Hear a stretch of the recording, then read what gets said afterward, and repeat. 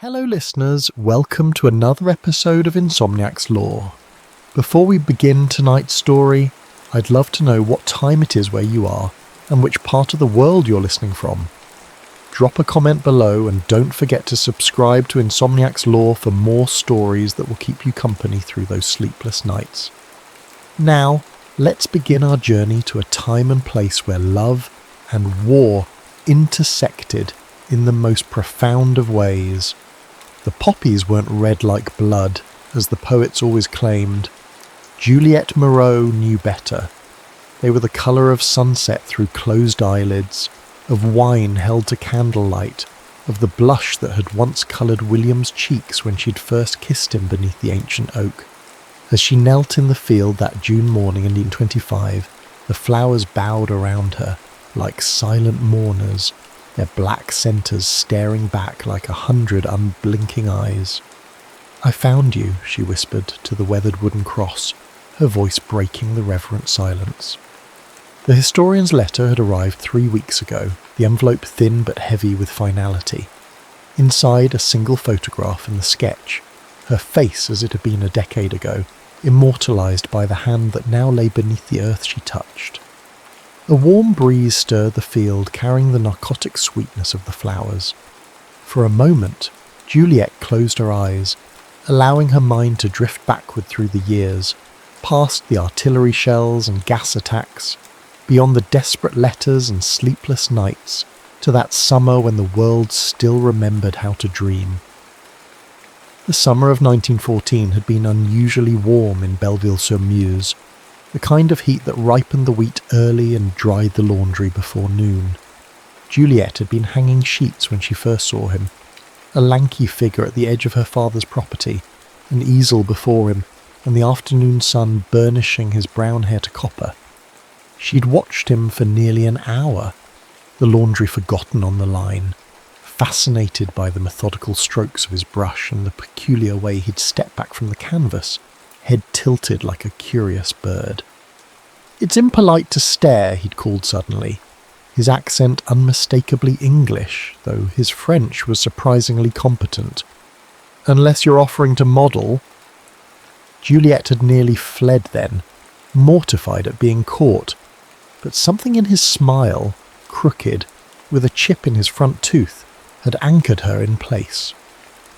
"I'm not a model," she'd replied, lifting her chin, "and you're trespassing." "Ah, but beauty knows no boundaries," he'd said, gesturing toward his canvas, "and neither does art." She'd approached cautiously, expecting to see herself in the painting. Instead, she found the old oak tree that marked the boundary between her family's farm and the neighbouring property. He'd captured it perfectly, the gnarled branches, the way the light filtered through the leaves, casting dappled shadows on the ground below. "It's our tree," she'd said, surprised by the sudden possessiveness in her voice. "Your tree?" He'd raised an eyebrow. "Does it have your name on it then?" "Not yet," she'd answered, the words escaping before she could reconsider them. The next day she'd found him carving her name into the lowest branch, Juliette, in careful block letters. When she'd protested, he'd merely shrugged and added his own beneath it, William Ellis, the letters smaller but equally precise. "Now it's our tree," he'd said, and something in the way he'd claimed joint ownership of this living landmark had thrilled her in a way she hadn't anticipated. Their courtship unfolded in whispers and stolen moments. Will, as he insisted she call him, was staying in the village, renting a room above the baker's shop while he completed his series of French countryside paintings. He was 26, the second son of a London barrister, using an inheritance from his maternal grandmother to finance what his father called a ridiculous artistic indulgence. "He wanted me to follow him into law," Will explained one afternoon as they sat beneath the oak, his sketchbook open on his lap. "I lasted exactly 3 months at his firm, before I sold my pocket watch and bought a train ticket to Paris." "And your father allowed this?" Juliette asked, unable to imagine defying her own father so completely. Will's pencil paused mid-stroke. He said I'd come crawling back when hunger taught me sense. A smile tugged at his lips. I sent him a portrait of Notre Dame with my first earnings. He keeps it in his study, though he'd never admit it. As July ripened into August, they mapped each other's histories through stories. Juliet told him about losing her 2 brothers to influenza, leaving her the reluctant heir to the family farm. Will spoke of his mother's death, the emptiness it had left, and how art had become his way of filling the void. They avoided speaking of the future directly, though it lurked between them like a third presence, the knowledge that summer would end, that Will would return to England, that Juliet was tethered to Belleville by obligation and circumstance. Then came the news that Archduke Franz Ferdinand had been assassinated in Sarajevo. Will had scoffed at first, dismissing the political tensions as sabre-rattling that would come to nothing. But as July progressed, the headlines grew darker, the conversations in the village cafe more urgent. "Come to London with me," Will said suddenly one evening, as they walked the perimeter of her father's wheat field. "Before this madness begins in earnest." Juliet had stopped walking, the weight of his words anchoring her feet to the earth. "I can't leave my parents," she said, the familiar excuse tasting bitter on her tongue. "You can't, or you won't." His voice had an edge she hadn't heard before. "Both," she admitted. "What would I do in London? I can't paint, I can't speak English. I'd be dependent on you entirely." "You'd learn," Will insisted, taking her hands, "and I'd teach you to paint. You have an eye for detail that most trained artists would envy." She'd pulled away, the familiar panic rising. "My father is 67. My mother's health is fragile. The farm is all they have." "And what do you have, Juliet?" Will had asked, his voice softening. "What is yours alone?" She had no answer then, only the hollow sensation that had accompanied her for years, the knowledge that her life was not entirely her own, that duty had claimed her youth before she'd had the chance to spend it freely. On August 3rd, Germany declared war on France. The following day, Britain joined the conflict. Will appeared at her door before dawn, his face pale in the early light. "I'm going back," he said simply. "They'll need every able body." Juliet felt the world tilting beneath her, the ground she'd thought solid suddenly unstable. "You don't have to go," she whispered fiercely. "You could stay here, help with the harvest. No one would know." But she could see in his eyes that he'd already made his decision. The artist who had spoken so dismissively of national pride and politics just weeks earlier now stood before her, transformed by some internal alchemy she couldn't comprehend. "I've arranged for my paintings to be stored with Monsieur Fournier," he said, referring to the village baker. "There's one for you, the oak tree. I'll come back for the rest when it's over."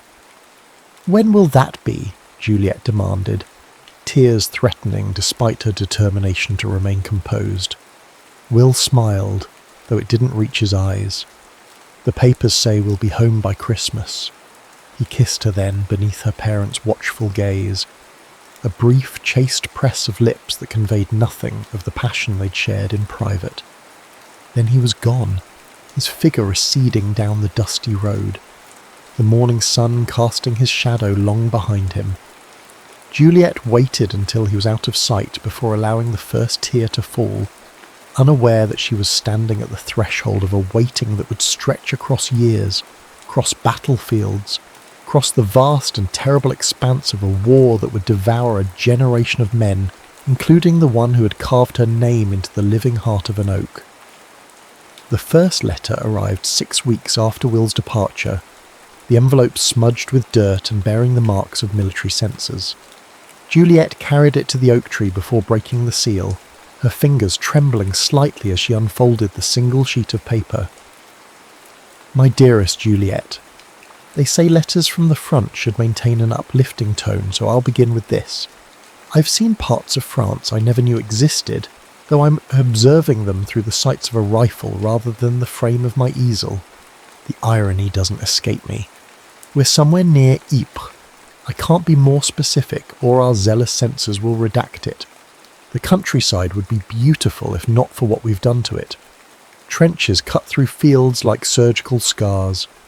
At night, artillery fire illuminates the horizon like a perverse sunset.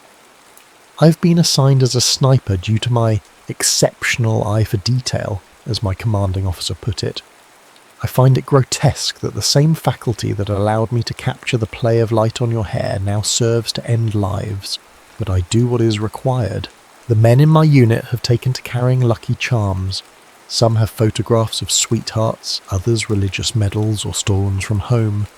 I carry the small piece of bark I carved from our tree, with our initials pressed together. When I touch it, I can almost smell the summer wheat and hear your laugh echoing across your father's fields. Write to me, Juliet. Tell me about the harvest, about the changing seasons, about anything that exists beyond this mud and blood and constant noisedom. Remind me that the world I knew still exists somewhere. Yours always, Will P.S. The oak will have lost its leaves by now. Promise me you'll visit it anyway. It shouldn't have to endure winter alone. Juliet read the letter 3 times before pressing it to her chest, as if she could absorb his words directly into her heart. Then she leaned against the oak's rough trunk and began to compose her reply in her mind, determined to send him something that would serve as a tether to home. Over the following months, a rhythm developed. Will's letters arrived irregularly, sometimes 3 in a week, then nothing for a month. Juliet wrote faithfully every Sunday after church, detailing the small events of village life. How her father had traded their best milk cow for a mechanical plough, how the mayor's daughter had married a soldier on leave, how the school teacher had been conscripted and replaced by an elderly nun who smelled of mothballs and strong cheese. She never mentioned the changes that the war had brought to Belleville, the rationing, the young widows in black, the children who went quiet whenever they heard an automobile approaching, fearing it brought news of another father lost. She filled her letters instead with memories of their summer together, with descriptions of the oak tree and its seasonal transformations, with plans for the future that grew more elaborate with each passing month. By the spring of 1915, Juliet had joined the village women in converting the schoolhouse into a convalescent home for wounded soldiers. The work was exhausting but provided a welcome distraction from the waiting.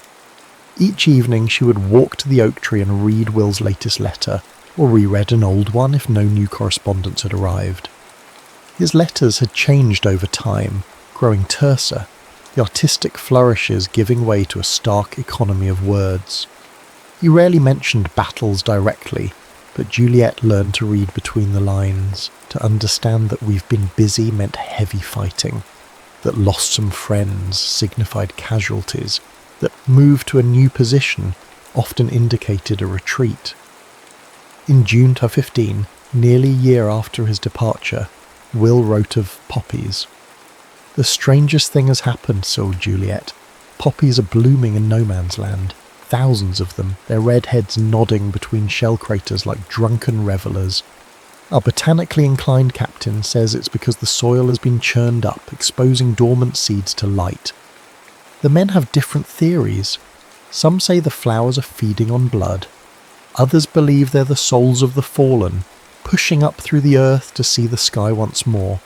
I prefer to think they're messages from another world, bright reminders that beauty persists even in desolation. I've pressed one between the pages of my sketchbook for you. Its colour has faded, but then so have many things. Do you remember the day we picnicked by the stream and you wove a crown of wildflowers for my head? You said I looked like a pagan god. I felt like one too, with you looking at me as if I'd hung the sun in the sky. I think of that day often. If something should happen to me, Juliet, and I'm not being morbid, merely practical, look for me where the poppies grow thickest. I will have found my way there, and I will be waiting for you. Yours in this life and whatever follows, Will. The pressed poppy fell from between the pages as Juliet unfolded the letter, its crimson petals now a fragile, translucent brown. She caught it carefully, this messenger from a battlefield she could scarcely imagine. and secured it between the pages of her mother's Bible. That night, she dreamed of Will lying in a field of blood-red flowers, his eyes closed as if in sleep, his skin as pale as milk. She woke gasping, her nightgown damp with sweat, and did not sleep again until dawn. The war ground on, a millstone crushing a generation beneath its weight. Juliet's father suffered a stroke in the winter of 1916, leaving his right side partially paralysed. Her mother, already frail, retreated into a quiet melancholy, spending hours staring out windows at the fields her husband could no longer tend. The burden of the farm fell entirely to Juliet, who hired local boys too young for conscription to help with the heavier tasks. Will's letters became more sporadic as 1916 wore on. In August, he wrote of a big push coming soon, something that might finally break the stalemate. Juliet later learned he had been referring to the Battle of the Somme, which claimed 20,000 British lives on its first day alone. His next letter didn't arrive until October, and when it did, Juliet knew immediately that something fundamental had changed. The handwriting was different, still recognisably Will's, but shakier, as if each letter required tremendous effort. Juliet, I'm writing from a field hospital near Ambience. Don't be alarmed. I've been lucky compared to most here. Caught some shrapnel in my right shoulder and arm during the advance. The doctors assure me I'll keep the limb, though they're less certain about the extent of function I'll recover. The most damnable thing is that it's my drawing arm. I've been practicing with my left, but the results are childish at best. The thought that I may never paint properly again is more frightening than any artillery barrage. They'll send me to England to convalesce once I'm stable enough for transport. I've given them your address, so direct your next letter to the return address on this envelope. It may be some time before I can reply. They're quite liberal with the morphine here, and it makes my thoughts drift like smoke. I had a dream about our oak last night. In it, our names had grown so deep into the bark that they'd reached the heartwood.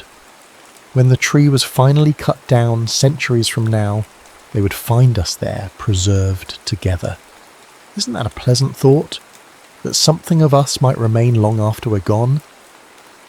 All my love, Will Juliet wrote immediately to the field hospital, but her letter was returned 2 weeks later with transferred, stamped across the envelope in harsh red letters. No forwarding address was provided. For 3 months, she heard nothing.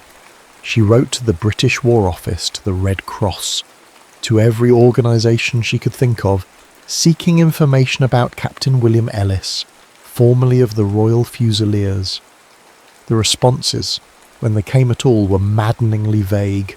He had been wounded, yes. He had been transferred to England, yes. His current status was under medical care. Then in February 1917, a miracle. A letter in Will's unmistakable hand. The writing stronger than in his last correspondence. The postmark from a rehabilitation hospital in Sussex. My Juliet, forgive my silence. The journey from France nearly finished what the German shrapnel began. Infection set in during transport, and I spent several weeks delirious with fever. The doctors later told me they had prepared my parents for the worst. But I am stubborn, as you well know, and I had compelling reasons to fight my way back. Chief among them, a promise to return to a certain oak tree and the extraordinary woman who shares its guardianship. My recovery progresses slowly. The shoulder has healed poorly. I will always carry a map of Flanders in my scar tissue, but my hand improves daily. I've enclosed a sketch of the view from my hospital window. It's rudimentary, but you can see the improvement from my earlier left-handed attempts. The doctors speak of sending me back to the front once I'm fit. I listen and nod and say all the right patriotic things. But between you and me, Juliet, I don't think I could bear to return to that hell. Something in me was damaged there that no surgeon can repair. There are whispers of a final push coming in the spring. They're calling men back from convalescence earlier than they should, desperate to replace the mounting losses. I've seen men leave here who can barely hold a rifle, much less aim it. If they send me back, I will go, not for king and country as the recruitment posters proclaim, but because refusing would mean a court-martial, and I cannot bear the thought of my father witnessing such disgrace. But know this, I am no longer the idealistic boy who left you that August morning. Whatever happens, the man who returns to you, and I will return, will be changed in ways I cannot yet articulate. Keep faith, my love. Visit our oak. Tell it I remember. Always yours, Will. The sketch he'd enclosed showed a simple English garden, the perspective slightly askew, the lines hesitant but improving. Juliet placed it carefully in the wooden box where she kept all his letters, alongside the pressed poppy and a blue ribbon he had once untied from her hair. His promise to return sustained her through the spring of 1917, through her father's second stroke and death, through the increasing hardships as the war's tentacles reached even into remote Belleville, strangling the normal rhythms of rural life. She visited the oak faithfully, sometimes reading his letters aloud to it, sometimes simply sitting in silence with her back against its trunk, drawing strength from its quiet endurance. In May, another letter arrived, this one written on different paper, the handwriting somehow both stronger and more hurried. Juliet, they're sending me back tomorrow, not to my old unit, too many of them are gone now, but to a newly formed company heading for Passchendaele. You won't find it on civilian maps, but remember the name. If this war has a heart, that place may prove to be its darkest chamber. I'm afraid, Juliet, not of dying exactly, but of dying without seeing you again, without making good on all the promises whispered beneath our oak. I've enclosed something I want you to keep safe for me, a sketch I made from memory during the worst days of my fever. It's you as I first saw you, hanging laundry in the summer sun. The doctors say I called your name constantly during my delirium. One nurse told me she'd never heard a name spoken with such longing. If I don't write for a while, don't despair. The mail service near the front is unreliable at best. I'll write when I can, as often as I can. Remember, if we are separated, look for me where the poppies grow. I'll be waiting, Juliet. In this life or the next, I will always be waiting for you. With all my heart, Will. The sketch was exquisite. Juliet in profile, her hair escaping its pins as she reached up to secure a sheet on the clothesline. The attention to detail was remarkable. The small scar at her temple from a childhood fall, the slight furrow between her brows as she concentrated on her task, the way her lower lip caught between her teeth. It was Juliet, as Will saw her, imbued with a grace and beauty she had never recognised in herself. It was the last letter she would receive from the front. Autumn 1917 arrived in Belleville with an unseasonable chill, as if winter was impatient to descend. The harvest was poor that year, not enough rain in August, too much in September, and Juliet found herself calculating and recalculating how to stretch their stores until spring. Her mother had retreated further into herself following her husband's death, spending most days in a chair by the window, acknowledging Juliet's presence with nothing more than a slight nod. The oak tree had begun to shed its leaves early, creating a golden carpet beneath its spreading branches. Juliet visited daily, bringing Will's latest letter to read aloud, except there was no latest letter. The last had come in June, with its ominous mention of Passchendaele and its precious sketch that she now kept framed beside her bed. "He's busy," she told the oak, as October darkened into November. "The mail is slow, you know how it is near the front." But as the weeks stretched into months with no word, the hollow feeling in her chest expanded until it seemed to consume her from within. She wrote letter after letter, sending them into a void that never echoed back. In December, just before Christmas, she finally received a response, not from Will, but from a Lieutenant James Harrington, who identified himself as Will's new commanding officer.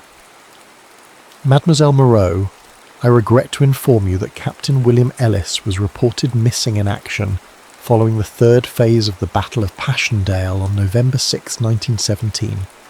His patrol was caught in heavy artillery fire while attempting to secure a forward observation post.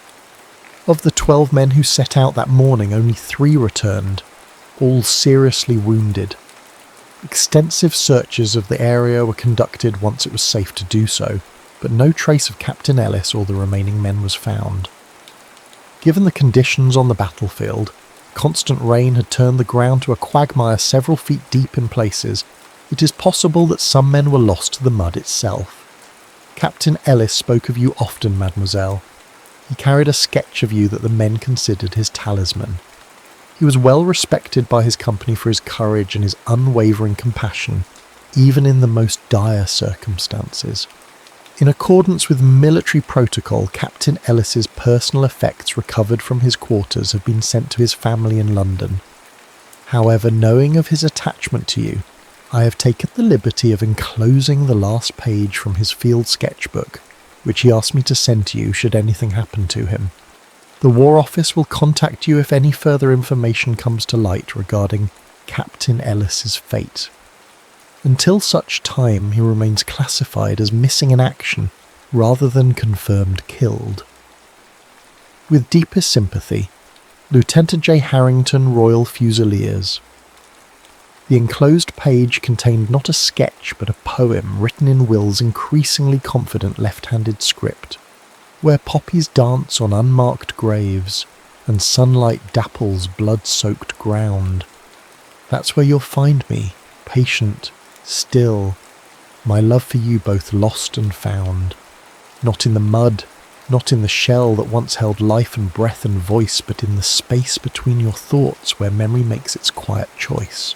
So if you seek me, seek not there among the crosses, row on row, but listen for me in the wind that stirs where crimson poppies grow. Juliet read the letter and poem once, then carefully folded them and placed them in her coat pocket. She walked to the oak tree through falling snow, her boots leaving a solitary trail across the white fields.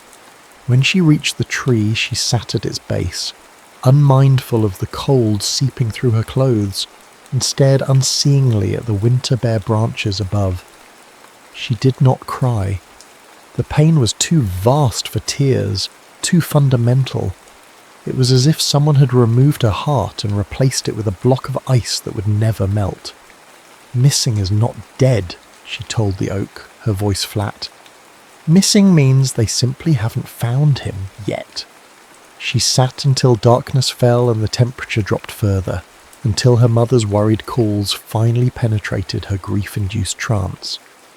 As she rose to leave, her numb fingers brushed against the carved names on the trunk, nearly hidden by the tree's continued growth. Juliet William Ellis. He promised, she whispered to the oak, resting her forehead against the rough bark. He promised he would return. The winter of 1917-1918 was the harshest in living memory, as if nature itself had aligned with the brutality of the human conflict.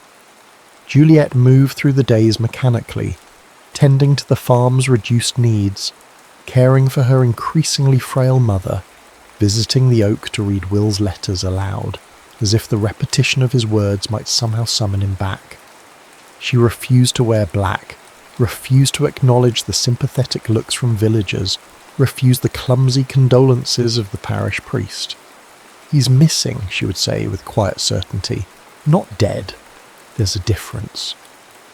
In March 1918, she made a decision.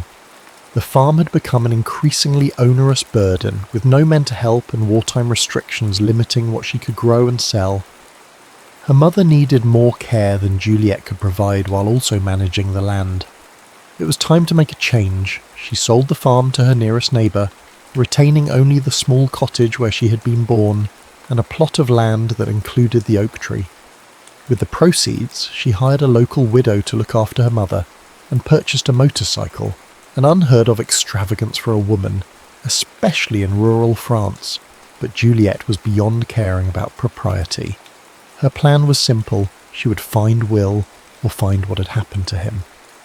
Lieutenant Harrington's letter had mentioned Passchendaele. That's where she would begin.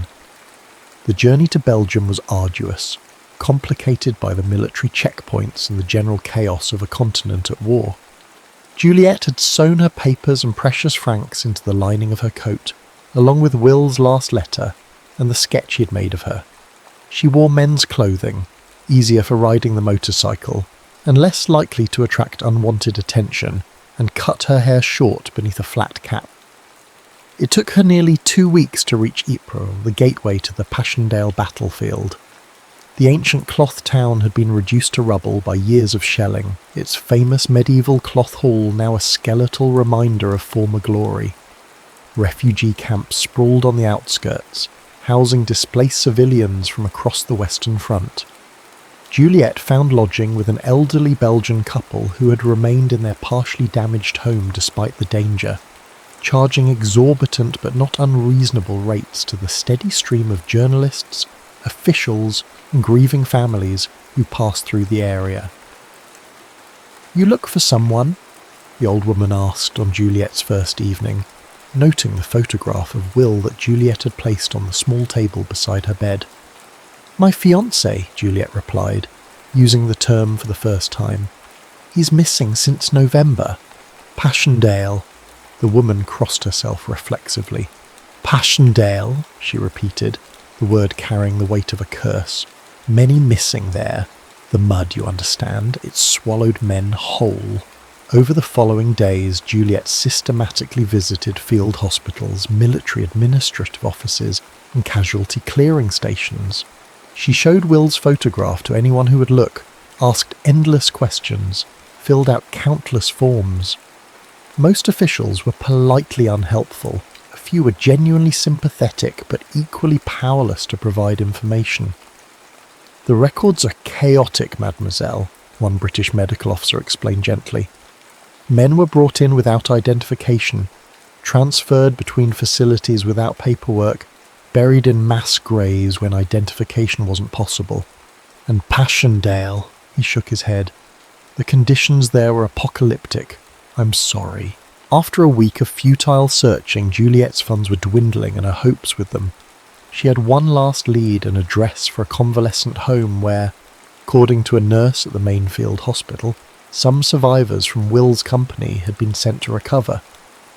The facility was housed in a former monastery about 20 kilometres from Ypres, its stone walls remarkably intact despite the war that had raged around it. A Red Cross flag hung limply in the still spring air as Juliet approached, her motorcycle sputtering on the last of its fuel. The matron was reluctant to allow Juliet access to the patients, citing regulations and the men's need for undisturbed rest. But something in Juliet's face, the hollow-eyed determination perhaps, or the barely contained desperation, eventually softened the woman's professional reserve. 20 minutes, she conceded. "No more. And if any man seems distressed by your questions, you will leave immediately. Understood?" Juliet nodded, clutching Will's photograph more tightly. The ward was a long, high-ceilinged room that might once have been the monastery's refectory. 2 rows of beds lined the walls, most occupied by men in various states of injury and recovery. The smell of antiseptic barely masked the underlying odours of infection, unwashed bodies, and despair. Juliet moved from bed to bed, showing Will's photograph, asking the same questions in her accented English. Most men shook their heads. Some were too lost in their own suffering to acknowledge her at all. She was nearing the end of the row, her 20 minutes almost expired, when a thin voice called out from a bed she had passed. "Ellis? Captain William Ellis." Juliet turned to see a young man, barely more than a boy really, propped up against his pillows. Half his face was obscured by bandages, and his right arm ended in a heavily wrapped stump just below the elbow. "You knew him?" Juliet asked, returning to his bedside. The young soldier nodded slowly. "Jenkins, miss. Private Thomas Jenkins. I was in his company at Passchendaele." His unbandaged eye studied her face. "You're her, aren't you?" The French girl from his sketches. Something between a laugh and a sob escaped Juliet's throat. "Yes," she managed. "I'm Juliet. Juliet Moreau." Jenkins's face softened. "He spoke of you often, miss. Showed us your picture when things got bad. Said it reminded him that there was still beauty in the world." "Do you know what happened to him?" Juliet asked, perching carefully on the edge of the bed. "Please, I need to know." Jenkins was silent for a long moment, his single visible eye focused on some middle distance. "It was hell," he finally said, his voice low. "Worse than hell. Mud up to your waist in places, shell craters filled with water deep enough to drown in, gas hanging in every depression. We had been ordered to take a German pillbox about half a mile into no man's land." He paused, swallowing hard. "The captain, he knew it was suicide. Argued with the colonel about it. I heard them, but orders were orders, so he gathered us. 12 lads, most of us had been with him since he came back from his injury. And he says, 'Boys, we're going to do this smart, not brave. Brave gets you killed for nothing.'" Juliet nodded, recognising the pragmatic streak that had always balanced Will's artistic temperament. "We set out before dawn using shell holes for cover. Made it almost to the objective when the Germans spotted us. The shelling started. Horrible accuracy, like they knew exactly where we'd be. 4 men gone in the first minute." Jenkins's breathing had quickened, his one visible eye wide and unfocused. "The captain ordered us to fall back, but then Simmons took a hit to the leg, couldn't walk. The captain wouldn't leave him. Told the rest of us to get to the nearest shell hole while he went for Simmons." "And?" Juliet prompted gently when Jenkins fell silent. "That's the last I saw of him. The shell that took my arm hit right after. Woke up 2 days later in a casualty clearing station." Jenkins looked directly at her, his eyes suddenly clear. "Here's the thing, miss. They never found Simmons either, and he was wounded. Couldn't have gone far. It's like that section of the field just swallowed them." "The mud?" Juliet murmured, remembering the old Belgian woman's words. Jenkins nodded grimly. "The mud, the shell holes, the constant bombardment, changing the landscape every hour. Men disappeared out there, miss. Hundreds of them, maybe thousands. Just gone." The matron appeared at the end of the ward, tapping her watch meaningfully. Juliet nodded in acknowledgement before turning back to Jenkins. "Is there anything else you can tell me? Anything at all?" Jenkins hesitated, then reached beneath his pillow with his remaining hand. "I kept this," he said, withdrawing a small mud-stained leather case. "It's against regulations. Personal effects are supposed to be sent home, but the captain saved my life. I reckoned I owed him something." He opened the case and carefully extracted a folded piece of paper, worn thin at the creases from repeated handling. "It's the last sketch he made, the night before the patrol. He showed it to me, said if anything happened to him, I should try to get it to you." Juliet accepted the paper with trembling fingers, unfolding it carefully to reveal a drawing of the oak tree, rendered with remarkable precision despite having been created from memory. In the foreground stood 2 figures, Will and Juliet, their backs to the viewer as they gazed up at the tree. Beneath the drawing, in Will's distinctive handwriting, were the words, "Where we began, where we will end. All between is just the journey." "Thank you," she whispered, carefully refolding the sketch and tucking it into her coat. "You've given me more than you know." Jenkins nodded, his eye already drooping with exhaustion. "He was a good man, miss. The best officer I served under. Whatever happened out there, I want you to know he never lost himself. Never became hardened like some did. He remained human." The matron was approaching now, her expression brooking no further delay. Juliet squeezed Jenkins's hand gently before rising. "If you ever find yourself near Belleville-sur-Meuse," she said, "there is an oak tree there where you would be welcome." She left the convalescent home with the weight in her chest both heavier and somehow more bearable. There were no answers, no certainty, but there was confirmation that Will had remained Will until the end, that he had carried her image with him into the darkness, that his last act had been one of loyalty and compassion. Juliet returned to Belleville the following week, her quest for answers unresolved, but her heart strangely settled. She resumed her life, caring for her mother, tending to her small garden, visiting the oak tree daily. The war ground on for another 7 months before finally sputtering to its exhausted conclusion in November 1918. The armistice brought no news of Will. His status remained missing in action, neither confirmed dead nor miraculously found alive. Juliet continued to write to the War Office periodically, but the replies became increasingly formulaic as the years passed. In 21, Will's parents visited Belleville, making the journey from London with the solemn purpose of seeing the place their son had loved so well. They were formal, reserved people who carried their grief with British stoicism, but Juliet recognised in their faded blue eyes, so like Will's, the same hollowed-out quality that she saw in her own mirror each morning. "He wrote to us about you," Will's mother said as they stood beneath the oak tree.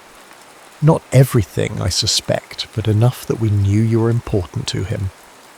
"He spoke of you as well," Juliet replied. "He treasured your letters, especially during his convalescence." Will's father ran his fingertips over the carved names, now partly obscured by the tree's natural healing. "He was our second son," he said quietly, "the one who always questioned, always challenged. I never told him how much I admired his courage to live as he chose." They left the following day, extending an open invitation for Juliet to visit them in London. She never did, sensing that such a visit would close a door that she wasn't yet ready to shut. Life in post-war France settled into new patterns. Belleville, spared the worst of the fighting, recovered more quickly than villages closer to the front. Juliet's mother passed away peacefully in the winter of 1923, leaving Juliet truly alone for the first time in her life. At 31, she was considered firmly on the shelf, a war widow without having been a wife, too independent to attract the few eligible men who had survived the conflict. She supported herself by teaching English to local children, her fluency hard-won through years of reading and rereading Will's letters. In January 25, a letter arrived bearing the letterhead of the Imperial War Graves Commission. Juliet opened it with the dull expectation of another non-committal response to her periodic inquiries. Instead, she found a brief note from a Dr. Émile Fournier, a French historian working with the Commission to document and identify the war dead. "Mademoiselle Moreau, your name has been in the files of the Commission for some years as the designated contact for information regarding Captain William Ellis. Missing, presumed killed, November 1917, Passchendaele. As part of our ongoing work to identify and properly commemorate the fallen, we have been examining artifacts recovered from battlefield clearance operations. Among items found near what we believe was formerly a German pillbox sector BV-7 was a British officer's identity disc bearing Captain Ellis's name and service number. Subsequent excavation of the area revealed partial remains that, based on associated artifacts, we believe to be those of Captain Ellis and Private James Simmons. Both men had been listed as missing in action following a patrol on November 6, 1917. The remains have been interred in the New Tynecott Cemetery near Passchendaele. A standard commission headstone has been erected, bearing Captain Ellis's name, rank, unit and date of death, along with the inscription chosen by his family.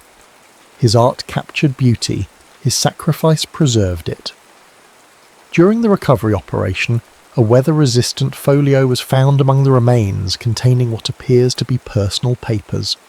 Though damaged by time and the elements, some contents remain legible. As the Commission completes its documentation, these items will be sent to Captain Ellis's family in London. However, among the recovered items was an envelope addressed to you, apparently intended to be posted but never sent. Given the circumstances, I have taken the liberty of enclosing a copy with this letter, rather than sending the original through the regular mail system. I hope this information, though coming so many years after Captain Ellis's disappearance, may provide some measure of closure. With sincere condolences, Dr. Émile Fournier, Historical Documentation Division, Imperial War Graves Commission. The document was a single sheet of paper, its edges ragged, the penciled writing faded but still legible in most places. It bore no date, but appeared to have been written shortly before Will's final patrol. My Juliet, dawn approaches, and with it our orders to move out. The men are preparing now, checking equipment, writing last letters home, engaging in the small rituals soldiers develop to ward off fear. I have my own ritual. I close my eyes and walk the path from the village to our oak tree, counting the steps, feeling the summer sun on my face, hearing your laughter carried on the breeze. I confess I am afraid, not of dying itself, but of all I would leave unfinished. The paintings never completed, the places never seen, the children we might have had, growing up in the shade of our oak. Last night I dreamed of poppies, thousands of them, swaying in a gentle wind. You were walking among them, your hands brushing their scarlet heads, searching for something, searching for me, I think. It was peaceful, that dream, comforting somehow.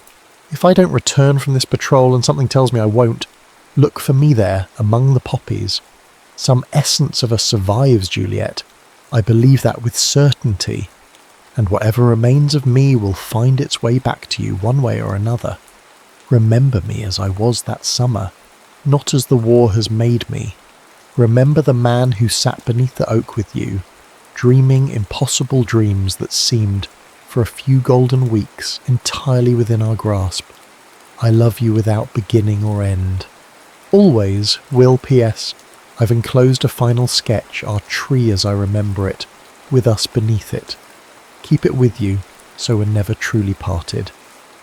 Dr. Fournier had included a second image, the sketch Jenkins had already given her, its twin apparently created by Will for his own keeping. Seeing it again, now knowing it was indeed his final drawing, Juliet felt something shift inside her, like a door finally closing on a room she'd kept open far too long. In the envelope with Dr. Fournier's letter was a smaller one containing a photograph of Will's grave, a simple white headstone among thousands of identical markers, the only distinction being the names and dates carved into them. The photograph showed a field of white stones stretching toward the horizon, and in the foreground, bright splashes of red, poppies blooming among the graves. 3 weeks later, Juliet stood in that same cemetery, her hand resting lightly on the cool marble of Will's headstone. The day was clear and surprisingly warm for June, the sky a blue that reminded her painfully of Will's eyes. The poppies were in full bloom, nodding their heavy heads in the gentle breeze. Juliet knelt among them, feeling the damp earth through her skirt, and placed a small bundle at the base of the stone, a sprig from their oak tree, wrapped in the blue ribbon he had once untied from her hair, and her final letter to him. "I found you," she whispered, echoing the words she had spoken to the weathered wooden cross in her imagination for years. "Just as you asked, where the poppies grow." As she spoke, the breeze strengthened momentarily, setting the flowers dancing around her in a ripple of crimson. For a fleeting second, Juliet felt a presence beside her, not physical but undeniable, like the echo of a familiar voice just beyond hearing's range. She remained there until sunset, speaking softly to the stone, to the earth beneath it, to the poppies that had guided her home to him. As darkness fell, she rose stiffly, brushing the soil from her clothing. "Goodbye, my love," she said, touching the cold marble one last time. For now, she walked away slowly, her shadow stretching long behind her in the fading light. But something had changed in her bearing, a straightening of the shoulders, a lightness in her step that had been absent for 8 years. Juliet Moreau was 33 years old. She had spent nearly a third of her life waiting, searching, grieving. Now, with the finding, came the possibility of beginning again. As she reached the cemetery gate, she paused and looked back at the field of stones and flowers, at the one marker that held the remains of the man she had loved. The setting sun bathed everything in amber light, turning the poppies to liquid fire. Until then, she whispered, I will live well. For both of us. Turning away, she walked toward the waiting world, carrying within her the memory of a summer beneath an oak tree, of love letters crossed with mud and blood, of promises kept across the boundaries of time and death.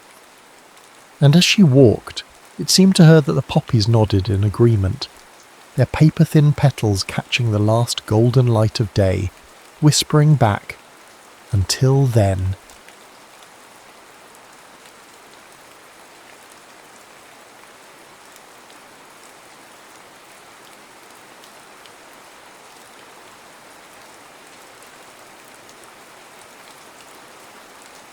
New York City.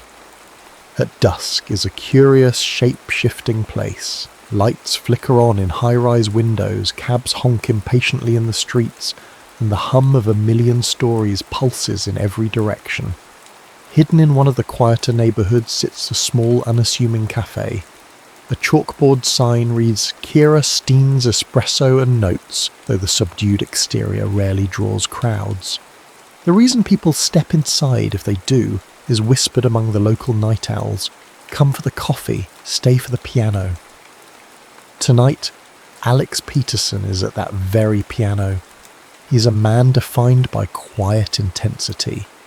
Dressed in a black button-down shirt and simple trousers, he blends into the backdrop until he rests his fingertips on the keys. Then the atmosphere around him transforms. His music is an undercurrent that calms the chatter, gliding through the air like an intimate secret. A few patrons pause to listen, though most remain lost in their conversations. Alex's eyes shift toward a crumpled newspaper lying beside a half-empty latte on a nearby table. The headline leaps out at him. Hazel Warner, disgraced violinist, returns to her roots. A familiar longing blooms in his chest. Once, years ago, Hazel was at the pinnacle of the classical world. A former child prodigy with a glow about her that dazzled both critics and fans. Now the tabloids buzz with her downfall. A plagiarism scandal pinned on her by her charismatic ex-fiancé, Nathaniel Nate Caldwell. Alex exhales softly as he finishes his piece, letting the final chord linger. Then he gently closes the full board of the piano. He's about to slip away from the spotlight, though to call it a spotlight is generous when barely anyone notices him, when a voice calls out. Hey you, over here, says a man with a face that glows from the screen of his phone. How about something more upbeat? Alex musters a tight smile. He does not do requests, especially not from random men lost in their phone screens. Yet he nods politely, sits back down, and begins a tune that's lighter. A warm, melodic jazz standard he's well practiced in. It's easier this way, not stirring up too much of himself, not letting his heart bleed through the music. A few minutes later, the cafe's owner breezes by, wiping a table with brisk, confident strokes. Kira Stein, Alex's best friend since their days in music conservatory, is a petite woman with short, coppery hair that curls just at her chin. She has an uncanny ability to sense the mood of a room, especially where Alex is concerned. You okay? Kira asks once the last note fades. Alex shrugs, eyes darting again to the newspaper. Kira follows his glance. A sigh escapes her lips. You know, she says. You don't have to torture yourself reading about her. It's been how many years? A question that hangs in the air without an easy answer. One might say 5 or 10, or maybe just enough years for the memory of Hazel Warner to become a continuous hum in Alex's life. He stands, carefully folds the newspaper, and follows Kira to the back of the cafe. The corridor there is narrow, walls lined with old concert posters, many from Kira's short stint as a travelling violinist. She gave that up to open this place, channeling her passion for music into the comfort of others. Alex has never fully understood how she can be so fearless in forging a new path, but maybe that's precisely why they've stayed so close. Once they reach the small kitchen, Kira hands him a mug of chamomile tea. She's well acquainted with his reluctance to drink coffee late at night. "Alex," she says, her voice low enough that the barista behind them won't overhear. "I'm serious. This obsession, it has to stop. You let yourself feel everything so deeply, and that's beautiful, but you have to remember what Hazel did. She never even noticed you, not really. Don't let her waltz back into your head now that she's all over the press again." He looks at Kira, wanting to believe her words, but also unable to quiet the memories. She has no idea how many times he's replayed those old duets, the ones in the musty practice rooms at the conservatory. He still recalls the exact weight of Hazel's gaze when they performed an original piece he'd composed specifically for her. Yet she never realised it was for her. She'd simply praised his musicianship and rushed on to the next rehearsal, her mind fixed on climbing higher and higher in her own career. And now she's back, battered by scandal, possibly more fragile than before. She might not ever glance in his direction again, but that doesn't stop the longing. "Let me worry about it," Alex finally mutters, taking a sip of tea. Kira shakes her head but decides not to push further. She knows well enough that coaxing truth from Alex is a slow dance. "All right," she concedes, "but promise me you won't bury yourself in heartbreak again. If you need to talk, I'm here."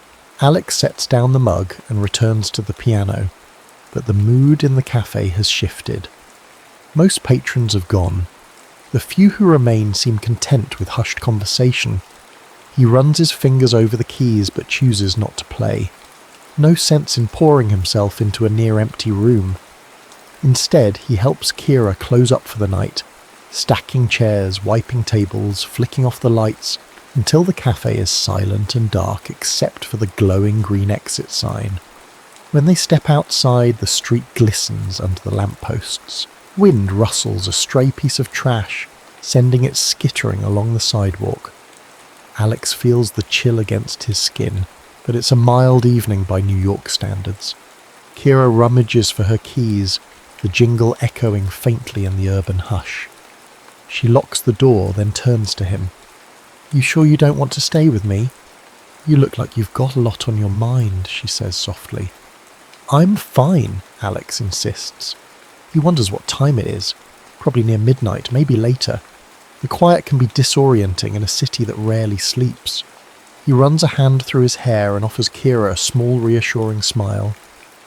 "Thanks, though. I'll see you in the morning." She nods and they part ways.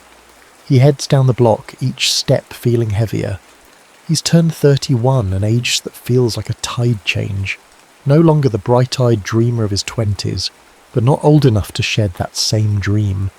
A musician in a constant state of almost discovered, almost recognised, almost loved. Can't resist one last glance at the folded newspaper under his arm. Hazel Warner's face is captured in a photograph that seems to ache with unsaid words. She doesn't know he exists as more than a faint memory from the past. And yet, for Alex Peterson, she's been the silent impetus behind every piece he's ever composed. He rounds the corner to his small walk-up apartment. The building stands tired but proud. Up the creaky stairs into the narrow hall, and finally he slips the key into his door. Inside, the living room is cluttered with the sheet music, some scribbled on loose-leaf pages, others meticulously noted in bound notebooks. His baby grand piano, a well-loved Steinway, is tucked in the corner. He flips on a small lamp, letting its warm glow caress the instrument. Setting the newspaper on the piano bench, he leans against a wall scrawled with half-finished compositions pinned up like puzzle pieces. He wonders if Hazel is reading about herself with the same sense of dread. He wonders if she's thinking back to the days before everything became complicated by fame and betrayal. In this moment, the past and the present collide in his heart. He wants to shut out the memories, but the notes of an old composition drift into his mind uninvited. Quietly, as if not to disturb the intangible ghosts lurking, he hums a melody he once wrote for Hazel. It settles into the silence like a final lullaby for the night. He knows Kira's warning is wise. He knows he should let the memory of Hazel fade. But love, or something akin to it, has a way of burrowing into the soul, deeper than logic can reach. And so, with a flick of the lamp switch, he surrenders to the darkness, that intangible chord still resonating in him. He doesn't know what tomorrow holds, only that the world has suddenly tilted with Hazel's return. The shadows of unspoken feelings dance on the wall, and somewhere in the city that never truly sleeps, Hazel Warner might be hearing an echo of a past she never knew existed. A crisp morning light slices through Alex's thin curtains, waking him earlier than usual. The city hums in the background, delivery trucks roaring, car horns honking, but Alex hears another sound in his mind. The slow, melancholic chords he half composed last night before sleep claimed him. They remain incomplete, like a question begging for an answer he's not yet ready to give. He dresses, pulling on a sweater and dark jeans, and cradles a travel mug of tea on his way back to the cafe. The dawn light paints the sidewalks golden. Despite the bustle, Alex feels a sense of quiet. He wonders if Hazel is awake right now, perhaps scanning the headlines that mock her fall from grace. It's a futile thought. She's a world away, even if technically only a few subway stops separate them in Manhattan. When he steps into Kira's cafe, the place smells of freshly ground espresso beans and pastries. Morning regulars line up, bleary-eyed but hopeful for caffeine. Kira, cheerful but firm, manages them all with the efficiency of a seasoned conductor overseeing an orchestra. "Good morning," she calls, sliding a latte across the counter to a waiting customer. Then she turns to Alex, her eyes flickering with curiosity. "Sleep well?" He shrugs. Sleep was a cagey beast that refused to linger. "I'm managing." Kira arches an eyebrow. "You know, if you want real rest, you could try not reading that newspaper article 20 times. He tries to deny it, but the small, knowing tilt of her head stops him. "I just needed to see how the media's spinning it," he says. "She's back in the city after all. Doesn't that feel surreal to you?" Kira's expression softens. "I guess," she concedes. "She was always so driven when we were all at the conservatory. The star of every show, the top of every class. It's strange to picture her now headlined as a pariah, but maybe," she pauses, measuring her words, "this is a chance for her to figure out who she is without that perfect veneer." A knock on the glass door distracts them. A harried supplier gestures at Kira, needing a signature for a delivery. She throws Alex a quick, sympathetic look and rushes off. Alone at the counter, Alex finds his thoughts drifting again to Hazel, the way her bow once glided across violin strings, each note luminous, filled with a rare fervour. People called her a prodigy, but Alex saw the toll of that label in the deep circles under her eyes. He'd admired her from the audience seat as much as from behind the piano stand, but she never noticed. Or if she did, she chose not to say a thing. Morning moves forward in a blur of coffee orders and pastries. Alex occasionally assists, clearing tables, refilling sugar canisters. A few hours later, just as the rush dies down, something almost fated happens. A figure slips through the door. She's shorter than he remembers, or perhaps it's the way her posture slopes inward, as if she's trying to vanish into her own coat. Her hair, once pinned in an elegant bun for performances, now falls loosely around her shoulders in unbrushed waves. Yet there's no mistaking that face. Hazel Warner stands in the doorway of Kira's cafe, scanning the room with uncertain eyes. Alex freezes. For an instant he contemplates ducking behind the counter to avoid being seen. His heart pounds, and a rush of old emotions flood him. Admiration, yearning, fear that she'll glance right through him as if he's invisible. But she doesn't. Their eyes meet, and a flicker of recognition sparks across her features. "Alex?" she says softly, her voice cracking as though she's unsure if she's allowed to speak his name. Time seems to stutter. Kira, returning from the back, practically leaps to intercept Hazel. "Hey," Kira says in polite but guarded tones. Long time no see. Do you need something? Coffee? A place to sit? Hazel's cheeks flush. She steps closer to the counter, ignoring the curious stares of a few remaining customers. I saw the sign. The name was familiar. I had no idea this was your place, Kira. Her gaze flickers to Alex. Or that you'd be here too.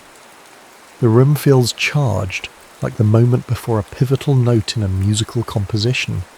A part of Alex wants to unravel every memory he's stored away, tell Hazel how proud he was of her successes, how gutted he was when she fell from grace, how her face in that newspaper last night reignited every feeling he'd tried to bury. But he stands there, measured silence forming a barrier. Kira, stepping up, tries to dissolve the tension with a business-like tone. Welcome. If you'd like something, the menu's on the board. We also have fresh pastries. Hazel glances at the blackboard, though she seems more focused on Alex's face. She opens her mouth, closes it, and then tries again. Actually, could we talk? All of us, maybe? I know a lot has happened since forever. She gives a half laugh that lacks humour. I just wanted to see you both. Maybe apologise. Kira folds her arms.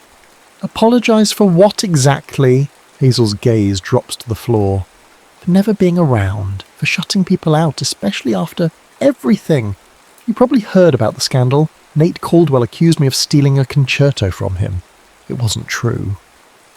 Her voice tightens. But no one believed me. I lost everything, my reputation, my bookings, sponsors, everything. A silence follows, broken only by the hiss of the espresso machine behind the counter. I should have reached out sooner. Alex feels a pang of sympathy, then quickly reminds himself of Kira's warning. Hazel had always been too wrapped up in her own ambitions to notice the people who truly cared about her. But is it fair to blame her entirely? Or is this vulnerability genuine? Finally, he lets out a breath, and in a measured voice says, It's been a while, Hazel. Let's grab a table. The three of them settle at a corner table by the window. Passers-by rush along the sidewalk outside, glimpsing the cafe's interior without understanding the emotional undercurrents swirling in that small space. Hazel fiddles with her fraying jacket sleeve as though searching for the right words. I'm sorry to just barge in like this, she begins again. I know I have no right to ask for help after everything that's happened, but the truth is, I don't know if I can play violin the way I used to. I can't trust my own instincts anymore. Everyone's eyes are on me, waiting for me to fail again. Kira's expression softens just a fraction. What do you want from us? Hazel looks directly at Alex, and he feels his heart skip. Back in school, you wrote a piece for me once, she says, her voice tender. You might not remember, he interrupts. Of course I remember. I remember every piece I've ever composed. She nods, looking grateful for a moment of connection. It was unlike anything else. I felt a sincerity in your notes that I never felt in any other composition. After what I've been through, I want to feel that again. I need to rediscover why I love Muldick. I was hoping maybe you could compose something new for me. It's the only way I know how to start over. A jolt of conflicting emotions grips Alex. Part of him bristles at the idea. Why should he cater to Hazel's request now, after years of quiet neglect? But another part of him, the composer who thrives on raw emotion, can't ignore the stirring of inspiration. The guard dog in his mind barks that this is dangerous, that he'll be hurt again. Yet the flicker of hope in Hazel's eyes is undeniable. You're asking a lot, Alex manages to say. Hazel lowers her gaze. I know, but I'm lost, Alex. And I thought, if anyone could help me find my way, it would be you. The sincerity in her voice mixed with desperation forms a chord that resonates too deeply to ignore. Kira catches Alex's eye, a silent caution passing between them. This is exactly what she was worried about. Alex stepping into the old role of caretaker, the silent composer who burns for a woman who barely registers his presence beyond his music. But now that Hazel is here, physically, tangibly broken, can he turn away? He leans back, crossing his arms. "Let me think about it," he says, trying to sound detached. Hazel nods, her shoulders slumping in what seems like relief that he hasn't outright refused. "Thank you," she whispers. They linger in an uneasy quiet, until a customer approaches the counter, drawing Kira away to take another order. Alex and Hazel remain at the table, separated by a gulf of unspoken history. For a fleeting moment, Alex wonders if this is fate or a twisted encore of heartbreak. Either way, the music that once bound them together might soon play again, and if it does, Alex senses it won't be the same gentle harmony. It might be a tempest, or something more complicated, something that could break them both. For the rest of that day, Alex is caught in a whirlwind of old melodies and new uncertainties. After Hazel's departure, he and Kira exchange few words about the encounter. She simply hands him a cloth to wipe down the counters, eyes narrowed in a stern, silent message. "I'm watching you. Don't get in over your head." That night, Alex heads home with a restless surge of creativity swirling within. The second he enters his apartment, he sits at his baby grand. His fingers hover over the keys. A phrase forms in his mind, soft, tentative. It's reminiscent of the compositions he wrote in his conservatory days for Hazel. But now there's an undercurrent of regret and longing that wasn't there before. He plays a few chords, testing the waters. An image flashes in his mind of Hazel in the cafe, her coat too big, her eyes rimmed with fatigue. He remembers how vibrant she used to be, standing tall on stage, commanding the spotlight with her violin's brilliance. Now, that bright energy seems dimmed by betrayal and scandal. The tabloids can be vicious, especially when a revered figure falls from grace. Accusations of plagiarism are a hard stain to remove, even when you're innocent. Alex shuts his eyes, letting the notes speak. When he was younger, he believed music was enough to convey his feelings. But he never found the courage to tell Hazel directly, "Hey, I love you. This composition is a testament to how you captivate my entire being." She never guessed, or if she did, she brushed it aside, too focused on her own ambitions. He wonders, is it masochistic to compose something new for her? Probably, but the thought of turning her away feels worse. He can't deny the electric thrill that runs through him at the notion of creating a piece worthy of resurrecting her spirit. Late into the night, he scrawls ideas onto staff paper. Half-formed melodies, eerie chord progressions, a shift to a major key that hints at hope. By the time he looks at the clock, it's nearly 2 a.m. He rubs his tired eyes and forces himself to bed, mind racing with chord structures and harmonic layers. Over the next several days, Hazel and Alex meet in his small Brooklyn apartment. They sit across from each other, a battered coffee table between them, strewn with his handwritten sheets. Hazel traces the notes with her fingertips, as though they're braille revealing secrets. "I don't know if I can do these justice," she confesses one afternoon, setting the pages aside. She glances around at the cluttered living space. Alex's apartment is modest, but the stacks of music carry a certain magic, as if each page for us vibrates with potential. "I haven't performed in months, and when I do try to play, I get in my own head. My technique is shaky, my confidence is shot." Alex finds her vulnerability unsettling. The Hazel he recalls was proud, sometimes to a fault, certain of her abilities. This Hazel seems humanized by pain. A small voice in his mind warns him that heartbreak often paves the way to manipulative apologies, but he can't help feeling sympathy. "You'll get it back," he says gently. "If you want to, that is. But it'll take practice and patience." She gives him a weary smile. "Thanks for not sugarcoating it." Then she shifts her gaze. "I'm curious, Alex. Why did you even agree to help me? You could have refused, told me to figure it out on my own. The question lingers, thickening the air. He could mention that maybe it's because he spent years tethered to her without her noticing, or that Kira's protective stance only half deters him from diving headlong into a new composition for the woman who once spurred his greatest pieces. Instead, he offers a careful truth. Because I understand what it's like to love music to the point that you can't let it die, no matter how many times it betrays you. A flicker of recognition crosses her face. She nods, as though she senses the deeper layers in his words. But before either can elaborate, Kira strides in carrying a paper bag of groceries. She's been dropping by regularly, partly to keep them fed and partly, Alex suspects, to ensure he isn't blindly falling into old patterns. "I've got fresh vegetables and some pasta," Kira announces. "Thought I'd whip up lunch." She sets the bag on the kitchen counter, pausing to look at Hazel. "You look tired. Are you resting enough?" Hazel shrugs. "I've been trying to rebuild a routine. Mornings at the library, researching old compositions. Afternoons practicing. Evenings here with Alex." Kira raises an eyebrow at Alex. "Don't overwork her, composer boy." Alex holds up his hands in mock defense. "She sets the pace, not me."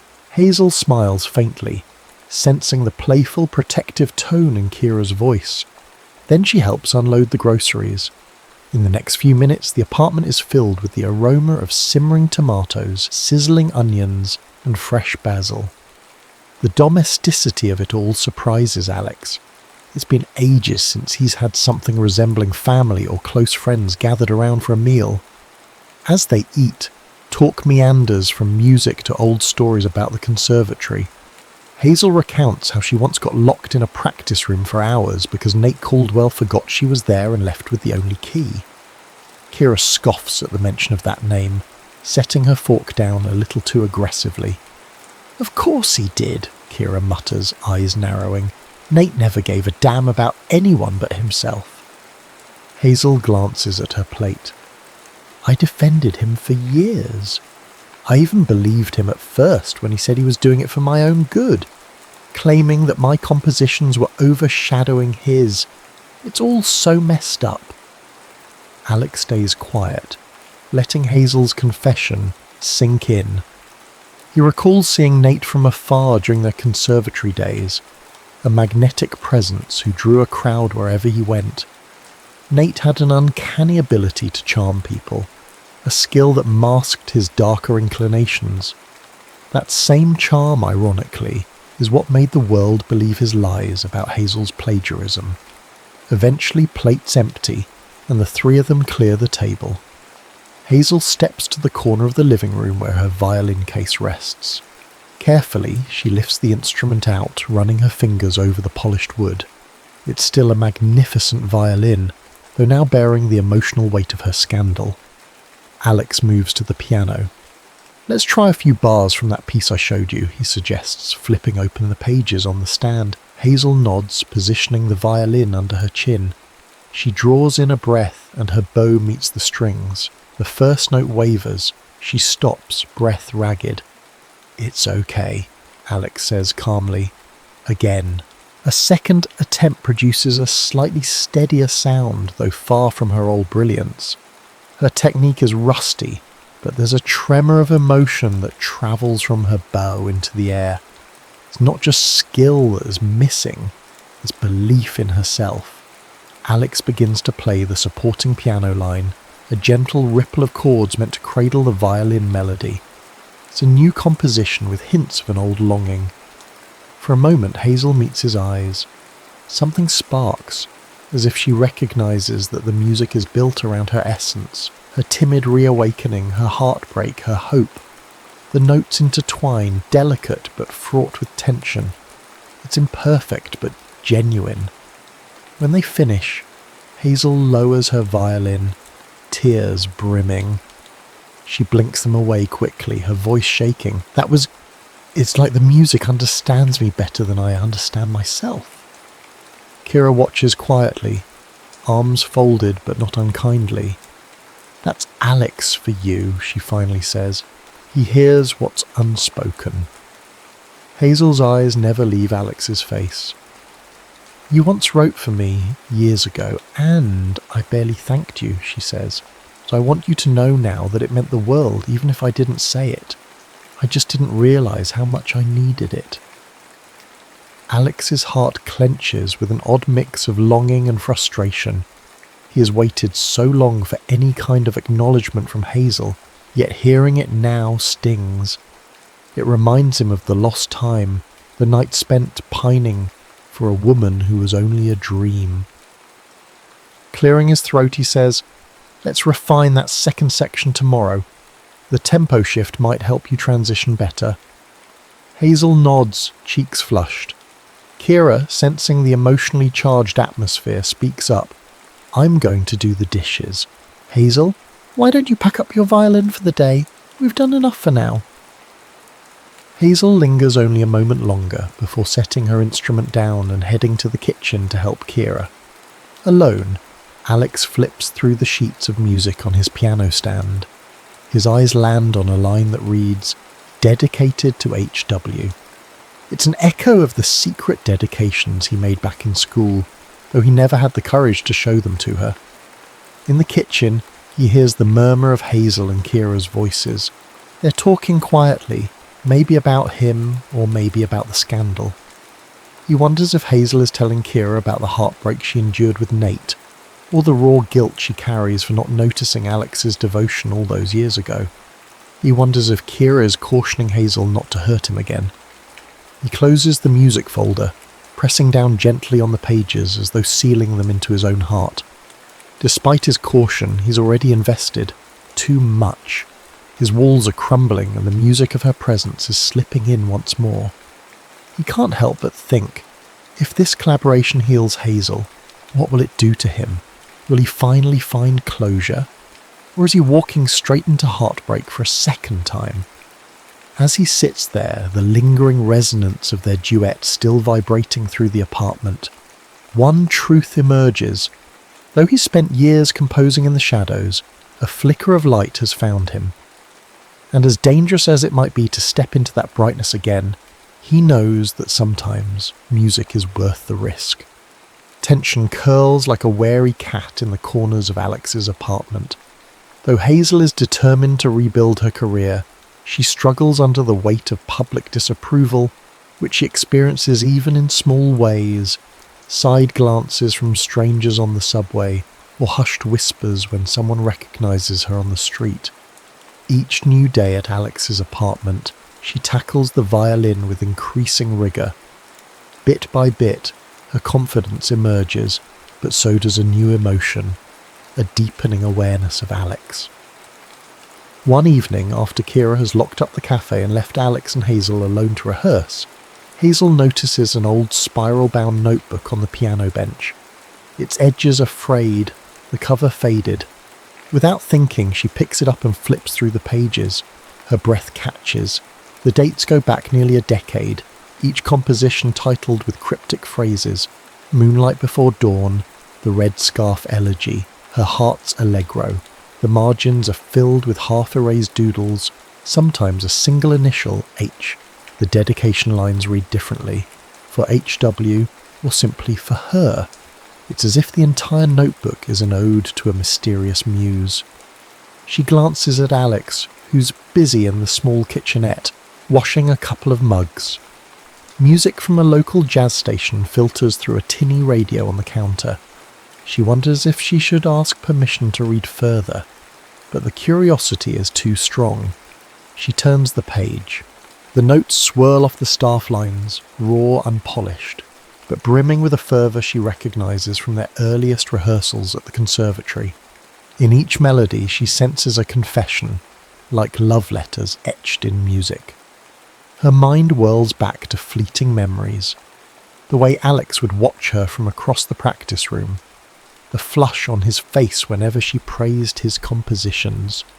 Could it be? Hazel snaps the notebook shut when Alex walks in, concern etched on his features. "Where did you find that?" he asks, drying his hands on a dish towel. She holds it out, cheeks burning. "It was on the bench. Alex, these pieces, you wrote them for me, didn't you?" His silence is answer enough. Slowly he sets the towel aside, tension in his jaw. That was a long time ago. Her hands tremble. Why didn't you ever tell me? Alex's gaze falls to the floor. You never asked, and you never seemed interested in anything that wasn't about your own spotlight. She flinches as though struck. That's not fair. I didn't know. I was focused, he finishes. Driven. You were unstoppable, Hazel. I admired that, but you never looked back. For a moment neither speaks. The radio crackles out a lonely saxophone line, punctuating the silence. Finally, Hazel musters the courage to meet his eyes. I see that now. I was young and foolish. I was so consumed with being the best that I didn't stop to see who was right beside me. Alex exhales, running a hand over the piano's worn finish. Why are we talking about the past? It can't be changed. She clutches the notebook to her chest. Because it matters to me, she confesses, voice quavering. I thought nobody understood me or my passion, but all this time you were writing for me, fueling me, loving me through your music. And I never even thanked you. A storm brews in Alex's dark eyes. Pain, longing, frustration. Don't read too much into it, he says, though his tone betrays him. I was just a naive composer in love with an idea. An idea, Hazel echoes, feeling her throat tighten. Or was it Mercy? He's silent for a long beat, then quietly responds, I don't know anymore. She sets the notebook down gently, returning it to him like something fragile. For what it's worth, those pieces are some of the most beautiful I've ever seen. I wish I could have heard them played. Maybe one day I still can. Alex avoids her gaze, gathering the notebook and tucking it away. We should call it a night. The next morning, Hazel confides in Kira. They meet at the cafe before opening, in that in-between time when the city is just waking. Hazel sits on a stool near the counter, arms resting on her violin case. She looks pensive, as if she hasn't slept. Kira pours them both a cup of strong coffee, ignoring Hazel's mention that she's more of a tea person these days. Trust me, you need the caffeine, Kira jokes softly. Now spill. What's going on in that head of yours? Hazel hesitates, then sighs. I found a notebook of Alex's compositions from years ago. All of them. They're dedicated to me. I had no clue he felt so strongly. My mind is reeling. Kira's expression is guarded, though not entirely surprised. I warned him not to get hurt again. He's been carrying this torch for so long. Hazel lets out a broken laugh. I never meant to be so blind. I was just so caught up in my career, in Nate, in everything. And now that I see the depth of Alex's devotion, I feel... She searches for the right word. Guilty. And more than that. Something else I can't quite put my finger on. Like I'm seeing Alex for the first time, but it's too late. Kira sets her coffee mug down. It's not too late if you're sincere, but you need to figure out if what you feel is truly for him, or for the music he creates. Hazel grips her mug, the warmth seeping into her hands. I wish I knew how to separate the two. I keep hearing his compositions in my head, and they fill me with this emotion I can't describe. Is it him I love, or the music? It's all so tangled. Untangle it, Kira says firmly. Or at least try. Because if you give Alex false hope and then realise you only wanted the music, he'll never recover. The gravity of Kira's words sinks in. Zil nods, her eyes clouded with worry. Thank you, she whispers. I know you're just trying to protect him. And maybe protect you too, Kira replies softly. She stands, finishing her coffee in one gulp, because heartbreak in any direction cuts deep. Across the city, rumblings of a major gala at Carnegie Hall start making their way through the classical music grapevine. It's an annual fundraiser featuring top-tier musicians, and rumour has it the organisers are desperate for a headlining performer with a fresh story. Hazel's scandal, ironically, makes her a compelling choice. Her potential comeback could grab headlines and sell tickets. That afternoon, the call comes in. An invitation to Hazel Warner to perform at the prestigious event. She's startled by the sudden opportunity. "They want me," she blurts into the phone, "after everything that happened." "We believe in second chances," the event coordinator says diplomatically. "This could be a triumphant return, and frankly, it's good for publicity." That last line stings, but Hazel forces a grateful tone. "I'll do it. Thank you. I'll do whatever it takes to make it a success." The moment she hangs up, her heart flutters with both excitement and dread. She calls Alex, voice trembling. "They've asked me to play at Carnegie Hall next month. It's huge, but I don't feel ready to stand on that stage alone." "You can do it," Alex says, though she detects uncertainty in his words. "We'll work twice as hard. I'll compose something new, something that's bold. But you have to trust yourself." She bites her lip. "Actually, I want it to be your piece, front and centre, if you're willing. Something you've been working on, something that means everything." She doesn't mention the old notebook, but the implication is there. "I'll dedicate the performance to you." A pause. When he speaks again, Alex's voice sounds guardedly hopeful. "I'll finish the composition. Meet me tomorrow at the apartment."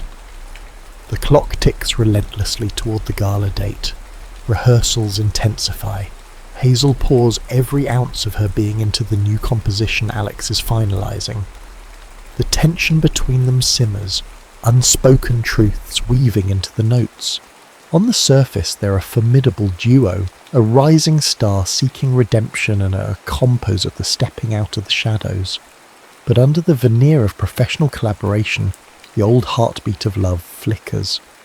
One night, after a grueling session, Hazel musters the courage to speak up. "Alex," she begins, meeting his eyes, "there's something I need to say." He lowers his hands from the piano keys. The expression on his face is caution mixed with yearning. "What is it?" She tries to form the words, but fear not her stomach. "I love you," she wants to say, but is it him or is it the music? In the end, she can't force the confession. Not yet. "Thank you," she says instead, her voice trembling with intensity, "for believing in me when I couldn't believe in myself. For writing what you write. For everything." His gaze lingers on her, vulnerability flickering. "That's enough for tonight." He stands to walk her out. The closeness between them as they walk down the hall is electric yet unclaimed. Outside, the city's neon haze bathes them in swirling colour. She longs to reach for him, to test if the connection she feels is real. But the swirl of confusion holds her back. They say goodnight at the curb. As Hazel steps into a waiting cab, she watches Alex disappear into the shadows of his building. She wonders if she'll ever find the words, or if she'll lose him just as she's finally beginning to see him. The gala day looms, a culminating crescendo, and neither Hazel nor Alex can predict whether the final chord will strike salvation or heartbreak. Carnegie Hall stands regal under the city lights, a beacon of artistry and ambition. The night of the gala arrives, and Hazel Warner slips in through the stage door, violin case in hand, nerves jumping like frantic creatures inside her. Stagehands bustle about, directing performers, checking lights. The roar of an anticipatory audience seeps through the walls, a distant thunder that rattles Hazel's heart. Backstage, Alex sits at a piano bench, running through the final bars of his new composition one last time. The piece is raw and unfiltered, a reflection of everything he's carried for years: unrequited love, quiet devotion, and the heartbreak of being unseen. He glances up as Hazel approaches, her eyes flickering with both anxiety and determination. "You ready?" he asks softly, a note of sincerity in his voice. She exhales. "Ready as I'll ever be. I want to play your music perfectly." Not just to prove something to the world, but to show you that I hear you. Finally. He nods, swallowing hard. No words come, but the moment is charged with a deeper understanding. They step onto the stage together. The hall's grand interior dazzles with chandeliers and plush red seats packed to capacity. Reporters, critics, and patrons crane their necks. The entire room crackles with the tension of this high-stakes performance. Hazel stands under the spotlight, violin at her chin. Alex takes his seat at the Steinway Grand. A hush settles, a collective inhale. Then, with a single nod, Hazel draws her bow across the strings, and the first note emerges, a trembling whisper that blossoms into a forceful lament. The composition sweeps from a plaintive melody to a fierce crescendo, each movement telling a story of regret, devotion, and redemption. As they play, Hazel feels the music flowing through her like a second heartbeat. She catches Alex's eye in fleeting moments, sensing that the lines between them, between composer and muse, between two hearts separated for too long, are dissolving. Midway through the performance, the emotion surges. The violin's cry echoes with raw intensity, and the audience leans in as though catching a confession. Hazel's vision blurs with tears she refuses to shed. She channels every ounce of feeling into the bow, her body trembling with the piece's climax. Alex's piano supports, guides, and complements every note, no longer just an accompaniment, but a duet of souls. When the final chord resolves, the silence is almost unbearable. Then thunderous applause erupts, sweeping the hall. Hazel lowers her violin, chest heaving. She searches for Alex amid the standing ovation, finds him gazing at her with a mix of awe and heartbreak. For a fleeting second she wants to run to him, to fling her arms around him and say everything she's kept locked inside, but the curtain call pulls them both into formal bows. They step forward, and the applause crescendos, cameras flashing like frenzied fireflies. Backstage afterward, the chaos is immediate.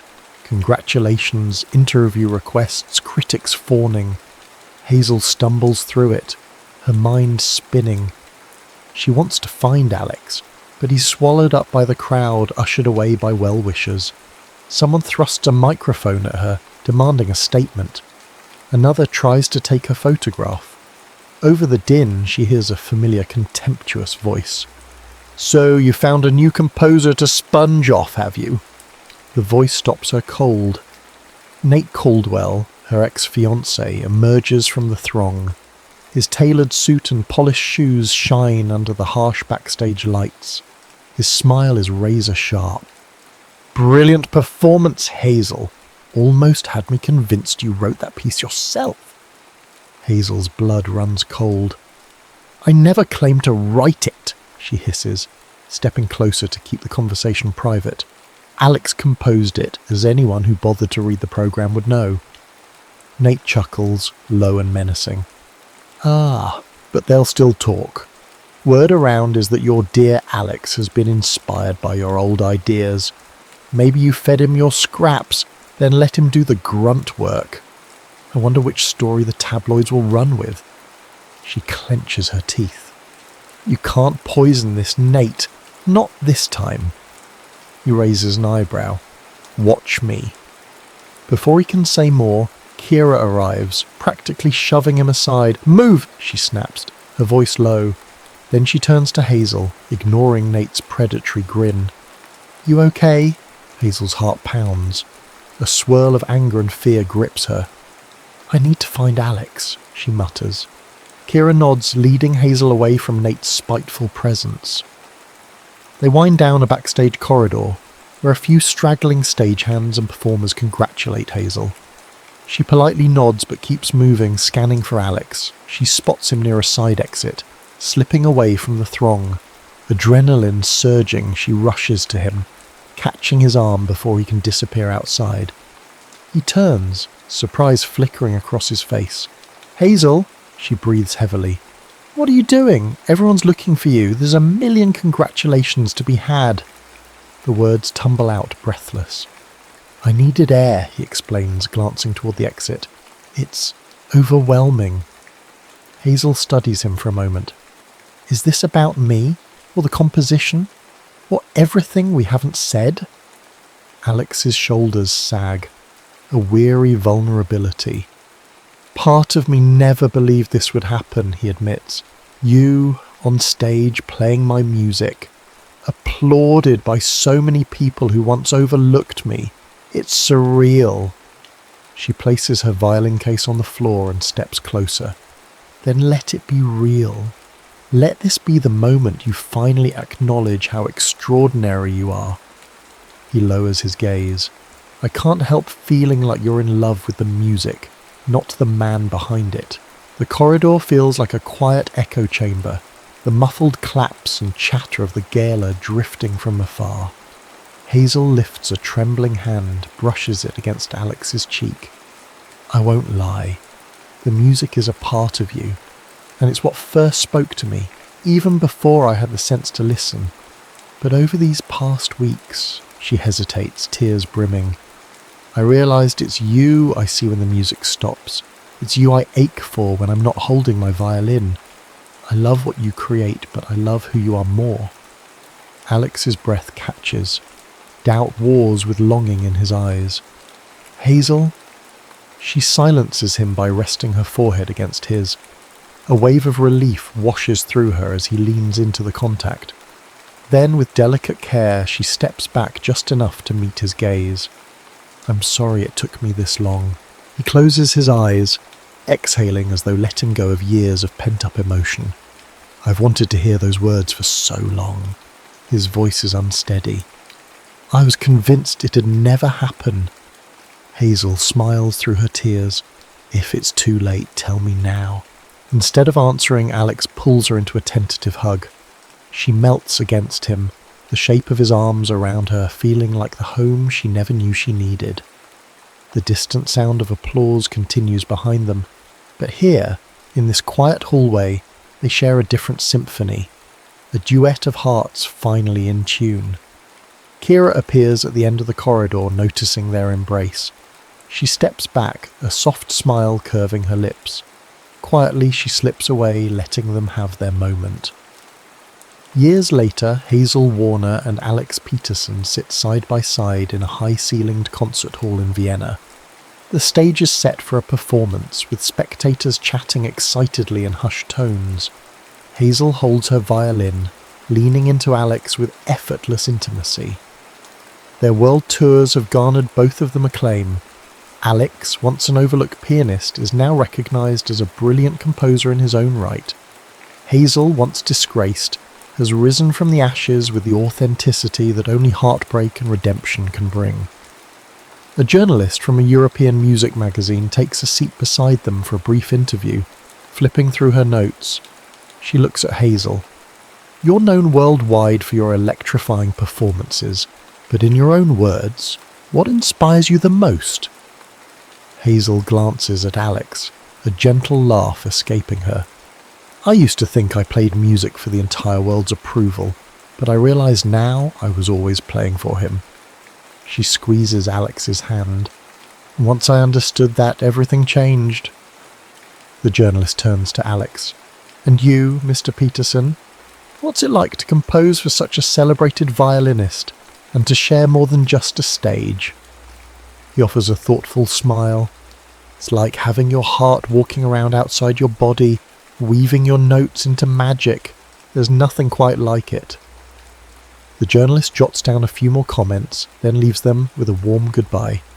As the audience begins to fill in, Hazel and Alex steal a final moment of quiet. She leans her head on his shoulder. They step onto the stage together, a married couple now, and an even stronger musical partnership. The lights dim and a hush falls over the audience. Alex takes his seat at the piano. Hazel positions the violin beneath her chin, meeting his eyes with a look that says, I hear you, always. The first note resonates through the hall, and it's clear to everyone listening that this music is born of two hearts that once ran parallel, never touching.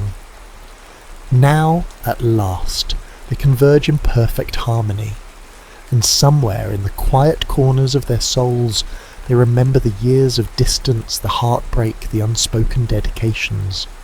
For them, the journey wasn't just about reclaiming a career or proving a tabloid wrong. It was about finally discovering that what they truly needed was to recognise the love that had been in front of them all along.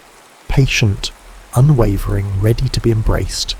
They play on, each measure speaking of second chances and the beauty that comes from letting yourself be seen, not just in the glow of the stage lights, but in the silent dawn of everyday life. And as the music swells to its final chord, one truth stands above all else. Some compositions are written not just for the world, but for the one who finally hears your heart.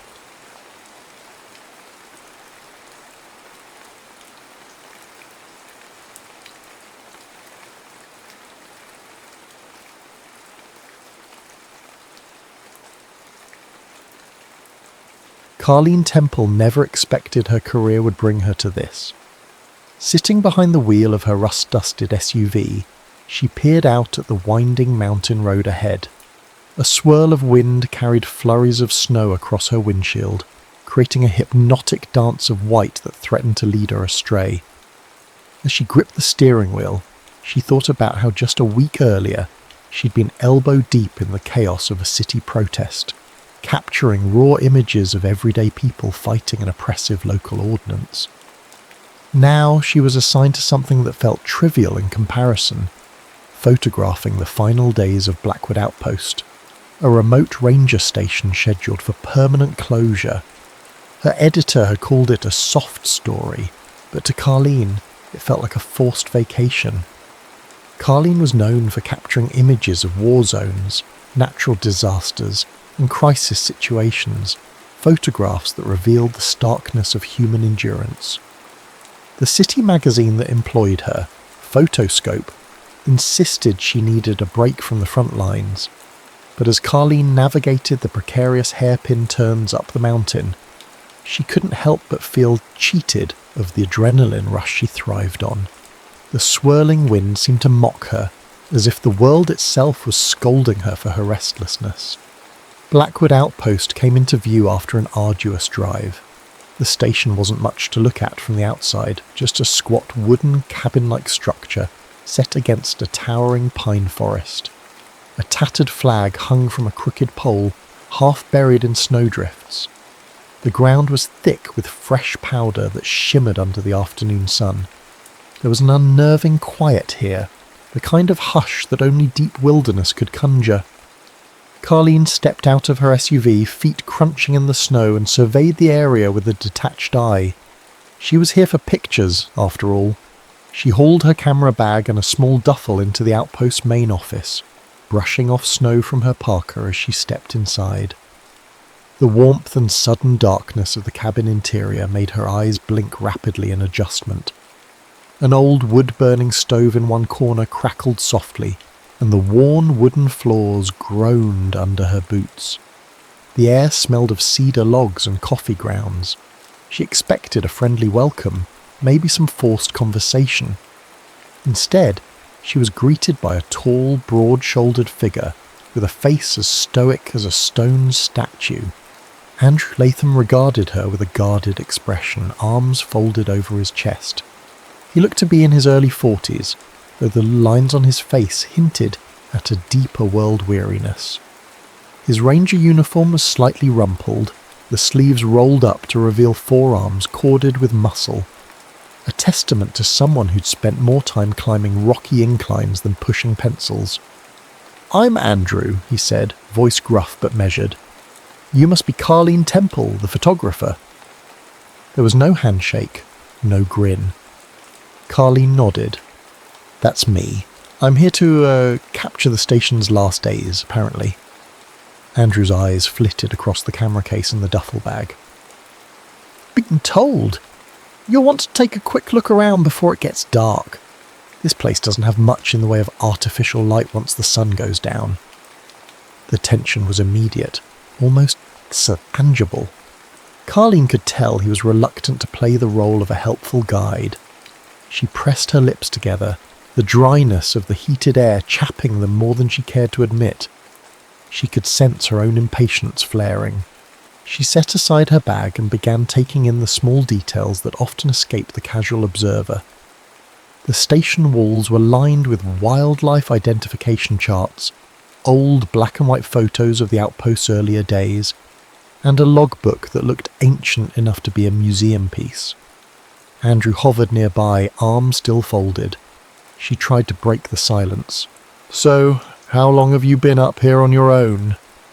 His gaze flickered to one of the older photographs on the wall, a group shot of park rangers from decades ago, all smiling confidently. "Few years, give or take." "That's quite a stint," Carleen remarked, trying for something like conversation. "You must really love the quiet." He let out a non-committal sound. "It has its advantages." The day dragged on. Carleen snapped a few preliminary shots, the outpost's exterior, the frozen trees, the battered sign that read Blackwood Outpost, Est 1912. The biting cold stung her cheeks, but she pushed on, determined to make the best of this assignment. She told herself she might even find a hidden gem of a story here. She just needed to be open to it. By late afternoon, her hands were shaking from the cold, and she found Andrew in the station office flipping through a pile of outdated inspection forms. She asked a few questions about the station's history, but received only clipped answers. He was neither hostile nor welcoming, just distant. With the sun dipping behind the mountains, Carleen decided she would head back down, find lodging at a nearby town, and return tomorrow. She was, after all, just passing through. Collect some atmospheric shots, do a short piece on the closure. What more was there? Fate had other plans. As she stepped outside to load her gear, the wind intensified. The world went from gently drifting snow to a violent swirl of frost and ice in minutes. Visibility plummeted. Carleen's SUV, barely visible under a coat of rapidly accumulating snow, refused to start. Each turn of the key resulted in a sickly sputter. She popped the hood, but the engine was beyond her ability to fix in sub-zero conditions, especially under a raging wind. She swore under her breath, cursing the suddenness of the blizzard and her own unpreparedness. Andrew appeared behind her, brow furrowed. "You're not getting anywhere in this storm. The roads close fast when it hits." "I have to get down," she insisted, more from frustration than reason. Her teeth chattered involuntarily. "I can't just—" "You can't just freeze out here," he cut in, voice raised to be heard over the howling wind. "You can stay the night in the outpost. There's a spare cot in the back room." Carleen hesitated, pride warring with common sense. It was a no-brainer, really. She nodded, hooking her camera bag over her shoulder, and trudged back inside. Andrew followed, shutting the door firmly behind them. Within moments, the storm's roar was muffled, replaced by the steady crackle of the wood stove. There they stood, two strangers forced by circumstance into sharing the cramped warmth of an old ranger station on a night when the world outside seemed intent on burying everything in a blanket of white. Carleen exhaled, a slow breath that felt thick with resignation. She had no idea how long the storm would last or what the night might bring. But she knew one thing for sure. She was stuck here with Andrew Latham, a man whose silence felt like its own kind of storm. For the first time, she wondered if there was more than just the station's closure to capture. Maybe, behind the stoic gaze of the ranger, lay a story as vast and unsettling as the wilderness itself. Morning arrived with a terrifying hush, the kind of hush that tells you the world outside is no friendlier than it was the night before. Through the frost-laced window, Carleen could see the unending expanse of white blanketing every surface. Trees stood like silent sentinels, burdened by the overnight snowfall. The wind had momentarily calmed, but the storm hadn't truly passed. Its presence loomed as a threat, ready to gather strength again at any moment. Inside the outpost's modest office-cum-living area, Carleen woke up on a narrow cot. Stiff-limbed and bleary-eyed, she wondered if she'd ever been this aware of her own breathing. She'd spent much of the night listening to the wind batter the walls, half expecting them to cave in. Surviving war zones had rarely shaken her confidence, but something about nature's unrelenting force humbled her in ways she hadn't anticipated. She smelled coffee, a faint but welcoming aroma.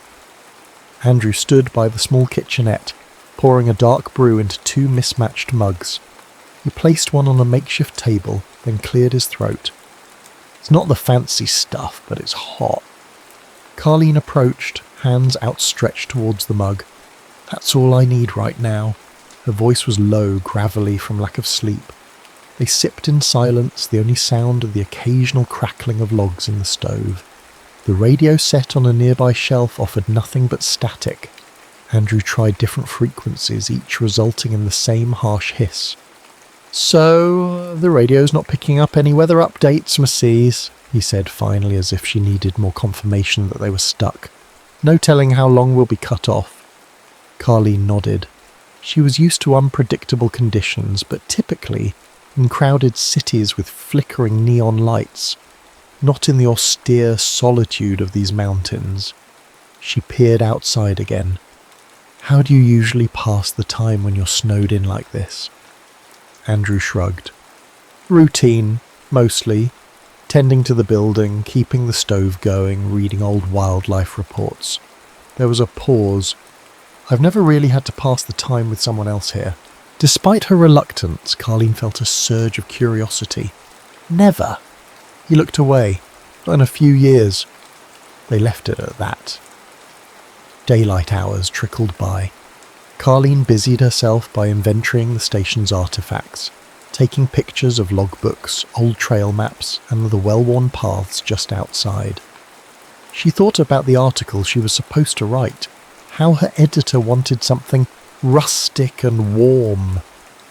The magazine had asked her to depict the closure of Blackwood Outpost as a nostalgic moment, a piece of history fading into memory. But as she captured images of the battered station in the thick of a merciless winter, she struggled to spin it in a cosy, sentimental light. Meanwhile, Andrew busied himself checking the generator, clearing snow from the outpost's roof to prevent collapse, and making sure the stove stayed fed. He seemed restless with her presence, not hostile, just unaccustomed to sharing his space. At midday, they huddled over a simple meal of canned soup. Carleen tried to spark conversation. "Ever had to rescue anyone up here before? Hikers? Campers?" He gave her a pointed look. "A few. People get reckless when they underestimate the wilderness. They think a few warm layers and pull on their phone can save them from a storm." She caught the implied admonition. "Hey, I wasn't reckless. I just didn't know the storm would roll in so fast." Andrew offered a half shrug that bordered on an apology. "Came in quicker than usual. The mountains can have that effect, weather changes in the blink of an eye." Carleen sighed and stared at her soup. She couldn't help but feel judged, as if her presence disrupted something precious to him.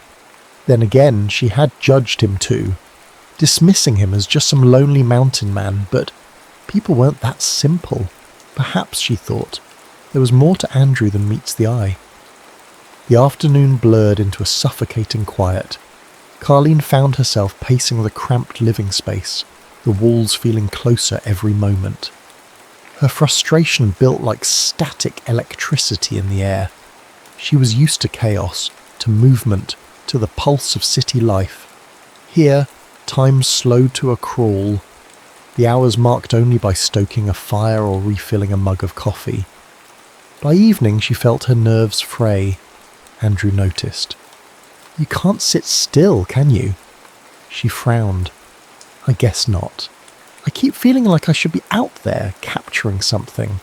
Or maybe I should be editing my photos, just doing something." He set aside a book he'd been pretending to read. "Life moves differently here. There's no point fighting it." "Easy for you to say," she retorted. You choose this life." He paused, and for a moment, a flicker of pain crossed his face. "Yes," he said quietly, "I do."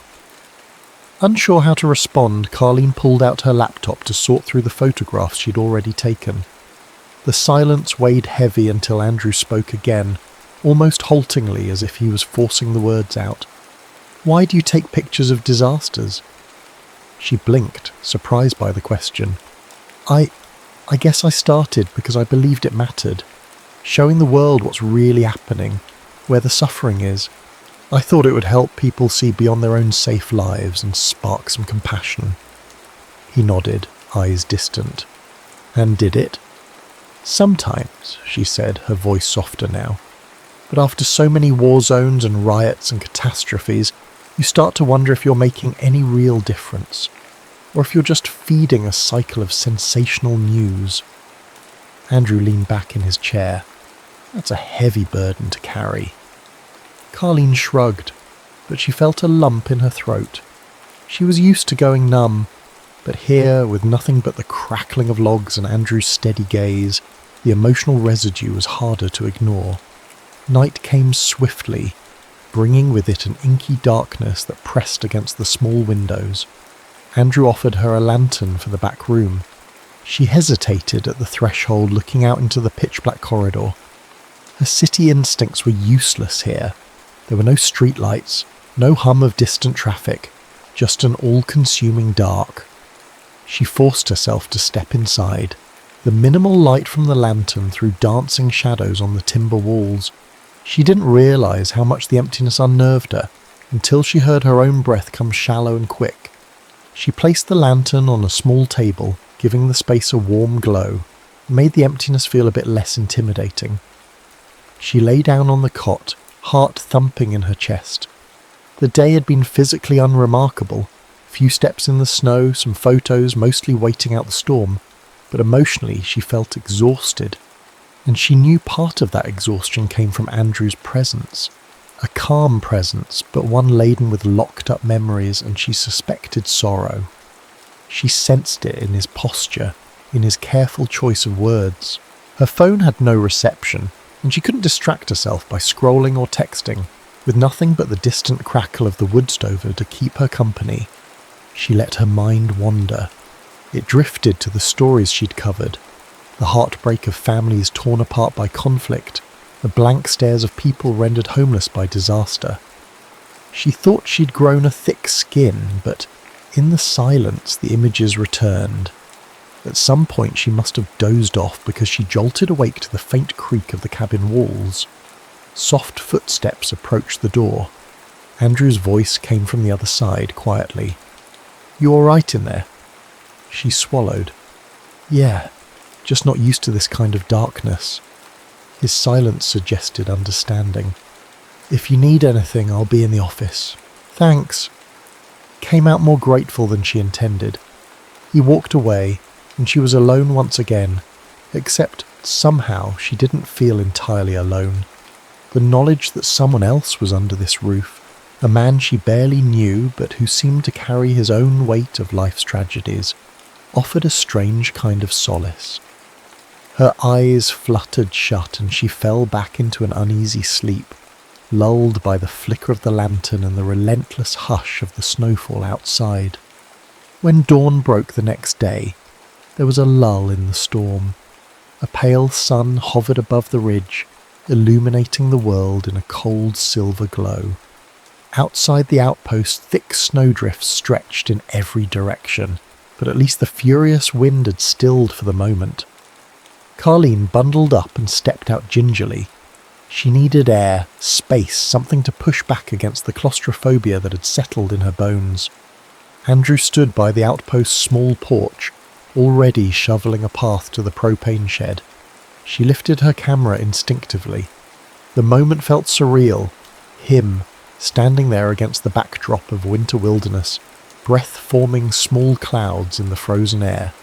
She snapped a photo. He looked over, and for a fleeting instant something softened in his expression. Not quite a smile, but a hint of acceptance. "I'm going to check the perimeter," he said, a note of his invitation in his tone. "I'll come with you," she replied, surprising even herself. It wasn't part of her plan, but she felt drawn to see what he saw in this place. Together they trudged through the snow-covered trails where trees lined the path like silent guardians. Andrew showed her the natural wonders often missed by the untrained eye. Tracks from a rabbit or fox, patches of hoarfrost that looked like delicate crystals on the bark of ancient pines. He pointed out a small half-frozen creek that still gurgled beneath a thin sheet of ice. "This is all going to be gone soon," he remarked quietly, gesturing to the outpost behind them. "They're decommissioning the station, and after that no ranger will maintain these trails." Carleen knelt to capture a shot of the creek, the lens reflecting the ephemeral beauty of water under ice. "Seems a shame. It's so untouched." He nodded. "That's why it's important. Places like this remind us that we're not the centre of everything." She heard the underlying reverence in his voice. He wasn't just a ranger doing a job.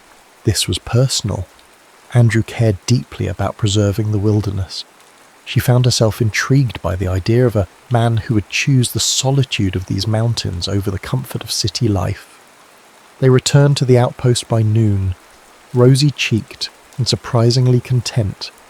The mutual antagonism had lessened. Something like camaraderie was taking its place. Carleen felt it in the easy silence they shared, the simple togetherness of preparing lunch. Instant noodles in chip bowls, steam fogging the cold cabin air. That evening, Andrew retrieved a bottle of whiskey from a battered cabinet. "Emergency stash," he said with a small grin that barely reached his eyes. "Figure this qualifies as an emergency. You up for a drink?" They sat near the stove, flames dancing on the logs, the heat pushing back the chill. The whiskey burned Carleen's throat, but it also loosened the tension in her shoulders. She found herself talking more than she intended, about her life in the city, her earliest experiences as a photographer, the hopes she once had about making a real impact with her images. Andrew listened intently, occasionally nodding, his gaze fixed on the fire. She appreciated his quiet form of attention. It wasn't the polite, half-hearted interest she'd grown accustomed to from casual acquaintances. It felt genuine. She ventured a question she'd been holding back. "So you've been here alone for years. Don't you get lonely?" He shrugged. "Some days, but I guess I traded one kind of loneliness for another. The city never felt like home." He paused, looking into the amber liquid in his mug. "Sometimes, though, the silence can be deafening. What made you stay?" His grip tightened around the mug. "I lost someone," he admitted, eyes downcast. "The details don't matter much, but after that people felt too close, too chaotic. The mountains were quiet. I needed quiet." She felt her chest tighten. "I'm sorry," she managed, her voice almost a whisper. He nodded, the firelight throwing shadows across his face. They fell into silence, but it was a different kind of silence than before. A shared understanding lay beneath it, a fragile thread that connected their separate pains. She didn't push for more details. She understood that some memories were too raw to expose fully to a stranger. Later that night, as they shared another measure of whiskey, Andrew cracked a small, unexpected joke about how city folks freak out at the sight of a single raccoon rummaging through garbage. Carleen laughed, truly laughed, for the first time in what felt like ages. The tension that had hung between them seemed to dissipate, replaced by a cautious warmth. She studied his face in the flickering light. He had the rugged features she'd initially assumed were part of the typical mountain man persona, stubble shading a strong jaw, hair that needed a trim, calloused hands. But there was an understated grace in the way he moved, the way he listened. She wondered if in another life he might have been something else. An artist, perhaps, or a teacher. Someone who gave more of himself to the world. The warmth of the fire and the alcohol lulled them into a languid atmosphere. Carleen felt her eyelids grow heavy. She realised she was dangerously close to letting her guard down. Before the lines blurred too much, She stood up and murmured, "Good night." Andrew's gaze lingered on her as she retreated to the back room. She closed the door gently, feeling an inexplicable flutter in her stomach. It wasn't desire exactly, or maybe it was, but overshadowed by an intangible sense of shared vulnerability. She wondered if he felt it too. The next day brought a moment of unforeseen danger. Desperate to capture more scenic shots during a lull in the snowfall, Carleen wandered farther from the outpost than she should have. The terrain was deceptive, an endless white canvas where every drift looked like solid ground until you stepped into a hidden pocket. She found herself sinking knee-deep, then waist-deep in snow. Panic spiked as the wind picked up again, obliterating her footprints. She fumbled for her camera, not wanting to abandon it, but soon realized she had no sense of direction. Each attempt to climb out only buried her deeper. Fear twisted her stomach. She thought of shouting, but the wind devoured her voice. Then, through the haze of white, she saw Andrew approaching. His figure was resolute, wearing snowshoes, face flushed with either anger, relief, or both. In moments, he was at her side, helping her out of the drift, supporting her as she stumbled. Once she was free, he turned to her, eyes blazing. "What were you thinking?" he demanded, breath ragged. "If the wind had gotten worse, I might not have found you." Carleen gulped down a sob. I just wanted to get the shot." He silenced her with a glare. For a moment it looked like he might unload a fury of scolding. Instead, he grabbed her shoulders, his face a mere inch from hers. "Don't risk your life like that," he said hoarsely. "This place doesn't forgive mistakes."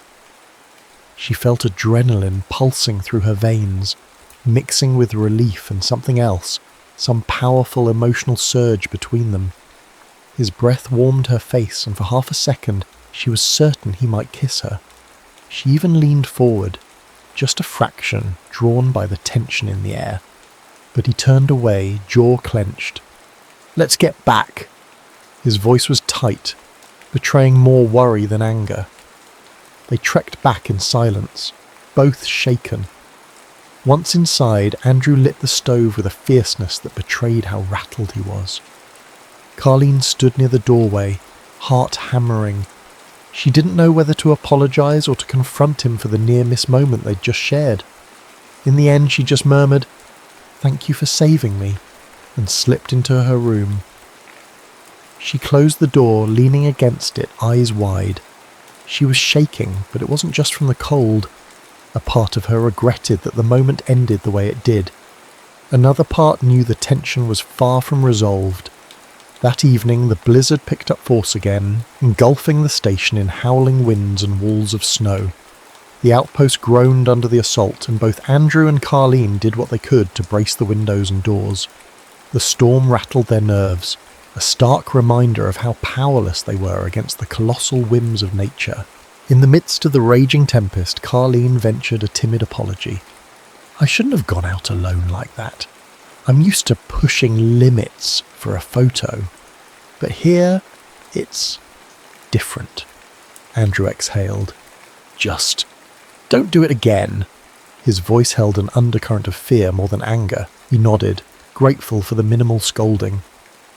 As night fell, the generator sputtered, leaving only the glow of lanterns and flashlights. The wind was so fierce it seemed to scream through the cracks in the wooden walls.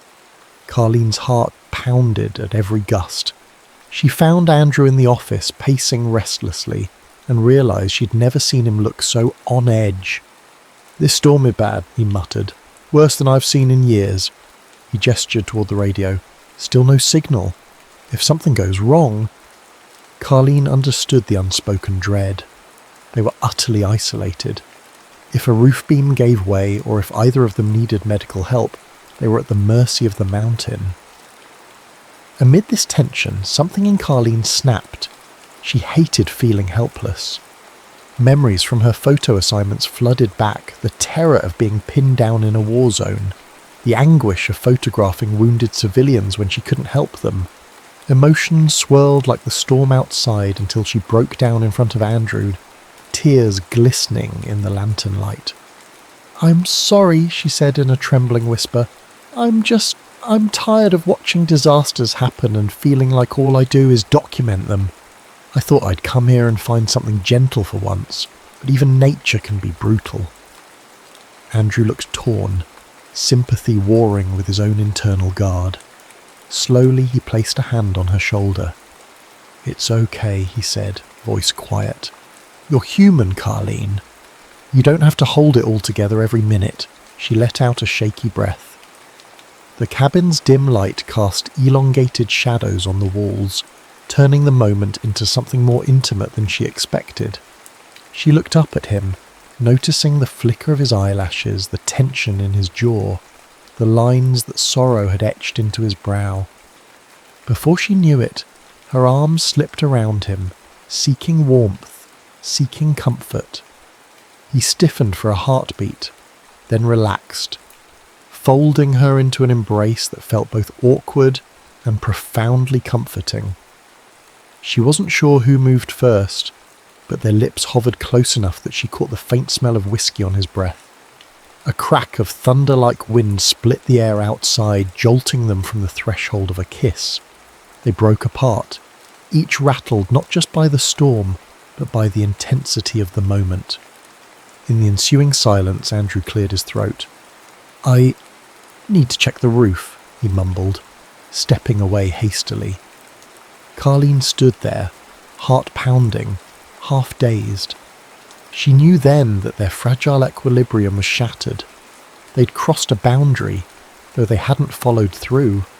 The almost kiss lingered, electric and unresolved, like a cord left hanging in the air. Hours later, with the storm still raging, Andrew returned from his checks. Wet snow clung to his jacket and hair. Carleen handed him a towel. He murmured thanks and sat down on a battered wooden chair. His face was etched with fatigue. She watched him quietly, uncertain whether to speak of the near kiss or bury it. But that night had other revelations in store. As the storm rattled the door, Andrew began to talk, haltingly, as though dredging up words from a dark well. He spoke of his fiancée, Helen, who had shared his love of the outdoors. They'd been hiking in these very mountains when an unexpected avalanche swept through a pass. He was ahead and she was behind, out of sight. By the time he realised what had happened, it was too late. "I tried to dig her out," he said, voice thick with memory. "But you can't outrun an avalanche. It moves faster than you'd believe." He swallowed hard, eyes distant. "She died by the time search and rescue arrived. His voice cracked. "I couldn't save her." Carleen felt in tears she didn't know she had left. "Andrew," she began, words failing to encompass the enormity of his grief. He pushed on, as though needing to purge himself of the narrative. "After that, the city felt unbearable. People offered their condolences. They tried to empathise, but no one could reach me. I just wanted quiet, so I came here." She reached for his hand, their fingers intertwining. "I'm so sorry." The phrase felt inadequate, but it was all she had. They sat like that for a while, sharing a moment of raw vulnerability that eclipsed any differences they had. In that moment, the storm outside seemed to mirror the turmoil in their hearts, wild, relentless, and destructive. And yet, within the chaotic swirl, they found the faintest glimmer of solace in each other's presence. Eventually Andrew withdrew his hand, gently but firmly. "We should get some rest," he said, voice laced with sorrow. "Who knows what tomorrow brings?" Carleen nodded. She stood, paused, then leaned down and pressed a light kiss to his temple. It was a tentative offering of comfort, not passion. Andrew closed his eyes, accepting the gesture. Then she moved away, leaving him alone with the storm and his memories. Morning dawned, cold and eerily still. The storm clouds had departed, leaving a pristine white world in their wake. Outside, the glistening snowdrifts were both beautiful and treacherous. Andrew managed to get the radio working well enough to hear a faint broadcast. Rescue crews were starting to clear the roads. They should be able to reach Blackwood Outpost within a day or two. Carleen found herself torn. Relief flickered. She could return to normal life soon. But a heavier emotion weighed in her chest, the realization that this strange interlude of forced closeness might be coming to an end. Would she go back to the city and pretend this connection never happened? Did Andrew even want her to stay? The day passed in an awkward dance around each other, both keenly aware of the unresolved tension. When the rescue crew finally radioed in, confirming they'd arrived the next morning, Carleen felt her stomach drop. Andrew's gaze flicked to her and then away, as though bracing himself for a goodbye. That night the air was thick with unspoken words. Over a meal of canned stew they avoided direct eye contact. Carleen tried to lighten the mood. "You know, if I ever use these photos, I'll have to title them Whiteout Haven or something equally dramatic." He huffed a soft laugh, but his eyes didn't smile. "It's fitting," he said. "This place can be a haven, or a prison, depending on what you bring with you." They washed up in silence, the domesticity of the task contrasting sharply with the emotional tide swirling between them. The moment they finished, Andrew announced he'd go check the perimeter once more. Carleen busied herself with packing her camera equipment, heart twisting. Painfully. When he returned, he paused in the doorway. "Tomorrow, when the crew comes," he began, forcing each word out, "you can head down. There's a town about an hour away, if the roads are clear, where you can catch a bus or stay at a motel." She bit her lip. "Right," she managed, trying to hide her disappointment. "Makes sense." A beat of silence stretched. She wanted to say something, anything that might change the trajectory of this farewell, but the words were tangled in her throat. Andrew offered a tight nod and disappeared into the back room, leaving Carleen alone in the flickering lamplight, wondering if she was about to walk away from something more profound than a fleeting attraction. Morning came with a flutter of helicopter blades overhead. The rescue team had cleared a narrow path along the main road, enough for an SUV to make it down the mountain.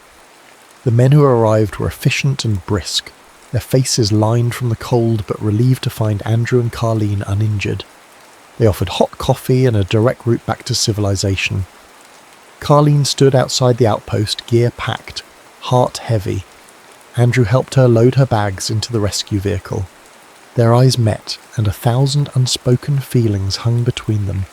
She wanted to reach for him, to say something that could shatter the distance forming again, but fear of rejection, of clinging to something that might not be real, held her back. The drive down the mountain felt surreal. As the outpost faded from view, Carleen pressed her forehead to the icy window, watching the trees blur past. She felt like she was leaving behind a piece of herself. By the time they reached the nearest town, her mind was already spinning with how quickly life had resumed its usual pace. Cars honked, store lights blinked, and the hum of human activity surrounded her. She spent 2 nights in a small hotel trying to finish her article about Blackwood Outpost. Her editor had called, excited to see the pictures and praising her for surviving the storm. Carleen listened, numb. She opened her laptop and scrolled through the images.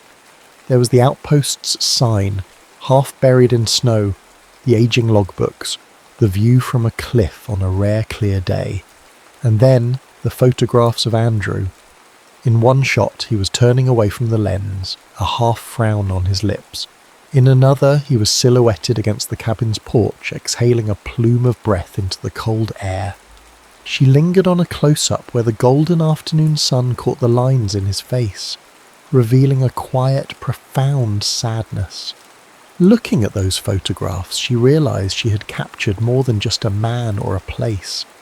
She had captured the essence of an unspoken story, a wounded soul finding refuge in the wilderness. Her heart squeezed. It felt dishonest to write a fluffy piece about a nostalgic station closure without acknowledging the depth of what she'd experienced. That night she laid awake, the hotel's dim bedside lamp casting shadows on the walls. The city lights flickered through the window, and she realized she no longer found comfort in that neon glow. Instead, She craved the hush of snowfall, the crackle of a wood stove, the steady presence of a man who had let her glimpse his hidden sorrow. By dawn, her mind was made up. She packed her things, checked out, and ignored a half-dozen messages from her editor. She had a new plan. The road back to Blackwood Outpost was partially cleared, enough for her SUV to navigate slowly. Slush and ice made the drive treacherous, but determination fueled her.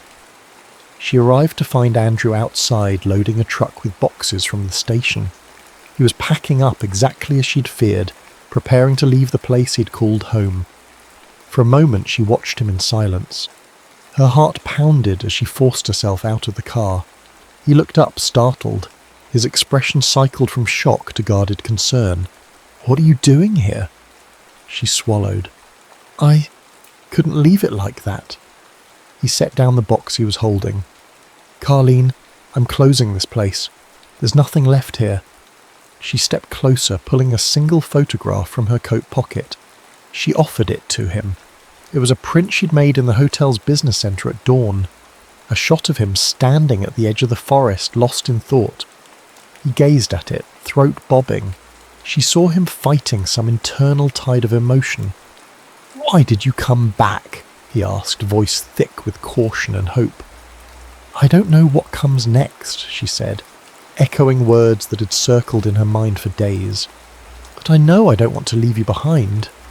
Her voice trembled, but she pressed on.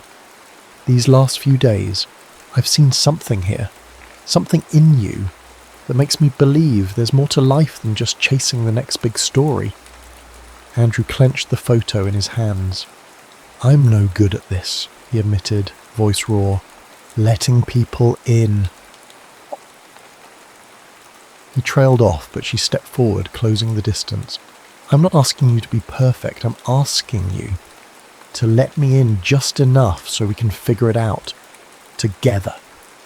His eyes glistened, and for a long moment they stood on the snowy ground, the world around them utterly silent, waiting. Then in one swift movement he pulled her into his arms and kissed her. It wasn't a timid, half-formed thing this time. It was urgent, fueled by days of tension and unspoken longing.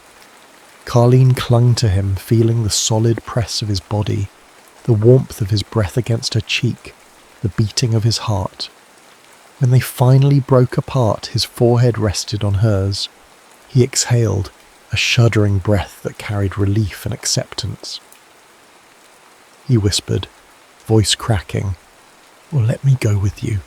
Whatever you want. Just don't walk away again." Tears brimmed in Carleen's eyes, but they were tears of joy. "We'll figure it out." Months later, a different kind of hush envelops a small cabin, tucked away in a pocket of the same mountain range, but not so remote that it's inaccessible. Carleen perches on a simple wooden porch, camera in hand, capturing the gentle drift of snowflakes. Inside, Andrew is stacking logs in the fireplace. They share this cabin now, an arrangement that defies easy labels but feels deeply right. Sometimes they head to the city to deal with personal matters or for Carleen's photography exhibitions, but always they return to this wilderness sanctuary.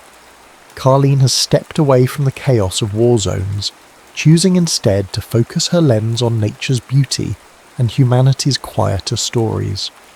She still cares about documenting truth and hardship, but she's learned there's a healing power in highlighting resilience and grace. Andrew, for his part, has learned to open his heart again, slowly allowing himself to imagine a future where love and loss coexist, but do not cancel each other out. On this particular afternoon, the sun sets behind a ridge, painting the sky in shades of lavender and rose. Carleen lifts her camera to capture Andrew stepping outside. He looks at her, that familiar warmth in his eyes. She snaps the shutter. In that single frame she sees their entire journey. The storm that first trapped them, the emotional barriers they broke through, the fragile bond that blossomed into something that feels like home. She lowers the camera and smiles at him. He returns the smile, small but certain. Somewhere in the distance, the wind rustles through snow-laden pines. It's a soft, almost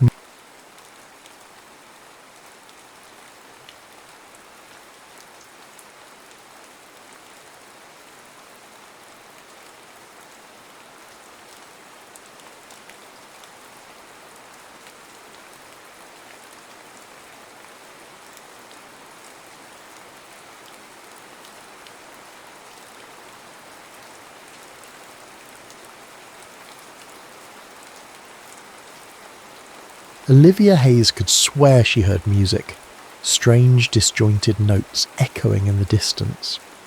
Then came the bright lights, too bright to be real, flashing in rhythmic bursts.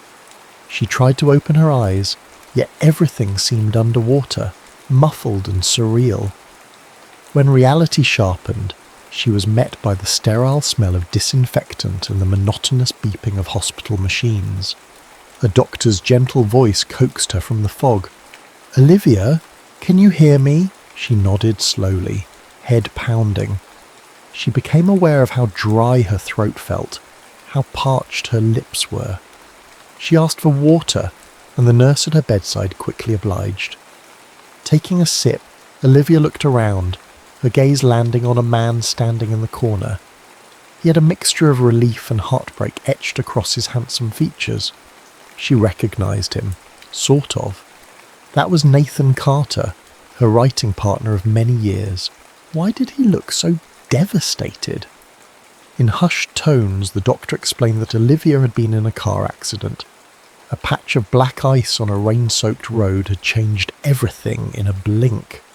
Thankfully, nothing was permanently damaged in her brain or body, yet the trauma had caused temporary retrograde amnesia. The last few years of her life were hazy at best, erased at worst. Nodding along, Olivia tried to process the magnitude of it all. She recalled writing, book signings, and late-night brainstorming sessions with Nathan. Yet something was off.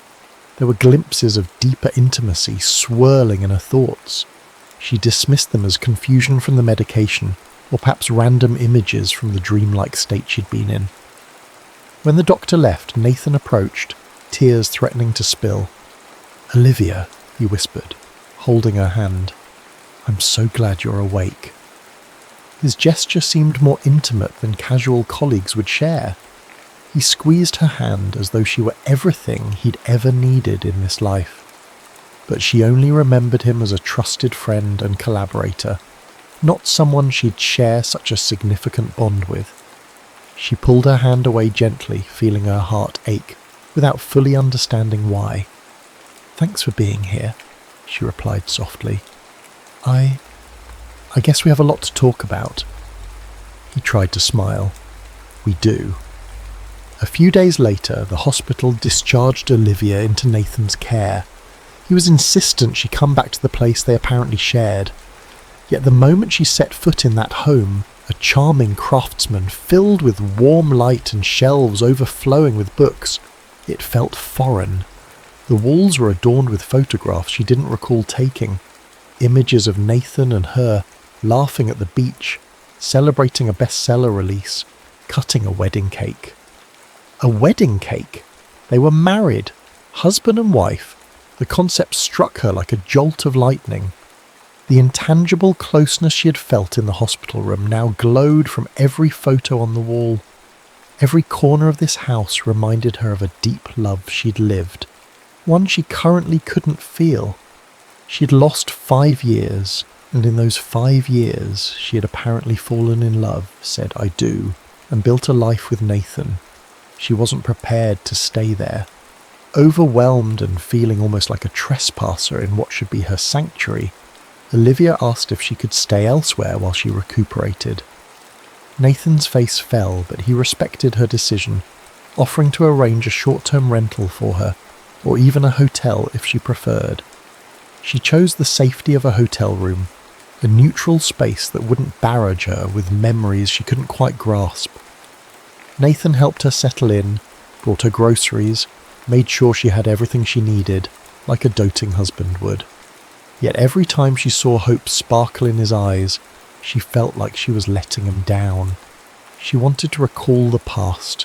She wanted to feel that rush of emotion, that bond that, according to everyone else, was so powerful. But it wasn't there, at least not in a way she could name. The entire situation weighed on her heart, and ironically, she felt guilty that she didn't return his obvious adoration. One evening, Nathan stopped by with dinner. Thai takeout from a little place Olivia once loved but no longer remembered. He handed her the noodles with a wistful smile, then set 2 cups of jasmine tea on the small table by the hotel window. Rain drizzled outside, painting the glass in tiny silver streaks. "Liv," he began, using the nickname that used to roll so naturally off his tongue. "I have an idea." She noticed the tension in his jaw. He clearly had rehearsed this moment, probably terrified she'd dismiss him. She sipped her tea, gave a curt nod for him to continue. "You and we're novelists. We've built our lives around writing romance stories." He paused, measuring her reaction. "What if we co-write a new story? A love story about a woman who forgets everything, including her love." She blinked, feeling a current of unspoken meaning. "That sounds interesting, but why now?" Nathan's gaze flickered to the window where the reflection of the two of them blurred in the rainy glass. Because maybe telling a story that parallels what you're going through could help. You might not remember the details yet, but you still know how to create a narrative, how to fill in the blanks of a character's heart. Olivia found her curiosity piqued. She wasn't sure if this was some covert strategy for him to jog her memory, or truly just a creative exercise. Yet it was something to hold on to, something that made her feel useful again, rather than simply a patient living in a void of recollection. After all, writing had been her life's purpose long before she even knew Nathan. If there was one skill she trusted within herself, amnesia or not, it was storytelling. "All right, let's do it," she said, her voice steadier than she felt. She offered a small smile. "But if this is going to be a serious project, let's approach it like we always do. Outlines, character arcs, all of it." Relief flooded Nathan's features, and a genuine grin replaced the lines of worry. "Deal." He left shortly after, promising to return the next day with notebooks, sticky notes, and the outline they'd begin together. She said goodbye, not missing the longing in his eyes when she didn't invite him to stay. When the door closed, Olivia sank onto the bed, the soft hum of the air conditioner filling the space. Her gaze drifted to the half-eaten Thai food, suddenly unappetizing. Part of her felt excitement at the thought of writing again, while another part recognized that even if the story they wrote was fiction, it was probably truer to her life than she could imagine. She had no idea how far into her own past this project might take her, but in her heart, a tiny seed of hope took root. Maybe, just maybe, she could learn to love him again, or at least discover why she once did. The next morning, Olivia woke early in the hotel's crisp white sheets, an unfamiliar ceiling greeting her. She stared at the subtle pattern of the wallpaper, letting her mind wander. Though the doctor called her amnesia temporary, no one could predict how or when her memories might return. She had to live each day in uncertainty, straddling the line between the known and unknown. Still, if there was one thing she was sure of, it was her passion for writing. So when Nathan knocked on her door promptly at 9, she welcomed him in with a mix of caution and genuine anticipation. He had an almost boyish grin on his face, arms loaded with notebooks, pens, coloured markers, tools of their trade. His eyes lit up when she ushered him to a small coffee table and poured them each a cup of freshly brewed coffee. "What are we calling this new project?" she asked, flipping open a blank notebook. He cleared his throat, fiddling with the corner of a sticky note. "How about something abstract to start, like Memories Echo or Pieces of Us?" Olivia jotted down the suggestions. Her creative gears began turning unencumbered by the gaps in her memory. "I like the theme of rewriting, maybe the love we rewrote?" Nathan's face brightened, an expression so hopeful it made her chest tighten. She had no idea that the title she casually tossed out was, in fact, an echo of his deepest dream: to rewrite their love story in real life. They started outlining. Nathan gently guided Olivia to scenes that were suspiciously detailed. How the female protagonist first locked eyes with the male lead in a dusty old bookstore. How he'd found a rare edition of her favourite novel and presented it to her. How they'd spent long nights writing side by side until they fell asleep with pages scattered around them. Olivia found herself drawn to these moments, curious as to why they felt so genuine, as if she could almost remember the smell of old paper and the warmth of a steaming mug in her hand. As they moved through the plot, Nathan would occasionally ask, "Does any of this ring a bell? Any sense of déjà vu?" She'd close her eyes, trying to summon something besides static, but it remained elusive, more sensation than solid recollection. And yet, paradoxically, her affection for the male lead they were crafting blossomed. She saw the character's unwavering devotion, his gentle humour, and the subtle gestures that spoke volumes. While Olivia told herself she was simply building a fictional hero, she couldn't deny she was weaving in more of Nathan's essence than she realised. By lunchtime, their table was strewn with coloured tabs and scribbled notes. Olivia's stomach growled, and Nathan, ever attuned to her needs, suggested they pick up sandwiches from the deli around the corner. Walking there under a mild sun, Olivia was struck by how effortlessly she and Nathan navigated conversation. It felt familiar. So many things about him felt easy. The way he matched her pace, the way he listened, the way his eyes crinkled at the corners whenever she made a wry comment. Despite the ocean of lost memories between them, the present moment felt like a gentle tide pulling them closer. They ate at a small park bench.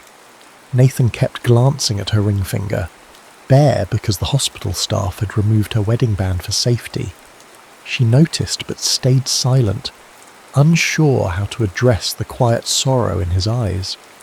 He finally asked, voice quiet, "How are you coping with everything?" She took a sip of lemonade, pondering the question. "I feel adrift, like I'm supposed to love you, but I can't remember how, and it's not fair to you." "Hey," he said softly, "it's not your fault. None of it. I just want to be here for you." In that moment, beneath the leafy shade, she found herself wishing she had the memories that would make saying "I love you" second nature. But for now, all she could offer him was the uncertain present. Later that week, as they worked on their novel in Nathan's study, the same cosy office he insisted she use any time she felt comfortable, Olivia noticed a small wooden box tucked away on a higher shelf. It seemed unassuming, but something about the worn edges and the faint smell of old paper piqued her curiosity. When Nathan stepped away to answer a phone call, she reached for it. Inside, she discovered a stack of letters tied together with a blue ribbon. Each letter was addressed to Nathan Carter, and they were written in an elegant script she instinctively recognised as her own handwriting. Her heart thudded. These were love letters, some typed, some scrawled in pen. She flipped through them, glimpsing lines like, "You're the best part of my every day," and "Even if I forget everything, promise me you'll remind me of us." She stopped at that line, reading it again and again. "Even if I forget everything, promise me you'll remind me of us." Had she somehow predicted her own fate? Or maybe it was just a metaphorical expression. Regardless, the emotion behind the words was so raw, she felt a prickling behind her eyes. She quickly placed them back into the box just as she heard Nathan finishing his call. When he returned, she couldn't keep the tremor from her voice. "Nathan, I found these letters." His gaze flew to the box, and for a moment he looked almost guilty. "I didn't want to push them on you," he explained quietly. "I thought it might be too much." "Did I really write them? Looks like my handwriting, but I can't remember these lines. They're so personal." He took a deep breath. Yes, you did. Back in college at first. Then throughout the years. You loved writing letters, even when we saw each other every day. She swallowed a lump in her throat. There was a longing in her chest, a phantom sensation like a missing puzzle piece. They're beautiful, she whispered. I just don't know how to process them. Nathan stepped closer, resting his hand atop the box. Whenever you're ready to read them all, I'll be here. His voice caught. Liv, if you never remember, that's okay. I just want you to know how it felt when you wrote them, that you always believed in us. She nodded, tears slipping down her cheeks. So much love on these pages, so many hopes, and she was the author of it all, yet it felt like reading a diary of someone else's life. Overwhelmed, she closed the lid, promising herself she would dig deeper when her heart could handle it.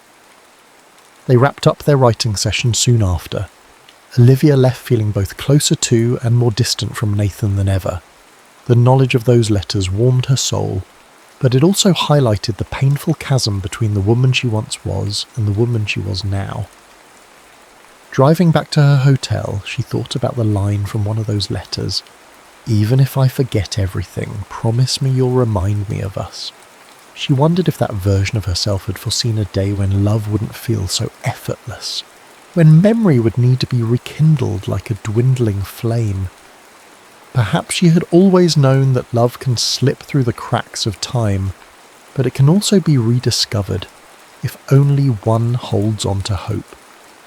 The weekend arrived with a flurry of obligations surrounding their newly released novel, an event that Olivia had helped plan before the accident, though she had no memory of it.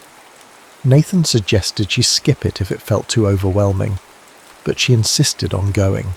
She might not remember writing this particular novel, but she still valued her career and readers. The bookstore hosting the event was a familiar haunt, or so she was told. It had polished hardwood floors and walls lined with shelves that reached the ceiling. A cosy reading nook featured plush chairs and a small stage at the back. Stepping inside felt like being in the presence of countless stories waiting to be shared, a place that had once been her second home. Nathan escorted her in, carefully guiding her through the small crowd of fans who recognised her immediately. She wore a polite smile, fielding praises about the book she couldn't quite recall writing. Nathan, ever attuned, tried to steer the conversations gently, knowing how disorienting this could be. Eventually the microphone was passed to them for a short Q&A. Nathan took the lead, explaining that Olivia had been through a personal challenge that might limit her engagement. One devoted reader raised her hand and asked a question that struck Olivia to the core. Your character's love stories always feel so authentic and deep. Can you tell us about the real-life inspiration for such emotional depth? Nathan hesitated, staring at Olivia for a moment. She felt her chest tighten, aware that she was expected to say something but uncertain what. Before she could muster a reply, Nathan spoke, his voice softer than usual, but resonating with unmistakable sincerity. Every love story we write is real, he began. And I mean that in the sense that these stories come from moments lived, moments of pain, joy and resilience. Olivia and I, we've shared an incredible journey, both professionally and personally. He paused, his eyes searching hers as if seeking permission to reveal more. She gave a tiny nod, her pulse pounding. I think the best way to answer, Nathan continued, is to say that life has a way of weaving fiction and reality together until you can't see the seams. Sometimes you live a story so powerful it pours onto the page. Even when you're not sure you can hold on to it, it finds a way to be told. The small crowd listened intently, a hush descending in the space. Olivia felt a subtle trembling in her stomach. Then, to her horror, tears sprang to her eyes. She hurried off the small stage, ignoring sympathetic looks and hushed whispers. Nathan caught up with her near the store's back exit. "Olivia! I need air," she choked out. pushing the door open and stepping onto the sidewalk. She drew in a deep breath, leaning against a brick wall. "I'm sorry, He shook his head. "Don't apologise." She glanced up at him, tears still clinging to her lashes. "All this time I thought maybe you were exaggerating our love, or that it was a typical romance I could read in any novel. But it's real. And I don't know how to handle that because I can't feel it the way I should." Nathan wrapped his arms around her, hesitating for a moment before he pulled her close. She didn't resist. She let the warmth of his body ground her. There in the back alley, amid the faint chatter of the bookstore and the hum of distant traffic, she realised something important. Love stories aren't always about what has been felt, but what could still be felt if given the chance. But that realisation also brought the panic. She gently pushed Nathan away, tears in her voice. "I just need time," she whispered, "to figure out what I'm supposed to do next." He nodded, his voice cracking. "Take all the time you need." The following week was a blur of silence for both of them. Olivia avoided calls from well-meaning friends and co-workers, retreating into her own thoughts. She reread the final chapters of their previously released novels, searching each word for clues about who Nathan truly was, about what made their bond so unbreakable.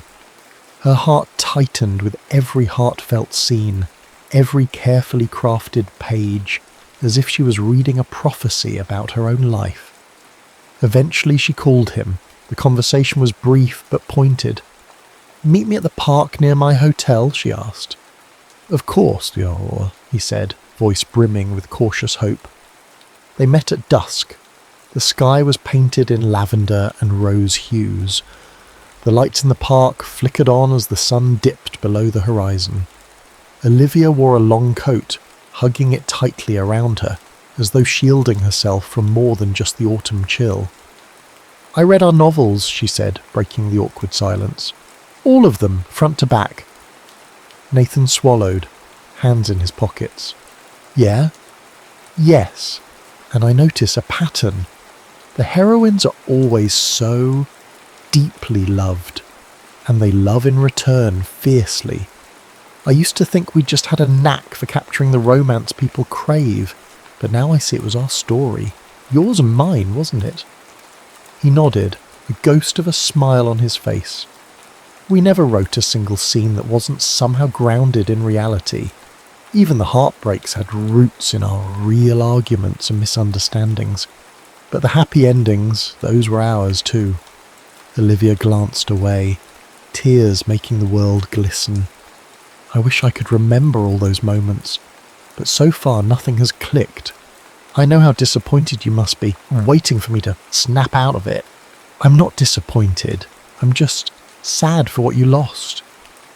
His eyes reflected a quiet torment. But sadness and disappointment aren't the same thing. I still have hope. She took a step closer, closing the distance. "What if I never remember? What if this is who I am now? A woman with half a life missing?" Nathan exhaled shakily. "Then I'll choose you in this new life. Even if you don't remember me, I'll learn who you are today. If it means I have to fall in love with you all over again, I'm ready to do that." His words burst something inside her, some final barrier. She let out a sob and he caught her in his arms. The two of them stood there under the dim glow of a street lamp, holding each other. It wasn't an immediate spark of old passion, nor did her memory flood back, but she felt a trembling undercurrent of possibility. Eventually, they sat on a park bench, the quiet hum of nighttime offering a gentle lullaby. She told him she needed a fresh start. She couldn't flip a switch and be the old Olivia, but maybe she didn't have to. Maybe a second chance romance doesn't require the same first love. It can grow from a new seed, nurtured by the memories he shares and the experiences they create anew. Nathan nodded, tears glistening in his own eyes. "Where do we start?" She thought of the boxes of letters, the half-finished chapters, the countless photos of a life shared. "We start with the story we're writing together. Let's keep writing it. But this time I want you to tell me more. Not just fictional scenes, but the real ones that inspired them. Show me the bookstore where we had our first date, the coffee shop we practically lived in during final edits, the spot where we said I do. His face lit with a combination of relief and ardour. I'll do it. But remember what the doctor said, no forcing or pressuring. We do this at your pace. She placed her hand on his, a fragile smile forming. Thank you for choosing me, even like this. Under the canopy of stars they made a pact. They would finish the novel that mirrored their lost love, but with one major tweak. It would end with the heroine choosing to love the hero again, memory or no memory, and forging a new beginning. Olivia didn't promise to magically recall the past, but she promised to be present and open to whatever seeds of emotion blossomed. In a sense, they were rewriting both a fictional story and the real one unfolding between them. As they walked away from the park that night, side by side, Olivia felt an unspoken warmth flicker inside her. Love isn't always about remembering every detail. Sometimes it's about standing at the edge of the unknown and trusting the hand you hold beside you. Over the next few weeks, Olivia and Nathan fell into a new rhythm, part memory hunt, part daily life. They met each morning to write. Pages upon pages came forth, detailing a heroine who had lost her past and a hero determined to guide her back to love. Yet this fictional couple's journey was intricately entwined with Olivia and Nathan's real struggles. In the evenings, they visited places steeped in their history. One night they ventured into the old bookstore where Nathan allegedly first asked her out. The place smelled of aged paper and faint vanilla from a candle behind the counter. Olivia wandered among the shelves, intrigued by the hidden alcoves, the books stacked haphazardly along wooden ladders. Nathan walked her to a particular section, an entire row of romance novels. He traced his fingers along the spines until he found the copy of her favourite classic, the one he claimed to have bought for her on that first date. Carefully, he pulled it out, a well-worn paperback with a doodled note on the inside cover. It read, "Property of Olivia Hayes." So she never forgets how this story started. She felt a tingle at those last words. She brushed a fingertip across the ink, half expecting her brain to spark with recognition. Instead, it stayed quiet, but her heart swelled. The trust and devotion behind that message echoed through her, reminding her that the past might be lost, but she was free to embrace the tenderness of the present. Afterward, they grabbed coffee at a nearby cafe. The barista recognised them and asked how they were doing, mentioning it had been a while since he'd seen Mr. and Mrs. Carter. Olivia felt a flutter in her chest at being addressed that way. She wasn't quite comfortable wearing the identity of Mrs. Carter yet, but there was a small sense of warmth in hearing it all the same. When they got back to her hotel, Nathan hesitated at the threshold. She caught his hand before he could leave. "Would you like to come in for a while?" she asked, voice soft. It was the first time she'd invited him in since the accident. He looked genuinely surprised, then nodded with a tender smile. Inside, they sat on the small couch, sipping the last of their coffees. They didn't speak much. The silence was charged with unspoken feelings, a quiet, tentative longing. Eventually Nathan left, both of them knowing that progress could come in tiny steps, not leaps. Yet Olivia felt proud of herself, and the gentle sense of closeness they had shared.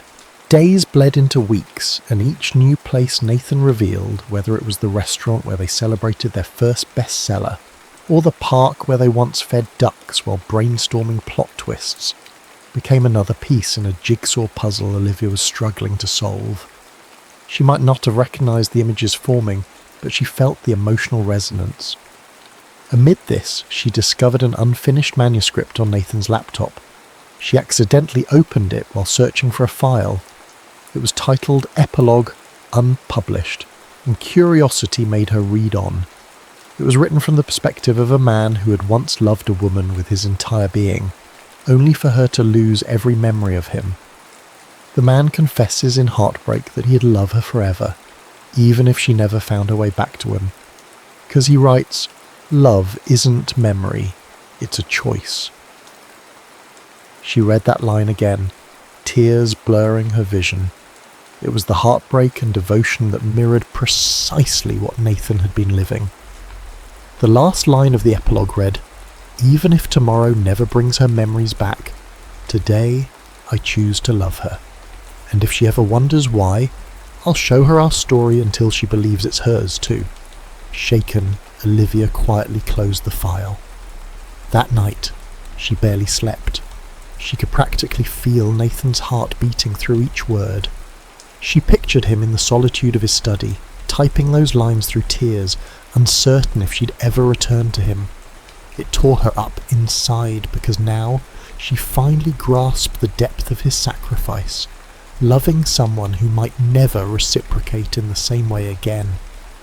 The next day, Nathan asked if she would join him for a walk in the place where they had exchanged their wedding vows. She agreed, even though her nerves danced in her stomach at the thought of standing in a spot so profoundly meaningful. She dressed in a simple sweater and jeans, not sure what to expect or if she'd be struck by a lightning bolt of memory.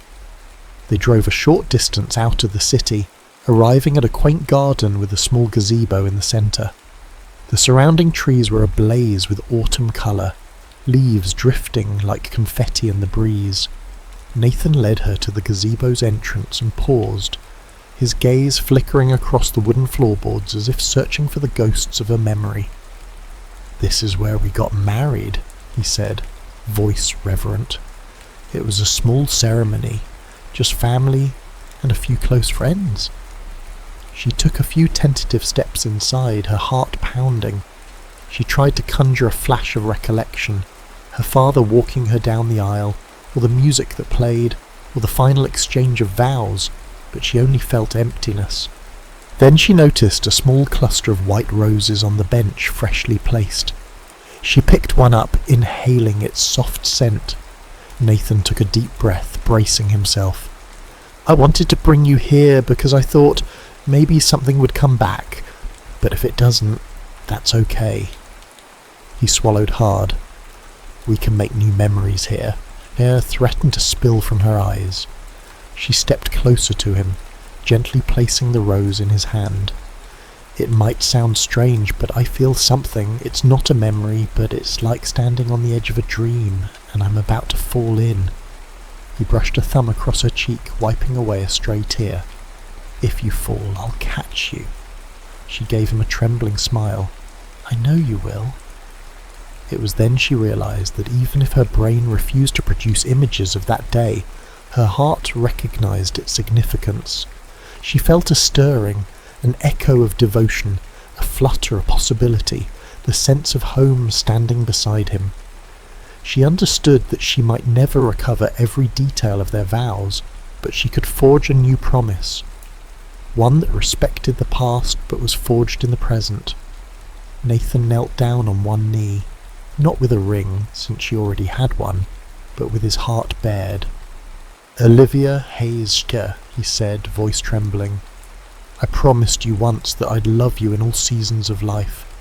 This autumn, I'm asking you to let me love you again, even if you don't fully remember why you said yes the first time." Her breath caught, tears rolling freely now. She knelt beside him, taking his hands in hers.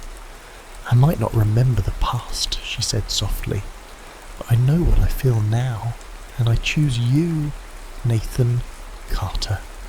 He pulled her into an embrace, and for a moment, time ceased to exist. There was no before or after, only the possibility of two hearts beating in unison. They left the garden that day feeling lighter, as though they'd taken a giant leap across a treacherous gap. For Olivia, it was a promise renewed. For Nathan, it was the grand gesture he'd been praying for, a second chance to hold the woman he loved, no matter which pieces of her memory remained lost. Emboldened by her decision, Olivia returned to Nathan's home that evening. This time, she came carrying a small suitcase. Nathan, hearing the front door, hurried to greet her, He wore an expression of cautious hope, as if he couldn't quite believe she was standing there. I'd like to come home, she said simply. Though her memory was incomplete, the word home felt right on her tongue. His eyes shone with a mix of joy and relief. He led her inside, and for the first time she allowed herself to truly look at the photos on the walls, the co-authored books on the shelves, the comfortable disarray of a home that had once been equally hers. She couldn't recall the stories behind each photograph, but she felt a sense of belonging, and that was enough for now. Later, after a shared dinner she barely tasted due to nerves, they sat together in the softly lit living room. Nathan turned on a quiet instrumental track. For a moment, they listened to the music fill the space, an ambient melody of strings and piano. Then he stood and held out his hand. "Dance with me?" She hesitated, her stomach fluttering. But she placed her hand in his, allowing him to guide her to the open floor near the bookshelf. They swayed gently, bodies close yet careful, as if discovering each other anew. She rested her head on his shoulder, inhaling the faint scent of his cologne, a scent that had accompanied so many nights of writing and dreaming. Memories or not, Olivia felt an unspoken connection. As the music flowed, she looked up at him. His warm brown eyes reflected the soft glow of the lamp, and she felt a pull she couldn't resist. "I want to kiss you," she whispered, surprising even herself. Nathan's breath caught. In one fluid motion, he bent down and pressed his lips to hers, gentle, exploring, patient. It wasn't a cinematic whirlwind of passion, but something more profound, a quiet promise that they were forging a new path. In that shared moment, Olivia felt a wave of sensations, a flicker of warmth in her chest, a sense of familiarity in the way his lips moved with hers, an overwhelming gratitude that love could exist even in fractured spaces. When they finally parted, he rested his forehead against hers. "I've missed that," he breathed. She closed her eyes, tears gathering again. "It felt like our first kiss." "In some ways, it was," he replied, cradling her face in his hands. "And I hope it's the first of many more." They continued to sway, letting the remnants of the music guide their footsteps. In that tender embrace, Olivia realized she had chosen him again, not out of obligation or memory, but out of genuine affection that was blossoming anew in her heart. 12 months can change many things. For Olivia, it was a year of rediscovery. Some memories returned in small fragments, fleeting images of old vacations, favourite songs played during long road trips, the sensation of running through the rain to catch a taxi with Nathan. Other memories remained elusive, but she no longer despaired over what was missing. She cherished what she was creating now. Their new novel, The Love We Rewrote, was finally complete. It was a story about a woman who forgets the love of her life and slowly rediscovers him through the very pages they write together. It ended on a note of hope. Sometimes you have to choose love not because you remember it, but because your heart recognizes what's true in the present. The official launch party was held at the same bookstore that had hosted their previous events. This time Olivia felt no dread. She had spent the past year walking the aisles, soaking in the smell of books, forging new and deeper connections with Nathan. Their relationship had evolved, not exactly returning to its old self, but becoming something that blended the best of the past with the promise of the future. They stood side by side at the podium, facing a crowd of excited readers. Questions poured in. How much of this new novel is based on real events? Do you believe in second chances at love? Where do you find your inspiration? Olivia answered with genuine honesty. This book is deeply personal. It explores the idea that love isn't defined solely by what we remember, but by the choices we make day after day.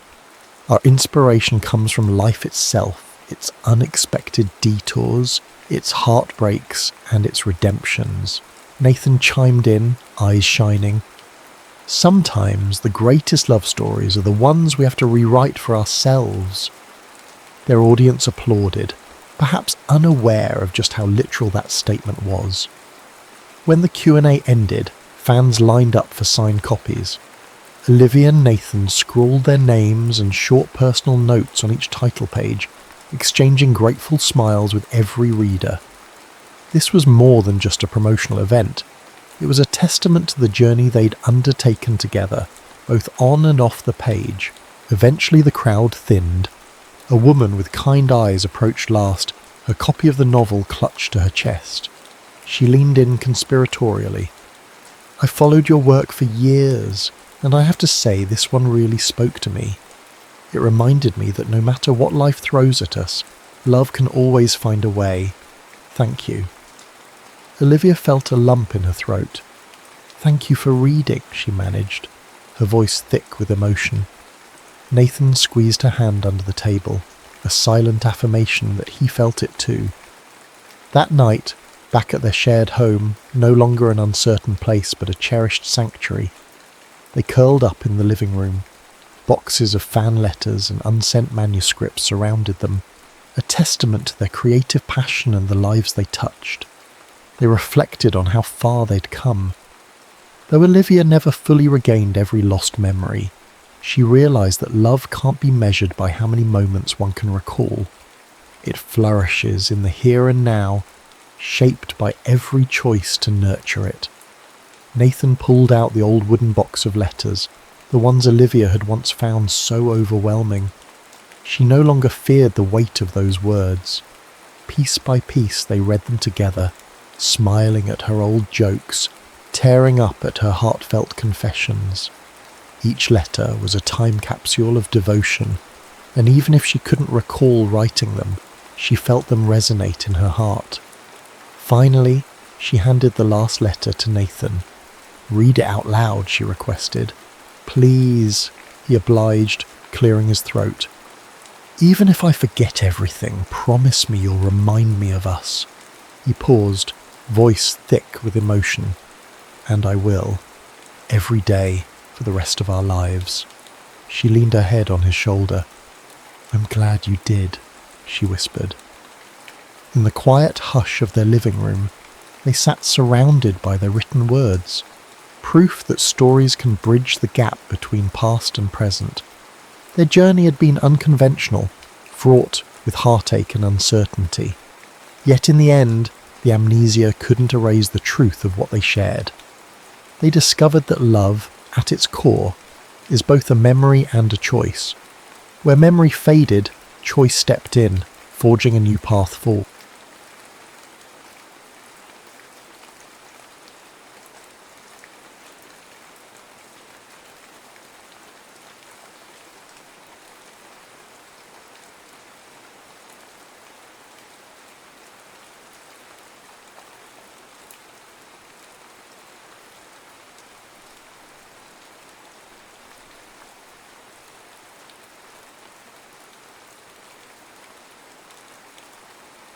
Paris in 44. The night Paris fell silent wasn't marked by an absence of sound, but rather by the hollow echo that remained when true music died. Margot Duval knew this distinction intimately as she stepped onto the small stage at Le Papillon Noir. The club's air hung heavy with cigarette smoke and cologne that couldn't quite mask the scent of fear. German officers occupied the front tables, their uniforms stark against the dimly lit backdrop, while Parisians huddled in shadows, drinking not for pleasure but for momentary escape. "Sing something light, Madame Duval," a German Hauptmann called, his French impeccable, his smile never reaching his eyes. "Something to make us forget this dreary rain." Margot nodded, her face a practiced mask of accommodation. At 28, she had perfected the art of being simultaneously visible and invisible, captivating enough to perform without drawing dangerous attention. Her dark hair was swept up, revealing the elegant curve of her neck and the small birthmark below her ear that Henri used to kiss each morning. Henri, her husband, her heart, currently moving through the occupied city with coded messages sewn into the lining of his coat.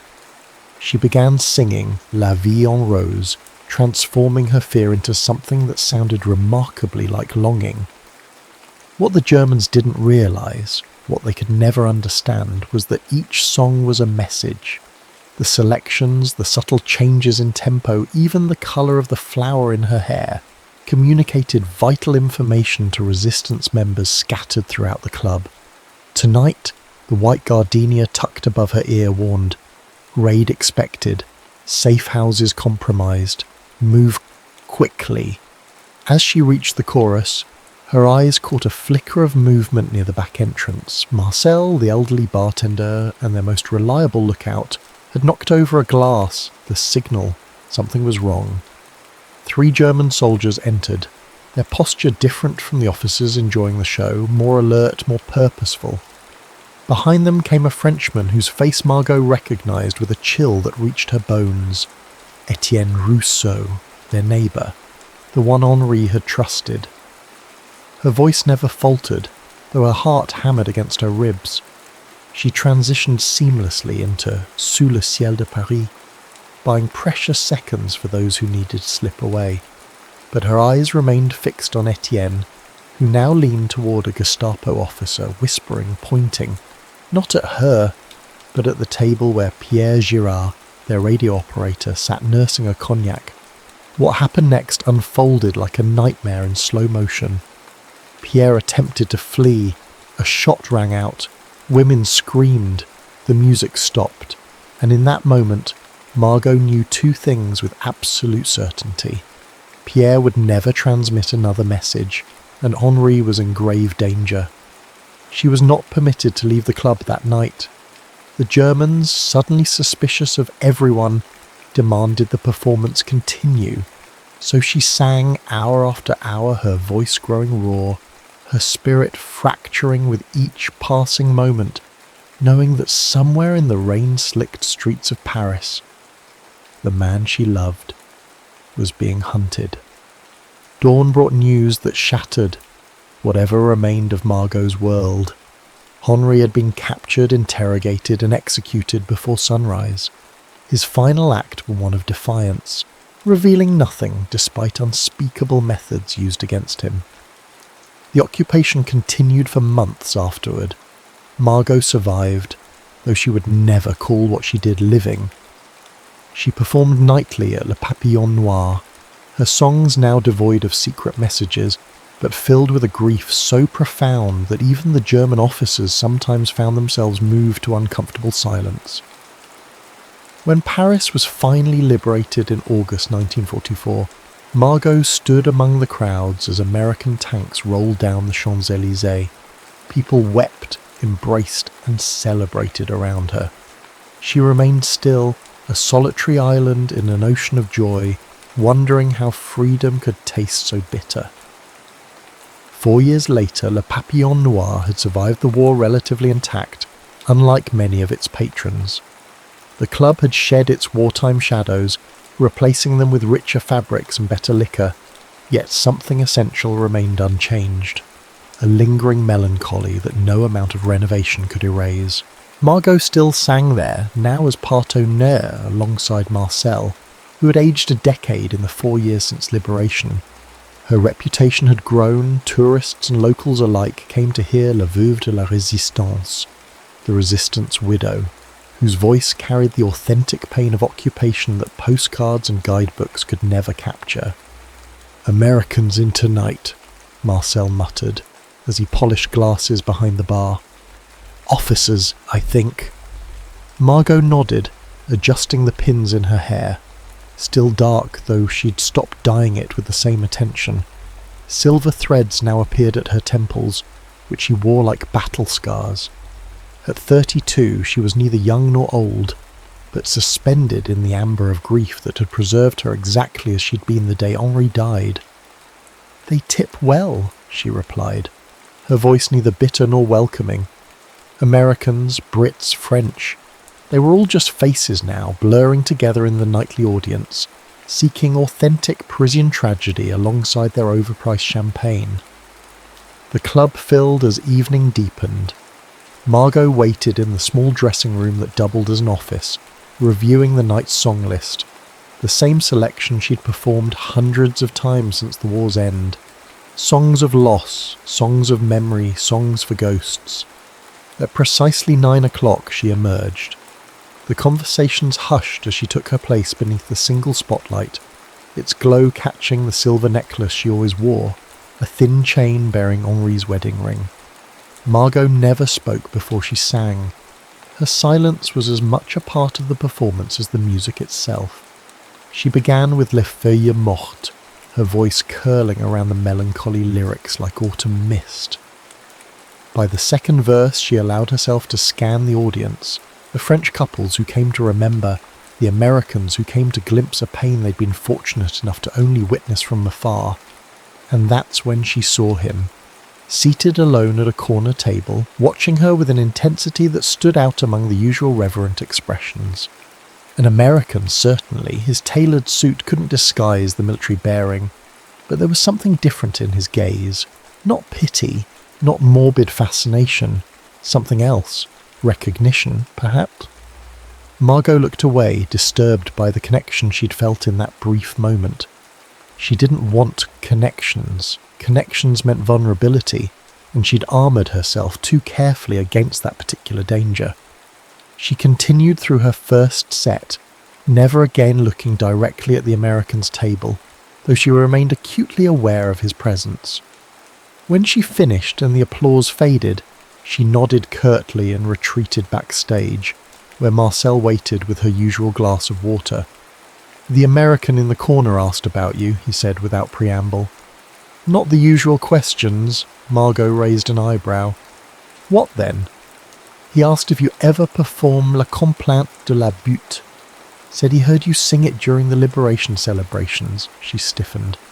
"I haven't sung that since—" "I know," Marcel's eyes, roomy with age but still sharp with perception, studied her face. "He wasn't here for the liberation." "Then how would he know?" Marcel shrugged. "Perhaps you should ask him yourself. He's requested a moment of your time." "I don't speak with patrons, Marcel, you know this." "He's not just any patron, Margot." The old man hesitated. "He says he knew Henri." Captain James Stone had not planned to linger in Paris. His assignment with the occupation forces had ended months ago, yet something kept him from boarding the ship that would carry his fellow officers home to New York. He'd cited administrative delays, additional paperwork, excuses that grew thinner with each passing week. The truth, which he acknowledged only in private moments, was that America had become as foreign to him as France had once been. "Your last night in Paris deserves better than hotel whiskey," his French liaison Francois had insisted earlier that evening. "There's a club, not one of those tourist traps, somewhere real." James had agreed without enthusiasm. After 4 years of war and 3 of aftermath, his capacity for entertainment had withered. Still, politeness compelled him to follow Francois through narrow streets still bearing scars of conflict, to a modest entrance with peeling gold lettering, Le Papillon Noir. "The singer," Francois had whispered as they were seated. "She lost her husband to the Gestapo. Henri Duval, one of our bravest. They were both in the resistance." Ames had nodded, accustomed to these stories, these ghosts that haunted every corner of Europe. He'd stopped counting how many widows, orphans and broken survivors he'd encountered since landing at Normandy. Then Margot Duval had stepped onto the stage, and James forgot about his departure, his fatigue, and the persistent North Atlantic chill that seemed lodged in his bones. Her voice, rich, wounded, defiant, cut through his practiced detachment like a blade through gauze. Francois leaned over. "They say she never smiles, never speaks except to sing." But James wasn't listening anymore. His mind had travelled back to August 26, 1944, the day Paris was liberated. He'd been among the American forces entering the city, overwhelmed by the delirious crowds. Amid the chaos, he'd found himself separated from his unit near Montmartre. Disoriented and struggling with his rudimentary French, he'd followed the sound of singing to a small square where a dark-haired woman stood on the steps of Sacré-Cœur, leading a crowd in La Complainte de la Butte. Her voice, though raw with emotion, had soared above the square. For those few minutes, James had forgotten the war, the dead he'd left behind on beaches and fields across Europe. He'd forgotten Lieutenant Michael Hayes, his closest friend whose body lay buried in Belgian soil. He'd forgotten the farmhouse outside Bastogne where he had held a dying boy no older than 18 who had cried for his mother in German-accented English. That woman had been Margot Duval. He was certain of it. When her set ended and she disappeared backstage, James excused himself from Francois and approached the wizened bartender. "Does Madame Duval ever perform La Complainte de la Butte?" he asked, his French careful but clear. The old man's eyes narrowed with suspicion. "No, not for many years." "I heard her once," James continued, "during the liberation. At Sacré-Cœur, something shifted in the bartender's expression. You were there?" 508th Parachute Infantry Regiment, James confirmed. "I was separated from my unit, found myself in Montmartre." The bartender studied him for a long moment before nodding slightly. "I'll tell her you asked for her, but don't expect much, Captain. Margot doesn't dwell in memories of that day." James returned to his table to find Francois gone, leaving a hastily scribbled note about an early meeting. Relieved to be alone with his thoughts, James nursed his whiskey, uncertain why it mattered so much that Margot Duval remember that day, remember her own voice rising above a newly liberated Paris. He was startled from his reverie by her sudden appearance at his table. "Marcel says you claim to have heard me sing at Sacré-Cœur." No greeting, no preamble. Her voice, speaking rather than singing, carried the slight rasp of smoke and grief. James stood, military courtesy ingrained despite his surprise. "Yes, Madame Duval. August 26th, 1844. Many people were singing that day." "Not like you." The words escaped before he could temper them with diplomacy. "I mean, your voice stood out." She regarded him coldly. "And you also claim to have known my husband." James hesitated. "Not personally, no. But I knew of him. I worked with intelligence after the liberation. Henri Duval's name appeared in several reports. His resistance network saved many lives, including those of downed Allied airmen." Something flickered in her eyes, not softening, but a momentary crack in the perfect facade of indifference. "Then you know more than most who come here seeking the famous widow's performance." The bitterness in her tone made him wince.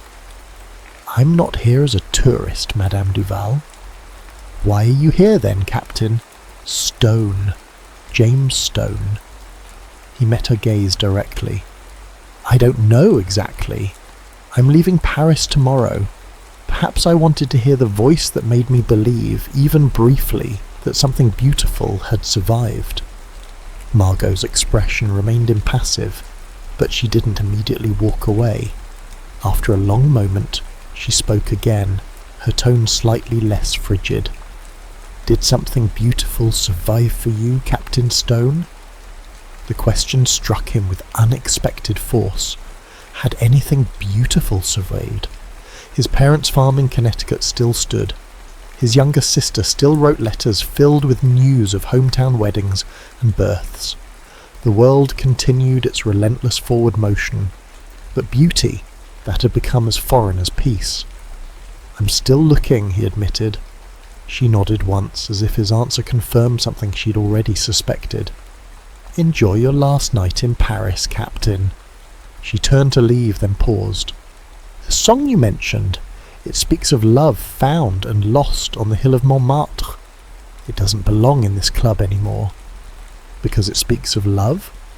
Her eyes met his again, darker now with something like warning. "'Cause it speaks of hope. And hope, Captain Stone, is the cruelest ghost of all." She walked away then, straight back to Nellegraunt, leaving James with the distinct impression that he'd just experienced something rare and precious, a genuine moment in a city that had begun selling manufactured authenticity to guilt-ridden visitors and victory-drunk victors alike. He had no intention of seeking her out again. His ticket for the SS America was in his breast pocket, departure scheduled for noon the following day. Their brief exchange would become just another fragment of memory, filed alongside countless others from a war that had consumed a quarter of his life. Yet the next evening found him once again at Le Papillon Noir, his luggage still at the hotel, his ticket exchanged for a later sailing. Marcel recognised him immediately. "You missed your ship, Captain?" James offered a rueful smile.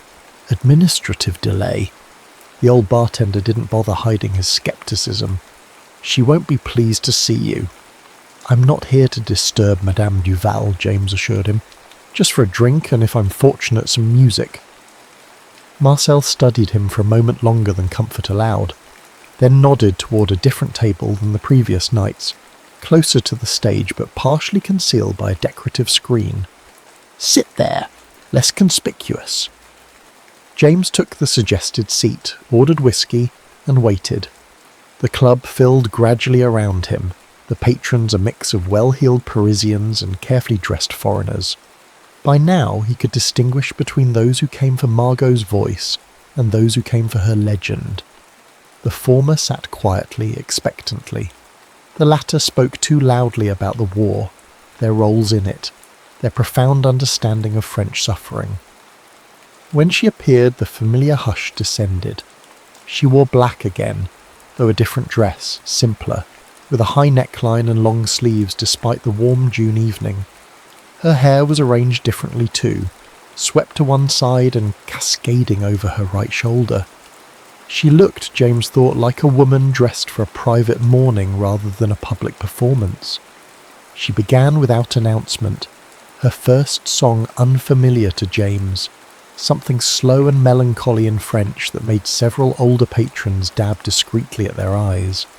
Her gaze swept the room as she sang, and when it passed over his table, James saw the brief narrowing of her eyes, the almost imperceptible tightening of her jaw. She'd noticed him. What happened next would later seem to James like a moment of madness on her part.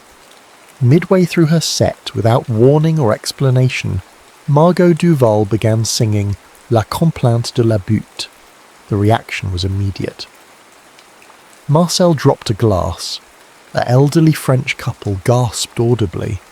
A woman at a nearby table began to weep silently. But it was Margot herself who commanded James's complete attention.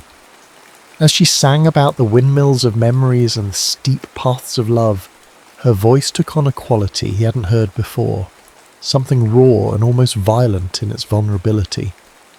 She stared directly at him throughout the song, her eyes both challenge and confession. When the final note faded, the club remained utterly silent for 3 heartbeats before erupting in applause more emotional than polite. Margot acknowledged it with the barest incline of her head, then walked, not backstage as usual, but directly to James's table. "You didn't leave," she said, the accusation clear in her tone. "No." He didn't offer an explanation. "That song was not an invitation, Captain Stone." "I didn't take it as one." She studied him with narrowed eyes. "What do you want from me?" The directness of the question deserved equal honesty. "Conversation, perhaps, nothing more." "I don't converse with patrons." "Then I won't be a patron." He placed enough francs on the table to cover his drink and stood. "Good evening, Madame Duval." He was halfway to the door when her voice stopped him. "Jardin du Luxembourg. Tomorrow, 10 o'clock." James turned, but she was already walking away, her back straight, her head high, leaving him to wonder if he'd imagined the invitation, and what exactly he'd set in motion by coming back to Le Papillon Noir. The next morning dawned clear and unseasonably warm. James arrived at the Luxembourg Gardens 20 minutes early.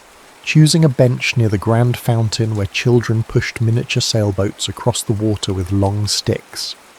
He'd slept poorly, his mind churning with questions about Margot Duval's unexpected invitation and his own inexplicable decision to delay his return home. At precisely 10 o'clock she appeared on the path as punctual as a military operation. She wore a simple navy dress and carried a small parasol against the June sun, her dark hair secured at the nape of her neck.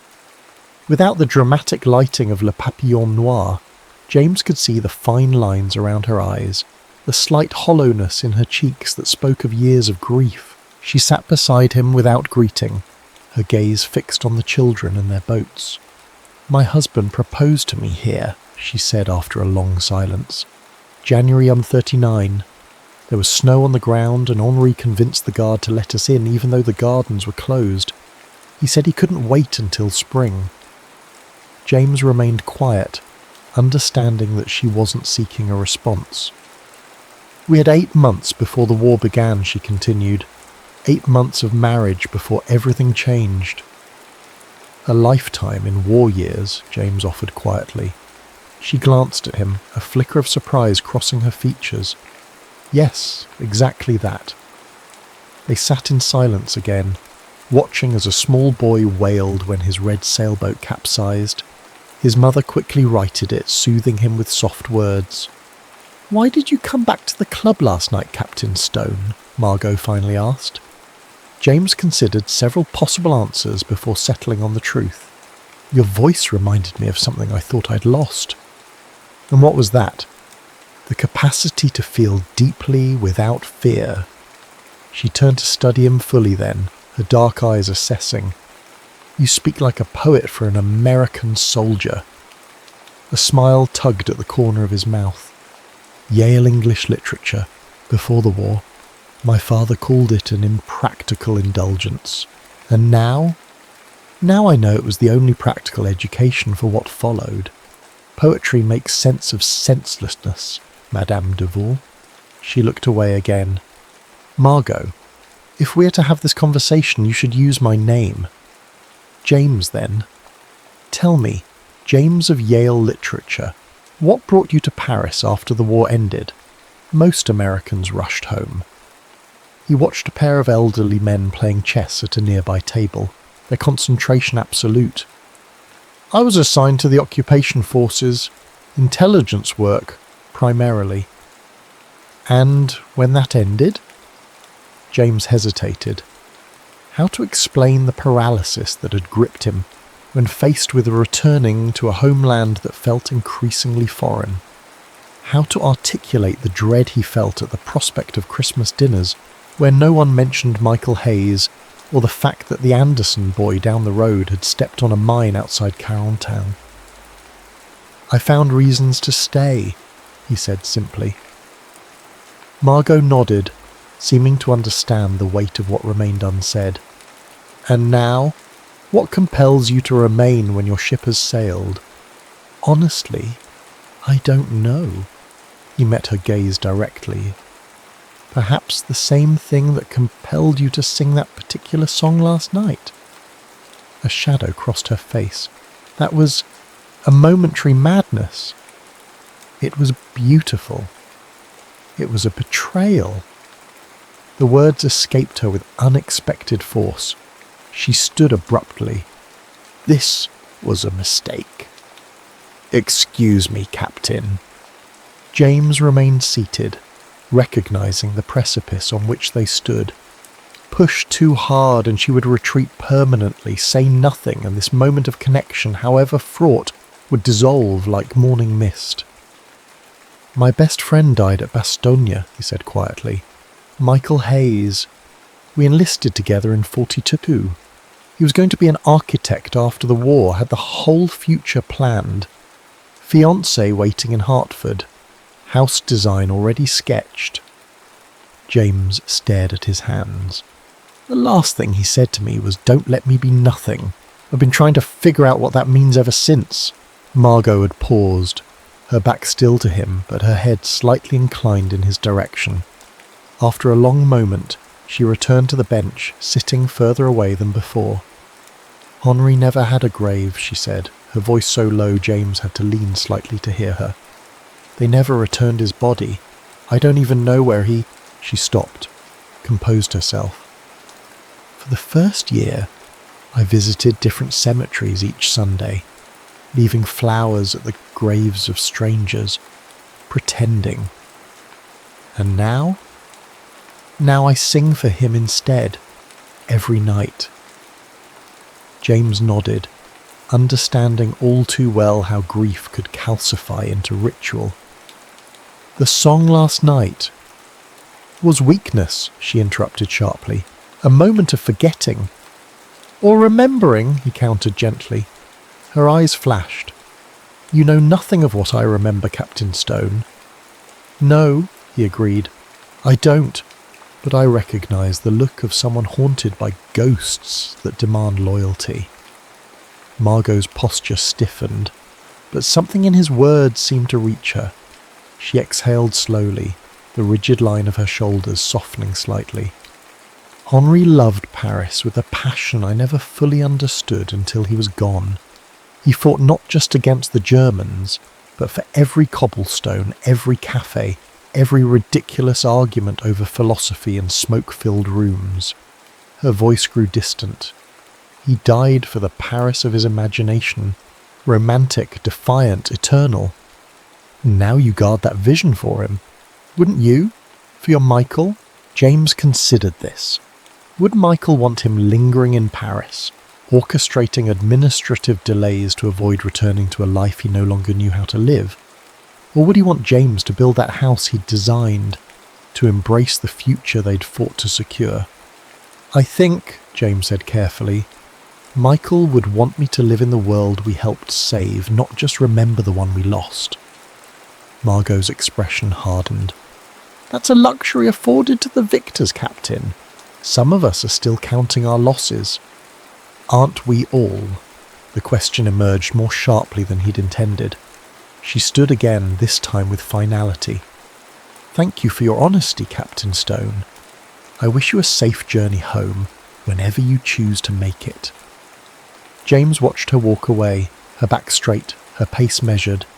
Only when she was almost out of sight did he notice the small white handkerchief clutched in her left hand pressed tightly against her side. He didn't return to Le Papillon Noir that night. Instead, he walked the streets of Paris until his feet ached, following the Seine as it curved through the ancient city. Near midnight, he found himself at the Pont Neuf, staring into the dark water below. A pair of young lovers passed, arm in arm, speaking rapid French punctuated by laughter. James watched them disappear into the night and felt an acute awareness of his own solitude. The next morning he sent a brief note to Le Papillon Noir, addressed to Madame Duval. It contained only his temporary address in Montmartre and a line from T.S. Eliot. "These fragments I have shored against my ruins." He expected no response. Yet 3 days later, a small envelope arrived, containing a ticket to that evening's performance in a single line of elegant handwriting. "Perhaps ruins can be foundations too." James arrived early, finding the club quieter than on his previous visits. A handwritten sign at the entrance announced a private event, some sort of reception for a visiting American diplomat. He presented his ticket to Marcel, who nodded with something approaching approval. "She's in a mood tonight," the old bartender warned, gesturing toward the back room. "The Americans requested patriotic songs," she refused. James winced. "Will there be trouble?" Marcel shrugged. "The diplomat's wife is French, she understands. The others—" He made a dismissive gesture. "They came for a performance. Margot will give them one, but on her terms." James took a different table this time, closer to the small stage but partially shadowed. The club filled with well-dressed diplomats and their wives, their voices loud with the artificial confidence of those navigating unfamiliar territory. Several spoke about Margot as if she were an exotic exhibit, the widow of a resistance hero, and tragically authentic, phrases that made James's jaw tighten. When she appeared, the usual hush descended, though briefer and less complete than normal. She wore deep burgundy tonight, the colour of aged wine or dried blood, her only jewellery the silver chain bearing Henri's ring. Her gaze swept across the room, acknowledging James with the barest flicker of recognition, before focusing on a middle-aged couple at the centre table, clearly the diplomat and his French wife. "Bonsoir," she said, breaking her customary silence before singing. The single word silenced the remaining murmurs. "Tonight, I have been asked to sing of victory. I will instead sing of survival, which is a different kind of triumph." She began with Le Ciel de Paris, her voice carrying the melancholy dignity that had first captivated James. As she sang about the sky that had witnessed both the city's suffering and resilience, the diplomat's wife dabbed at her eyes with a silk handkerchief. Several of the Americans shifted uncomfortably, their expectations of a celebratory evening clearly unmet. Margot continued through her set, each song a chronicle of loss transmuted into endurance.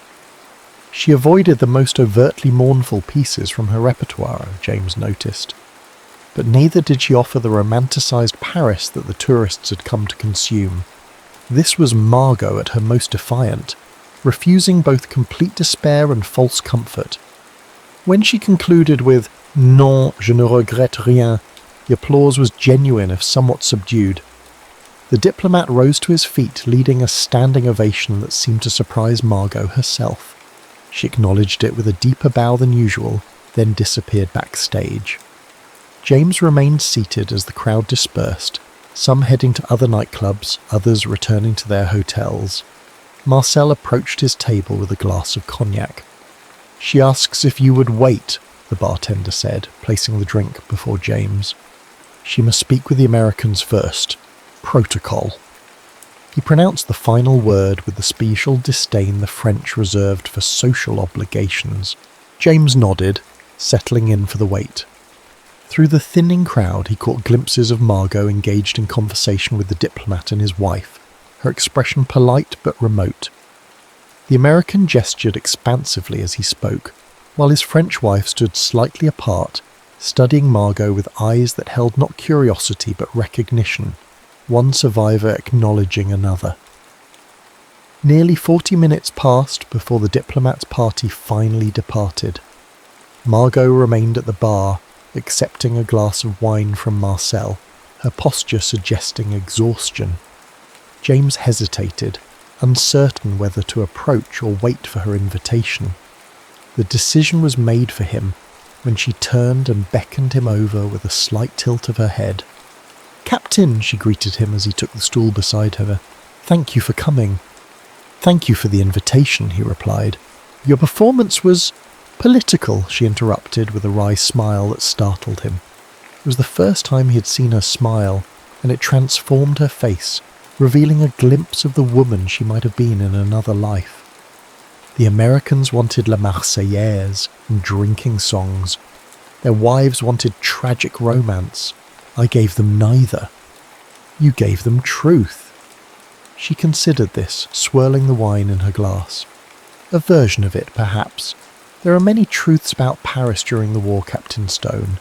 Mine is just one. Marcel placed a fresh cognac before James and retreated to the far end of the bar, giving them privacy while remaining within sight. A chaperone from a respectful distance. "Your note," Margot said after a comfortable silence. "Eliot, The Wasteland." James nodded, pleased that she had recognised the reference. "You've read it?" "Henri was the literary one, not me." But after, she paused, recalibrating. "During the occupation, books became precious, ways to escape, even briefly. I found a copy of Eliot's poems in Henri's things. I didn't understand most of it, but that line," she trailed off, her gaze distant. "It stayed with you," James finished for her. "Yes," she met his eyes directly. "Why that particular fragment, Captain?" He considered the question carefully. "Because it acknowledges both destruction and the attempt to create meaning from it, neither denying the ruins nor surrendering to them completely." Something shifted in her expression. A softening, perhaps, or simple recognition. Henri would have liked you, I think. The statement, offered casually but freighted with meaning, hung between them. James understood its significance, the first time she'd imagined her husband in relation to her present, rather than as a figure sealed hermetically in the past. I would have liked to know him, James said quietly. Margot nodded, then changed course. Marcel tells me you've extended your stay again. Another 2 weeks, State Department paperwork. The excuse sounded hollow even to his own ears. Paris has a way of keeping people longer than they intend, she observed, no judgment in her tone. For some, it's the beauty. For others, the memory of who they were here. And for you? She traced the rim of her wineglass with one slender finger. I stay because leaving would mean acknowledging that life continues elsewhere. That Paris is just a city, not the repository of everything I've lost. The honesty of her answer caught James off guard. And does it continue elsewhere? So I'm told. She finished her wine and set the glass down with deliberate care. There's to be a concert at Sacré-Cœur tomorrow, a memorial for those lost in the occupation. Will you attend, Captain Stone? The invitation, oblique but unmistakable, quickened his pulse. If I would be welcome. As welcome as any American in Paris, she replied, her tone lighter than he'd yet heard it. Which is to say, tolerated with good grace if you arrive on time and remain suitably impressed. James laughed, surprising himself. I believe I can manage both. Margot stood smoothing her dress with practised elegance. 3 o'clock then, I'll meet you at the funicular. As she turned to leave, James spoke again. Margot. Her name felt significant on his tongue, a threshold crossed. Thank you for the invitation. She paused, regarding him with an expression he couldn't quite read. Don't thank me yet, Captain. I'm not entirely certain why I extended it. With that, she departed, leaving James to finish his cognac in a club that felt suddenly larger and emptier without her presence. Marcel approached, collecting the empty glasses. She was married at Sacré-Cœur, the old bartender said without preamble. November 1938. I was there. James absorbed this information, understanding its significance. I won't cause her pain, Marcel. The older man fixed him with a penetrating stare. That is not within your power to promise, Captain. Pain finds her without assistance. He sighed, his expression softening. But perhaps it is time for other things to find her as well. The next day dawned bright and clear. James spent the morning walking through Montmartre, familiarizing himself with the steep, winding streets that led to the great white basilica dominating the Parisian skyline. By the time he reached the funicular station, he knew his way around well enough to appear at ease, if not precisely local. Margot arrived precisely at 3, wearing a dove-grey dress and carrying a small bouquet of white lilies. She seemed surprised to find him already waiting. You're punctual, she observed. Unusual for an American. Military habit, he replied, falling into step beside her as they boarded the funicular that would carry them up the steep hill. Difficult to break. They rode in comfortable silence, standing slightly apart in the crowded car. James noticed how the other passengers gave Margot subtle, respectful nods of recognition. Not the kind offered to a nightclub singer, but to someone whose suffering had somehow become part of the collective memory of the city. At the top they emerged into bright sunshine. The panoramic view of Paris spread before them like a living map. The dome of Sacré-Cœur gleamed brilliantly white against the blue sky, its Byzantine architecture incongruous yet perfectly at home atop the artistic heart of Paris. A modest crowd had gathered on the steps, mostly older Parisians, many wearing small resistance pins or other subtle markers of their wartime allegiances. Margot moved among them with quiet familiarity, exchanging brief embraces and murmured greetings. James remained slightly apart, conscious of being an outsider at what was clearly a gathering of shared memory. "Margot," an elderly woman called, approaching with outstretched hands. "You've brought the lilies again." "Of course, Madame Fournier," Margot replied, surrendering half her bouquet. "For Pierre, as well as Henri." The old woman's eyes welled with tears. 4 years, and it still feels like yesterday. "Some days more than others," Margot agreed softly. James watched this exchange from a respectful distance, understanding that he was witnessing a ritual of grief that had been enacted many times before. What struck him was not the sorrow, he had seen plenty of that across Europe, but the quiet solidarity among these survivors. They carried their losses not as isolated burdens, but as shared touchstones, each grief recognised and held by the collective. Margot returned to his side as a small choir assembled on the steps, their voices rising in a hymn that echoed off the stone walls of the basilica. "They'll read the names soon," she said quietly. "All of them from this arrondissement who didn't return. It takes nearly an hour." "Would you prefer to be alone?" James asked, sensing the weight of the moment. She considered the question seriously before answering. "No, strange as it may seem, I would not." The simplicity of her response moved him more than any elaborate explanation could have. They stood side by side as the names began, an alphabetical recitation of lives cut short. When Henri Duval was called, Margot's hand found James's, gripping it tightly. He returned the pressure, offering the only comfort possible: presence. As the last name echoed across the square and faded into a respectful silence, Margot released his hand. "There's something I want to show you," she said, her voice steady, despite the tears that had silently tracked down her cheeks during the reading. She led him away from the crowd around the side of the basilica to a small garden tucked between the church and an adjacent building. A simple stone bench sat beneath a flowering tree, offering a view of the city below that was somehow more intimate than the grand panorama from the front steps. "Henri proposed to me here," Margot said, sitting on the bench and indicating James should join her. "Not in the Luxembourg Gardens, as I told you before." James sat, surprised by the confession.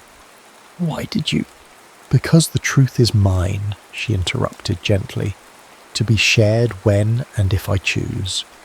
The Luxembourg Garden story is what I tell visitors who want a piece of my tragedy to take home with them."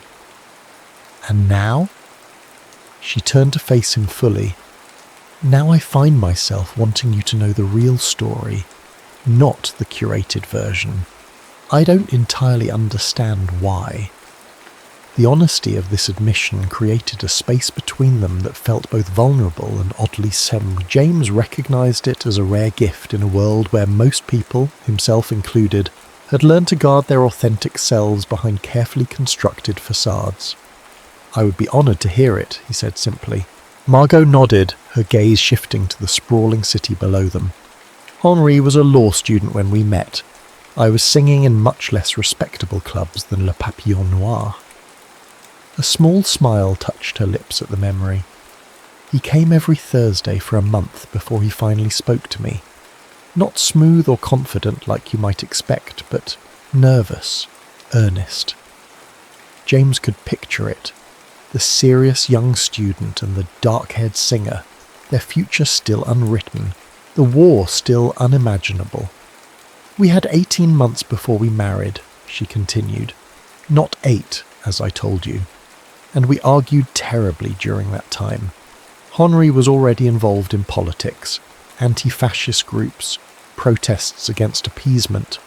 I wanted him to focus on his studies, his career." The irony of this coloured her voice. "When he brought me here to propose, I almost said no." "What changed your mind?" "He didn't speak of love, as I expected. Instead, he said, 'Margot, the world is changing and I don't know what's coming, but I know I want to face it with you.'" She paused, her fingers unconsciously touching the ring she wore on her necklace. Somehow that was more powerful than any declaration of eternal devotion. It was real. honest. James understood. In a world increasingly divided between idealized romance and cynical pragmatism, Henri Duval had offered something more authentic, partnership in uncertainty. "You were married here at Sacré-Cœur," James said, recalling Marcel's information. Margot raised an eyebrow. "Marcel has been talking, I see. He's protective of you." "Of my memory of Henri, perhaps," she sighed, leaning back against the bench. "Yes, we married here. November 12th, 1938. The last normal day of our lives, though we didn't know it then. 3 months later, Hitler took Czechoslovakia. 6 months after that, Poland." Her voice had taken on the distant quality of someone reciting a familiar litany. By June in 40, the Germans were in Paris, and Henri was already working with the early resistance. Our apartment became a meeting place, then a document forgery site, then a safe house for those escaping to the unoccupied zone. "And you?" James asked gently. "Were you involved from the beginning?" "Not as Henri was. I continued singing. Clubs still operated during the occupation, especially those frequented by German officers. It provided perfect cover for gathering information." A shadow crossed her face.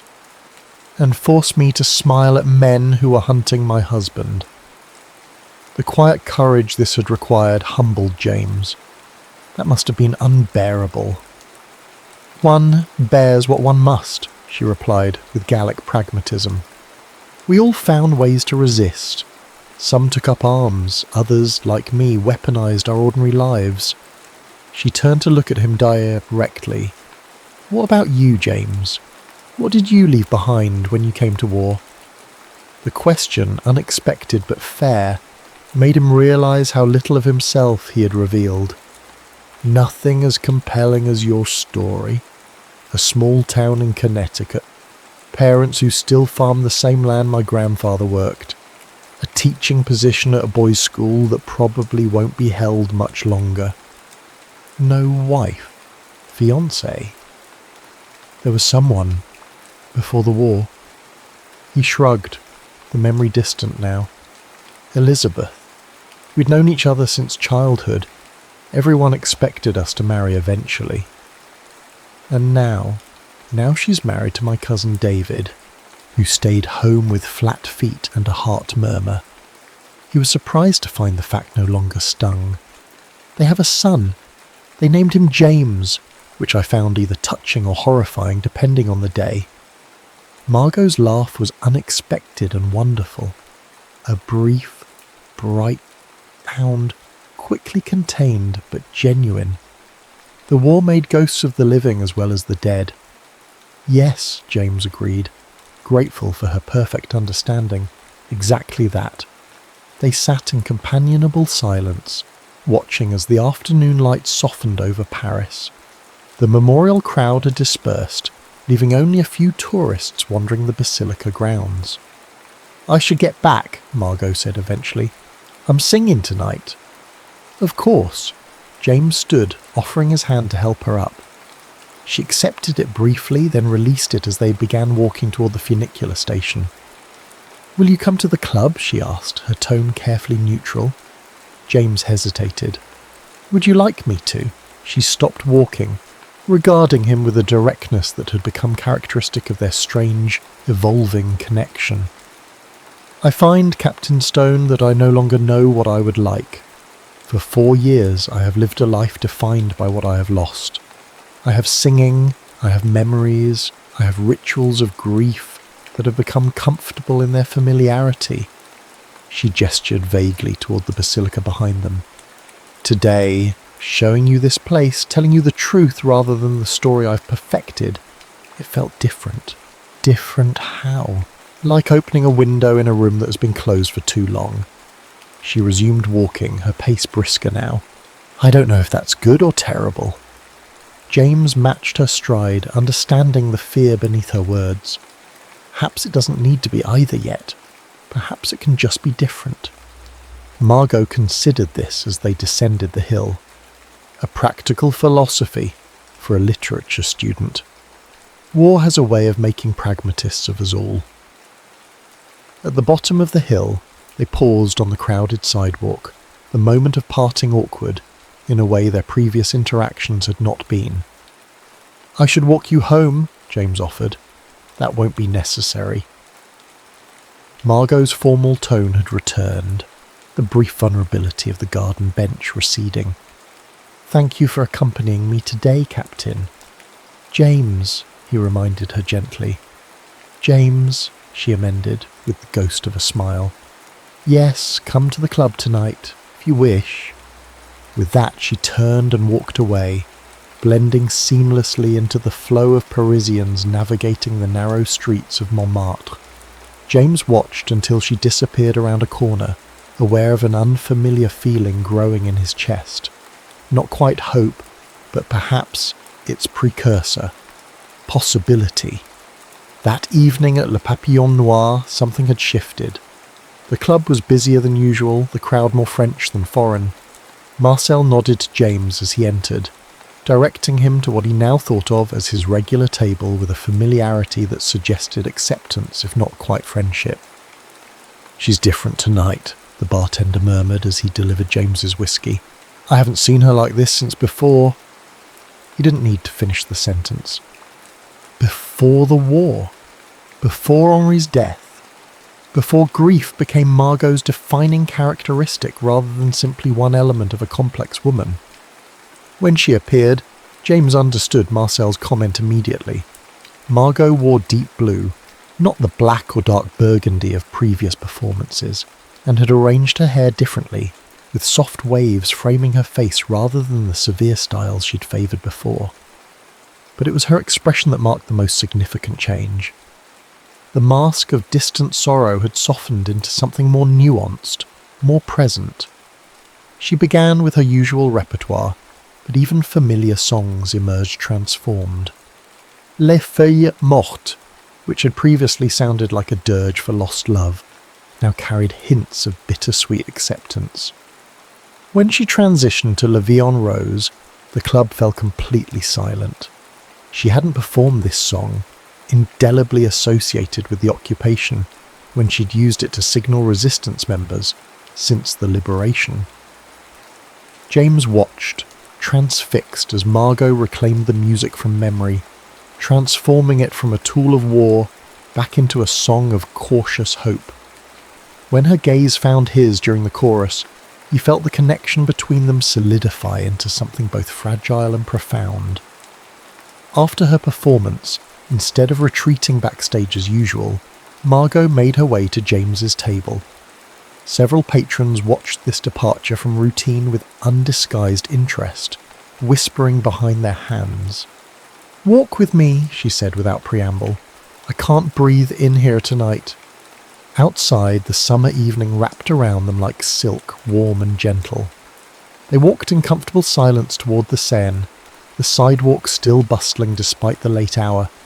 Paris in June refused to sleep, celebrating its hard-won freedom with light and music spilling from cafes and open windows. "You sang differently tonight," James observed, as they paused on Pont Neuf, looking out over the dark water reflecting the city lights. "Yes," Margot leaned against the stone parapet. "I've been singing to ghosts for so long, I'd forgotten how to sing to the living." What changed? She considered the question carefully. This afternoon, at Sacré-Cœur, hearing Henri's name among so many others, something shifted, not disappeared, but realigned. She turned to face him directly. "I've been keeping him alive through grief, as if joy would somehow erase him. Today I realize that he exists in memory regardless of how I choose to live now." The profundity of this realization hung between them. James understood its significance, not a rejection of the past, but a reclaiming of the future. "It would have been Henri's birthday next week," Margot continued. "July 2nd. He would have been 37. She smiled faintly. "He always joked that he'd be bald by 35, like his father. I wonder if he would have been." The simple human speculation, so ordinary yet so poignant, made James's chest tighten. "What will you do to mark the day?" "Usually I visit different churches, lighting candles." She shrugged slightly. "This year, perhaps something different. He loved the Jardin des Plantes. Maybe I'll spend the afternoon there instead." "Would you like company?" James offered, then immediately added, "Or perhaps that's too personal a ritual to share." Margot studied him for a long moment. "A week ago I would have said yes, it's too personal. Now—" She hesitated. "I find I'm tired of solitude, James. Even sacred solitude loses its meaning eventually." "Then I would be honoured to accompany you." They continued walking, crossing to the left bank where cafes still buzzed with late-night conversations. At a small table outside a literary haunt, they spotted a group of animated young Americans engaged in passionate debate. "Hemingway's disciples," Margot observed with dry amusement. "They all come to Paris thinking they'll write the next great novel." "And some of them might," James replied, watching the earnest young men gesturing with cigarettes and coffee cups. "The war gave them plenty to write about, if little time to develop the craft." "Were you going to write before, with your Yale literature degree?"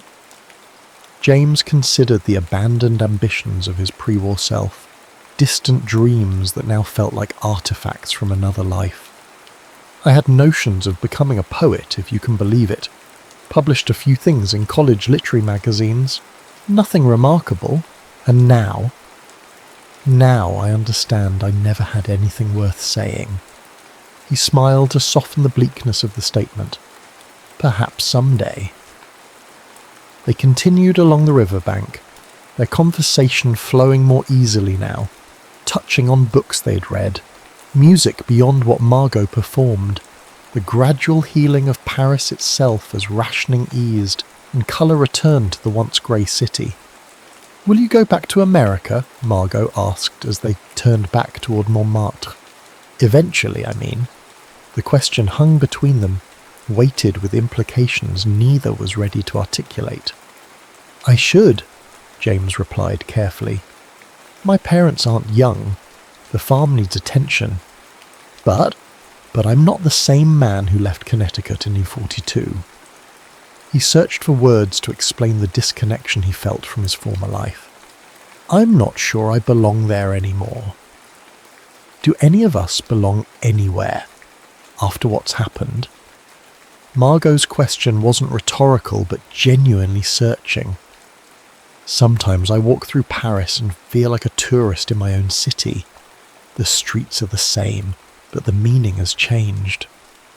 "Yes," James agreed, relieved by her perfect understanding. "Exactly that." They had reached the corner where they would need to part. Margot to her apartment near Place du Tertre, James to his rented room several streets away. "When do you leave?" she asked, her tone deliberately casual. "Your latest extension must expire eventually."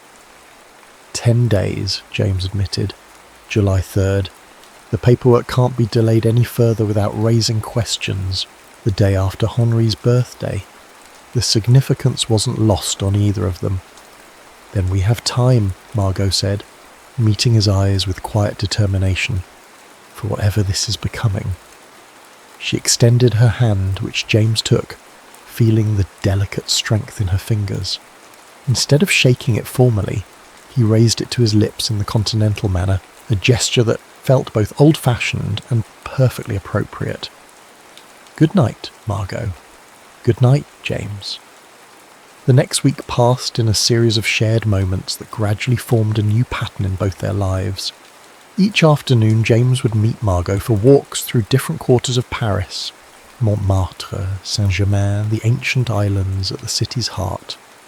In the evenings he would sit at his now customary table at Le Papillon Noir, watching as Margot's performances evolved from memorials into celebrations, her audience responding with increasing warmth to the transformation.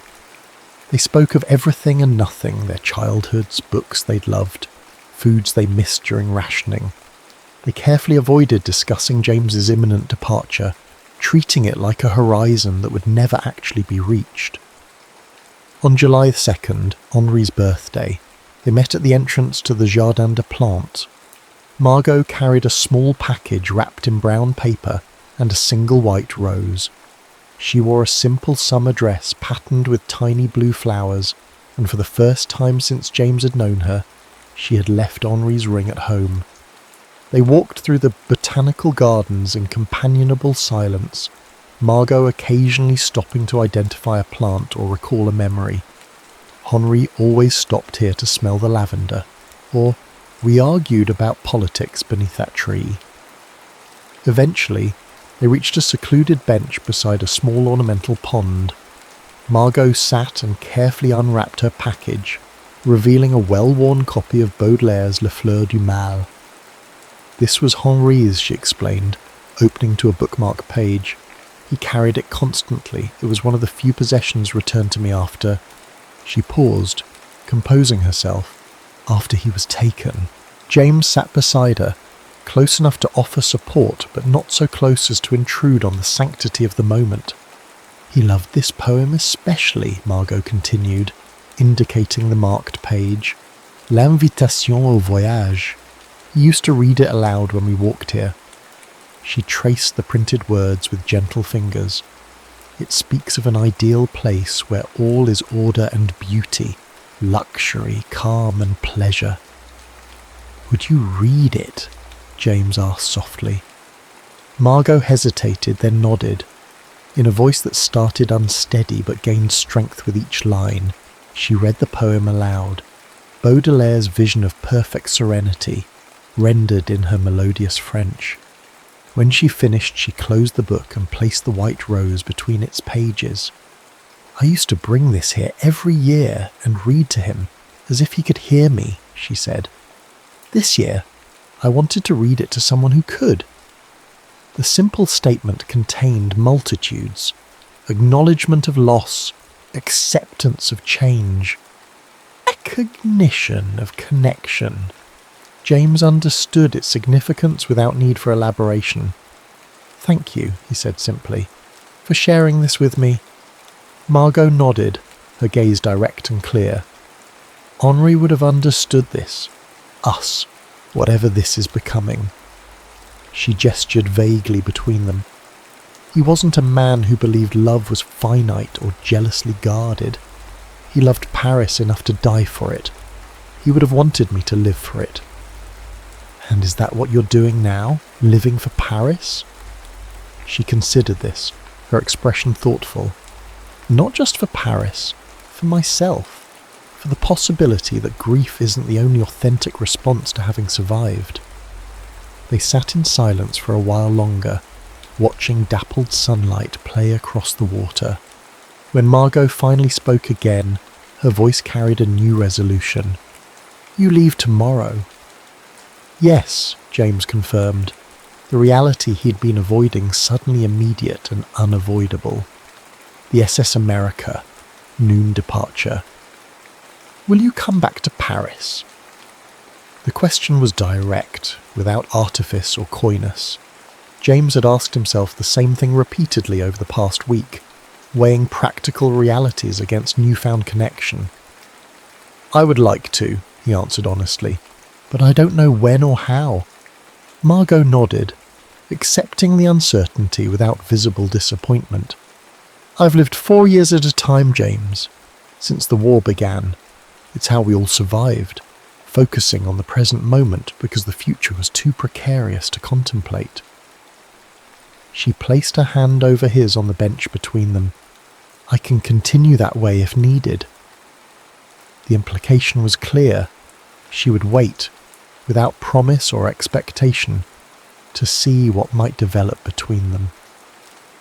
That evening, at Le Papillon Noir, Margot's performance transcended even her recent evolution. She sang with a passion and presence that transformed the small club into an intimate confession. Each song offered as both a farewell to James and a declaration of her own emergence from the chrysalis of grief. When she concluded with La Complainte de la Butte, the song that had first connected them, there wasn't a dry eye in the house.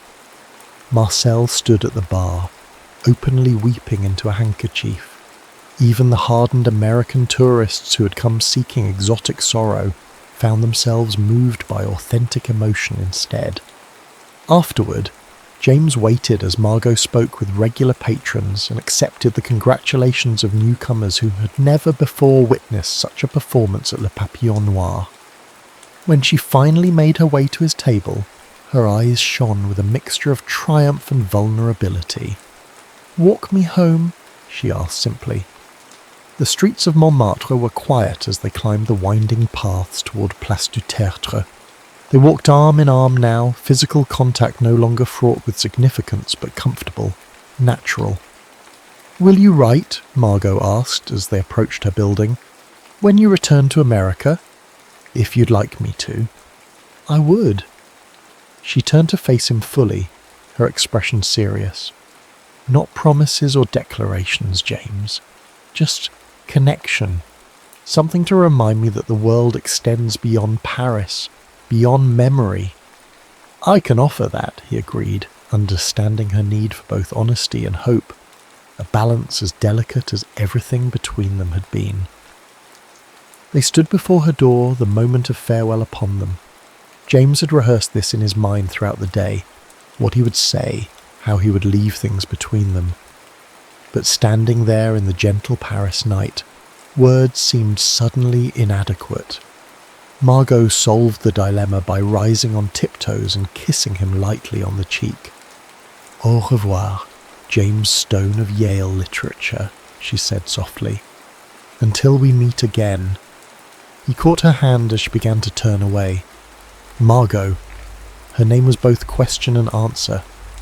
"May I call on you if I return to Paris?"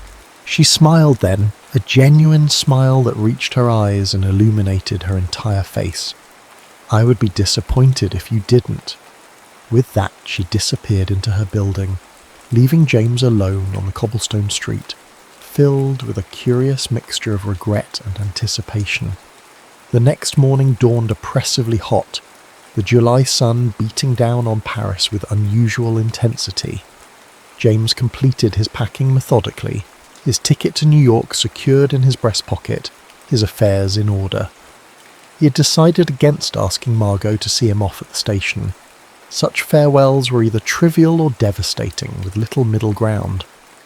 As he settled his hotel bill and arranged for a taxi to Gare du Nord, a messenger arrived with a small package addressed to him in familiar handwriting. Inside he found a book, not Henri's Baudelaire, but a slim volume of T.S. Eliot's poetry. A bookmark had been placed at the wasteland, and a single line underlined.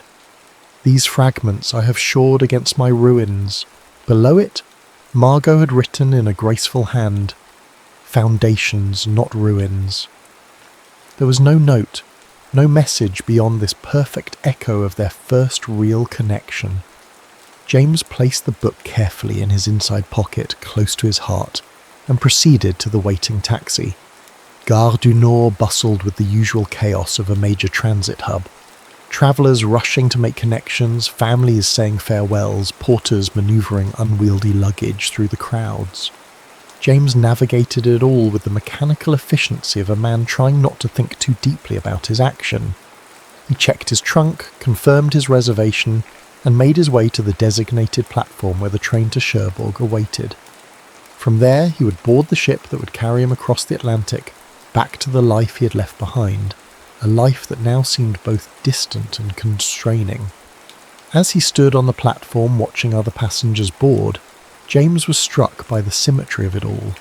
He had come to Europe to help liberate Paris, among other objectives. In the process, he had found himself equally imprisoned and liberated by the experience. Now, returning home, he wondered which would prove more lasting, the damage or the healing, the ruins or the foundations. A whistle blew, indicating 5 minutes until departure. James picked up his small valise and moved toward the train, his mind already adjusting to the reality of leaving Paris behind. "Captain Stone!" The voice, familiar, urgent, cut through the station noise like a blade. James turned to see Marcel pushing through the crowd, his elderly frame moving with surprising speed. "Marcel? What? She's coming!" The old bartender gasped, out of breath from his evident rush to the station. "She changed her mind, asked me to tell you to wait." James felt a surge of something like electricity through his chest. "Where is she?" Marcel gestured vaguely toward the station entrance. "Taxi, traffic. She sent me ahead to make sure." He broke off, wheezing slightly. The final boarding whistle sounded. The conductor began checking tickets as passengers made their last-minute entries into the carriages. "Your ticket, monsieur." A uniformed man approached James expectantly. James hesitated, looking from the waiting train to the crowded concourse. There was no sign of Margot. "Monsieur, we are departing." Marcel clutched James's arm. "She is coming, Captain, I swear it." The decision crystallized in an instant. James handed his ticket to the conductor. "I'll be right back," he said firmly. "Please hold the train." "Impossible, monsieur. We run on schedule." "1 minute," James insisted, already backing away. "Just 1 minute." He turned and pushed against the flow of travellers, Marcel following behind as quickly as his aged legs would permit. They reached the main concourse, scanning the crowds for Margot's familiar figure. And then he saw her, running through the station, her dark hair loose around her shoulders, wearing the blue flowered dress from the previous day, clearly having rushed out without concern for her appearance. Their eyes met across the crowded space, and for a moment, everything else faded into insignificance. Then Margot was moving again, weaving through surprised travellers with single-minded determination.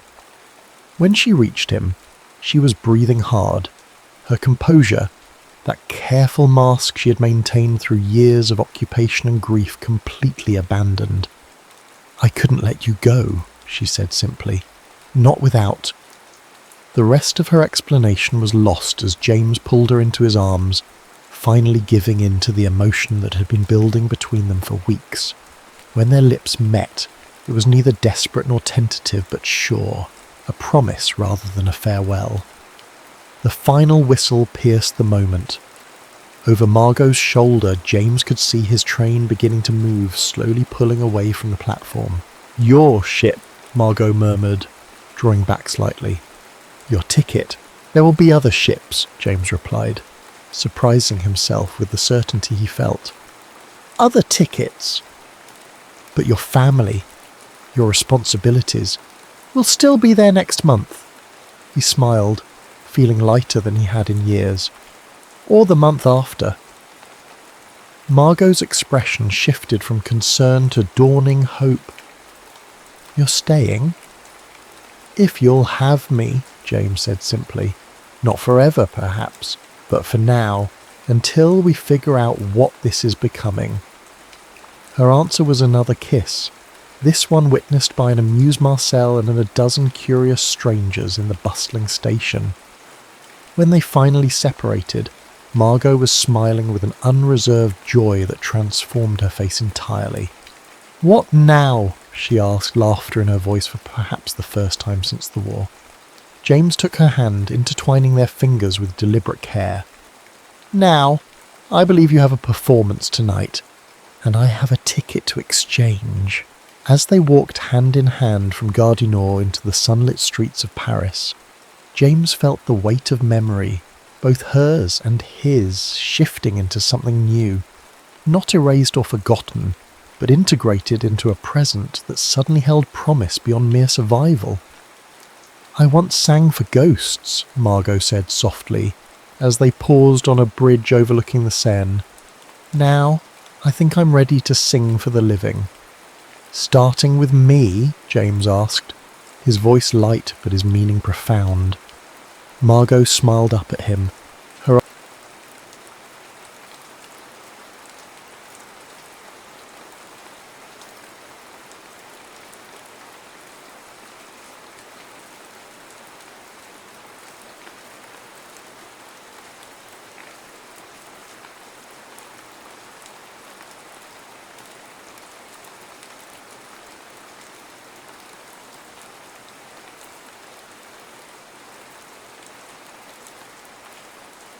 Natalie Carter didn't believe in signs.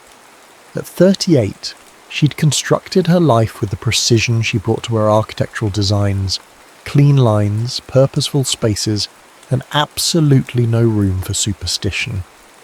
Her corner office overlooking Chicago's skyline was a testament to her rational approach to existence. 20 years of hard work had earned her a partnership at one of the city's most prestigious firms. She had a sleek downtown condo, a small circle of loyal friends, and enough frequent flyer miles to circumnavigate the globe 3 times over. What she didn't have was an explanation for the numbers. It started 3 months ago. She'd wake at night, inexplicably alert, eyes drawn to her bedside clock, 11:11. She'd check her phone during lunch, 11:11, receipt totals, hotel room numbers, subway car identifiers, all 11 to 11 or some variation thereof. Even this morning her coffee had cost exactly 11 dub. "You were just noticing it because you're looking for it," her assistant Marcos had said when she pointed out the barista's timestamp on her cup. "It's like when you buy a blue Honda and suddenly see blue Hondas everywhere, except Natalie wasn't looking for it. The numbers were finding her."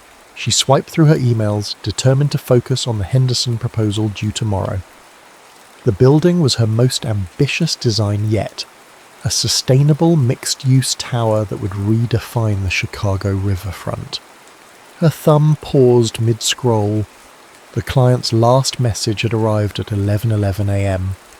"Enough," she muttered, tossing her phone into a desk drawer. She needed fresh air.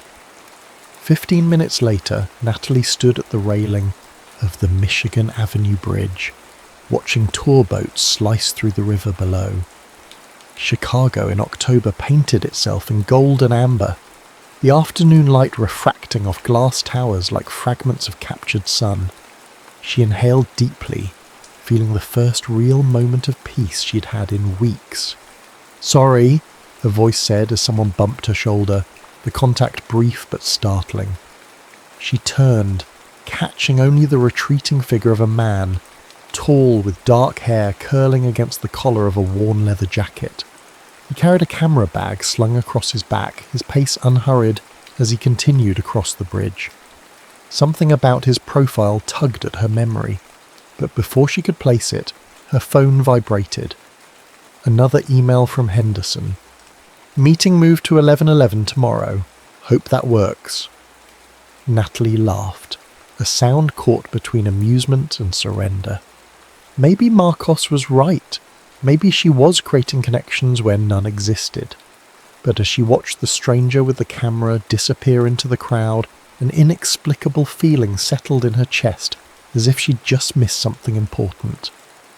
2,000 miles away in Santa Fe, Jake Bennett framed the desert sunset through his viewfinder, capturing the moment the light transformed the mountains into silhouettes of deep purple.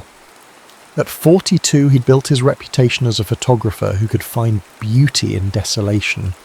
Empty landscapes, abandoned buildings, places where humanity had retreated, leaving only ghostly impressions behind. His phone buzzed. His agent, again. "Third call today." "Mira, I told you I'd have the portfolio ready by next week," he answered without preamble. "That's not why I'm calling," Mira's voice crackled through spotty reception. "Remember that teaching position at Columbia College? The one you said you weren't interested in?" Jake readjusted his tripod, watching the colours deepen over the mesa. "I'm still not interested." "Well, they're interested in you. Dean called personally, said they'd accommodate your travel schedule, let you structure the advanced photography seminar however you want." Mira paused. "It's in Chicago, Jake. You could have a home base again." Home, the word felt foreign after 15 years of perpetual motion. Airports, hotels, short-term rentals, the impermanence had suited him, until recently. "I'll think about it," he said, knowing Mira would hear the reluctance in his voice. "Do more than think. You've been wandering long enough, Jake. Even nomads need somewhere to return to." After they hung up, Jake checked his watch, a habit formed from years of calculating exposure times and golden hours. 11:11 p.m. Again.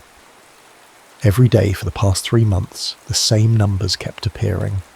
On hotel room doors, flight times, time stamps on his photographs. At first, he dismissed it as coincidence. Then it became unsettling. Lately, it had begun to feel like a countdown, or perhaps a summons. He'd never been superstitious, but his grandmother, with her Appalachian roots and belief in signs, would have had a field day with this one. Universe doesn't waste time on coincidences, she would say. It's trying to wake you up to something. In the darkening desert, with stars emerging overhead, Jake packed up his equipment and headed back to his rental car. Maybe it was time to wake up. Maybe Chicago was calling him home, though he couldn't remember when he'd started thinking of the city that way.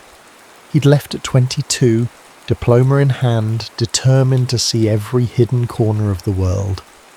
But lately his photographs had changed. The desolate beauty that had defined his work had shifted.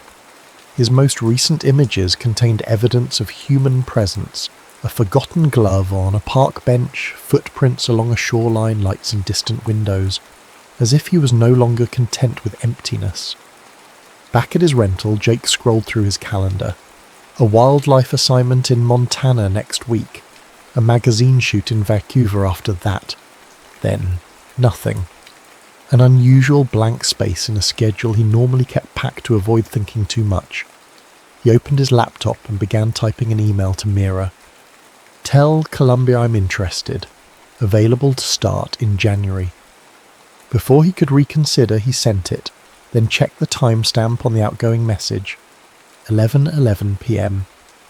Natalie didn't remember her dreams often, but this one lingered like morning fog. She'd been standing on a bridge, not the Michigan Avenue Bridge, but somewhere coastal with salt air and gulls circling overhead. Someone stood at the opposite end, a figure she couldn't quite make out, but who seemed achingly familiar. Every time she took a step forward, the bridge lengthened, keeping them at the same distance. We keep missing each other, the figure had called, voice carried on the wind. She woke with the words still echoing in her ears, a hollow feeling in her chest. Ridiculous, missing someone she'd never met. Her morning routine proceeded with mechanical precision, shower, coffee, news headlines. She'd just poured her second cup when her phone rang. Karen, her oldest friend from college. You're never going to believe this, Karen said without preamble. Remember Professor Hayward's special topic seminar our junior year? The one on urban development? Vaguely, Natalie replied, shuffling through papers for the Henderson meeting. Why? I was going through old photos for Mom's 70th birthday slideshow, and I found our class picture. You won't believe who was sitting in the back row. Jake Bennett. Who? Jake Bennett? The photographer, the one whose exhibition we saw last year at the Modern Wing. His work made you cry, Nat. Natalie paused. She remembered the exhibition, stark landscapes that somehow captured a profound sense of solitude without feeling empty. One photograph in particular had stopped her in her tracks. A single red door in an abandoned mining town, partially open, sunlight spilling through the crack like an invitation. He was in our class? I don't remember him. Karen laughed. Neither did I. But there he was in the back row, hiding behind that mop of curly hair. Anyway, I thought it was a weird coincidence because I just saw that he's going to be teaching at Columbia starting next semester. It was on their alumni newsletter. Something prickled at the back of Natalie's neck. Columbia here in Chicago? Yeah, crazy small world, right? Maybe you should look him up, reconnect. He's divorced according to that feature in Art News last month. Sure, I'll just call up a famous photographer I don't remember meeting 20 years ago and asking him to coffee, Natalie said dryly. I'm sure that wouldn't be weird at all. After hanging up, she found herself Googling Jake Bennett. The image search loaded, and she nearly dropped her phone. The man from the bridge, the one who had bumped into her. His official portrait showed the same dark curls now streaked with silver at the temples, same thoughtful eyes, hazel with flecks of gold. a face that managed to look both weathered and youthful simultaneously. Coincidence, she told herself firmly. A city of 3 million people was bound to produce random encounters. But as she gathered her things for the Henderson meeting, her rational mind couldn't quite signal the whisper that had followed her from her dream. We keep missing each other. The bookstore tucked between a vintage record shop and an artisanal bakery on North Dammon Avenue was Natalie's secret refuge. Carter & Sons booksellers had no relation to her family, just a serendipitous name match that had drawn her inside the first time. With its labyrinthine shelves and worn leather reading chairs, it offered sanctuary when her apartment felt too empty or her mind too full. Today she'd escaped here to avoid the November rain that had turned Chicago into a blur of grey. The forecast promised the first snow by evening. Unusually early, the meteorologist noted. Another aberration in a season that felt increasingly off-kilter. Like her life lately. The Henderson project was moving forward, but Natalie found herself distracted during meetings, her usually laser-focused mind wandering to impossible questions. Why did she keep seeing 11:11 everywhere? Why had a man she'd never met appeared in her dream? Why did she feel like she was waiting for something without knowing what it was? She ran her fingers along book spines, letting herself get lost in the architecture section. Her phone, set to silent, vibrated in her pocket. Karen again, with a link to an article about Jake Bennett's return to Chicago. Natalie ignored it. The lights flickered once, twice, then plunged the store into darkness. "Ladies and gentlemen," a voice called out. "Looks like the storm knocked out power in the neighborhood. We have emergency lights coming on shortly. Please stay where you are." Natalie froze, suddenly disoriented in the familiar space turned foreign by darkness. She took a cautious step forward and collided with someone. Solid, warm, the scent of coffee and rain. "Sorry," a male voice said, hand steadying her shoulders. "Are you okay?" "Yes, The words died in her throat, replaced by a jolt of recognition. Not visual, she couldn't see his face in the darkness, but something deeper, as if her body remembered something her mind had forgotten. "We have to stop meeting like this," he said, humour warming his voice. "First the bridge, now here." So he had noticed her that day. Before she could respond, emergency lights blinked on, casting everything in a pale blue glow. The man standing before her was indeed Jake Bennett, looking more approachable in person than in his professional photographs. Worn jeans, a navy sweater with a hole in one elbow, glasses pushed up on his head. "You remember me?" she asked, suddenly aware of his hands still resting lightly on her shoulders. He dropped them quickly, looking embarrassed. "I noticed you that day on the bridge. You seemed, peaceful. I almost asked if I could photograph you, but that would have been weird." He extended his hand. "Jake Bennett. Natalie Carter." She accepted the handshake, trying to ignore the strange familiarity of his palm against hers. "Actually, I recently found out we were in the same class at Northwestern 20 years ago. Urban Development with Professor Hayward." His eyes widened. "No way! I barely attended that class. Always sat in the back." "And I was always in the front row," she said, smiling despite herself. "Ships passing in the night, I guess." The overhead lights suddenly blazed back to life, making them both blink. Around them, other customers resumed their browsing as if nothing unusual had occurred. But something had shifted. A door cracked open that Natalie hadn't realised was there. "Listen," Jake said, running a hand through his hair. "This might sound strange, but would you want to grab coffee? I just moved back to Chicago after 15 years away, and I could use a friendly face." Logic said to politely decline. She had meetings, deadlines, a carefully structured life that didn't include spontaneous coffee with strangers who weren't really strangers. "I'd like that," she heard herself say. The coffee shop they chose was crowded with people escaping the rain, but they managed to find a small table by the window. Outside, water streamed down the glass, turning the world beyond into an impressionist painting. So, an architect, Jake said, warming his hands around his mug. Creating spaces for people to inhabit. That's pretty much the opposite of what I do. Capturing places people have left behind. I've seen your work, Natalie admitted. The exhibition at the Art Institute last year, the Abandoned Mining Town series. Something flickered across his face, pleasure, perhaps, or surprise. What did you think? I thought they were beautiful, but sad, like you were documenting absence rather than presence. He studied her with newfound interest.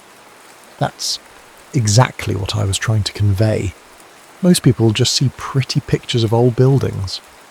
I'm not most people, she said, then felt immediately self-conscious.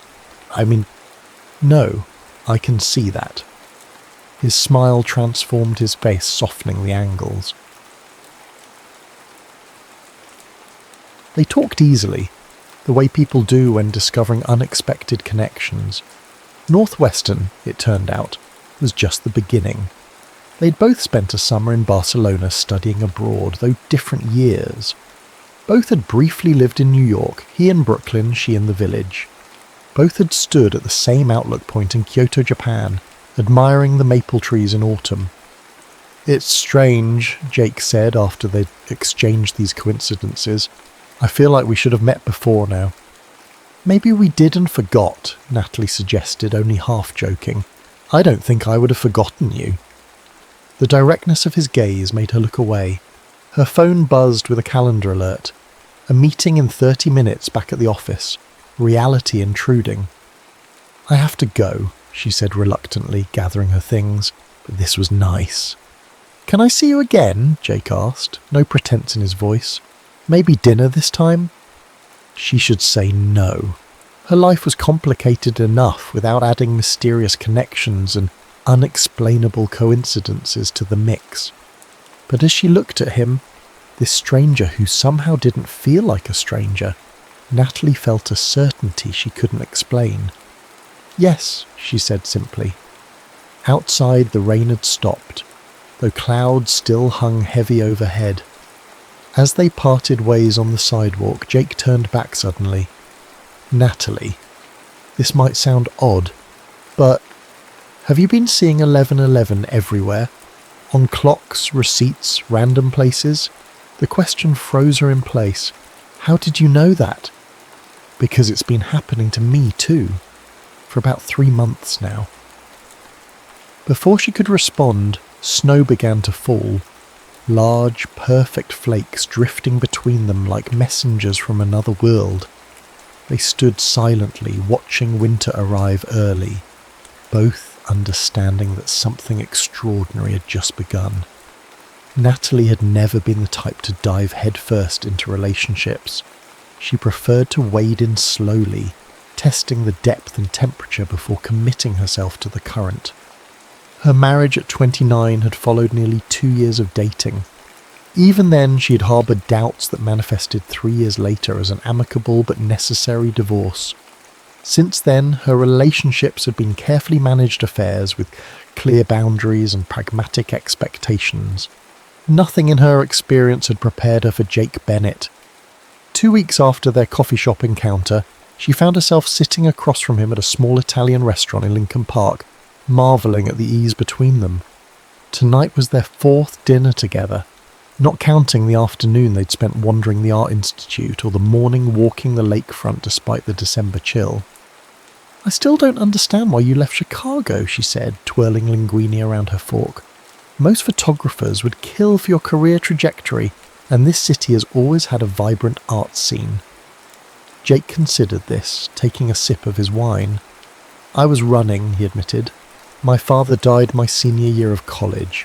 Heart attack, completely unexpected. We weren't close.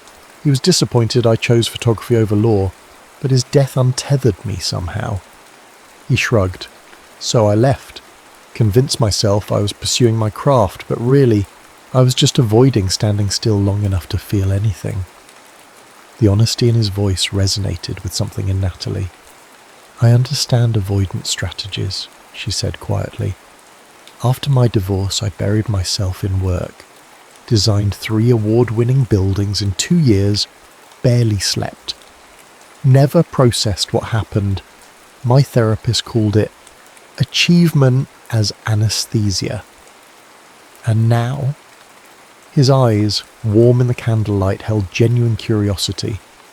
Now I'm sitting in a restaurant with a man I barely know, talking about things I usually don't share until the 3rd month, not the 3rd date. She smiled to soften the observation. It's disconcerting. Good disconcerting or bad disconcerting? I haven't decided yet.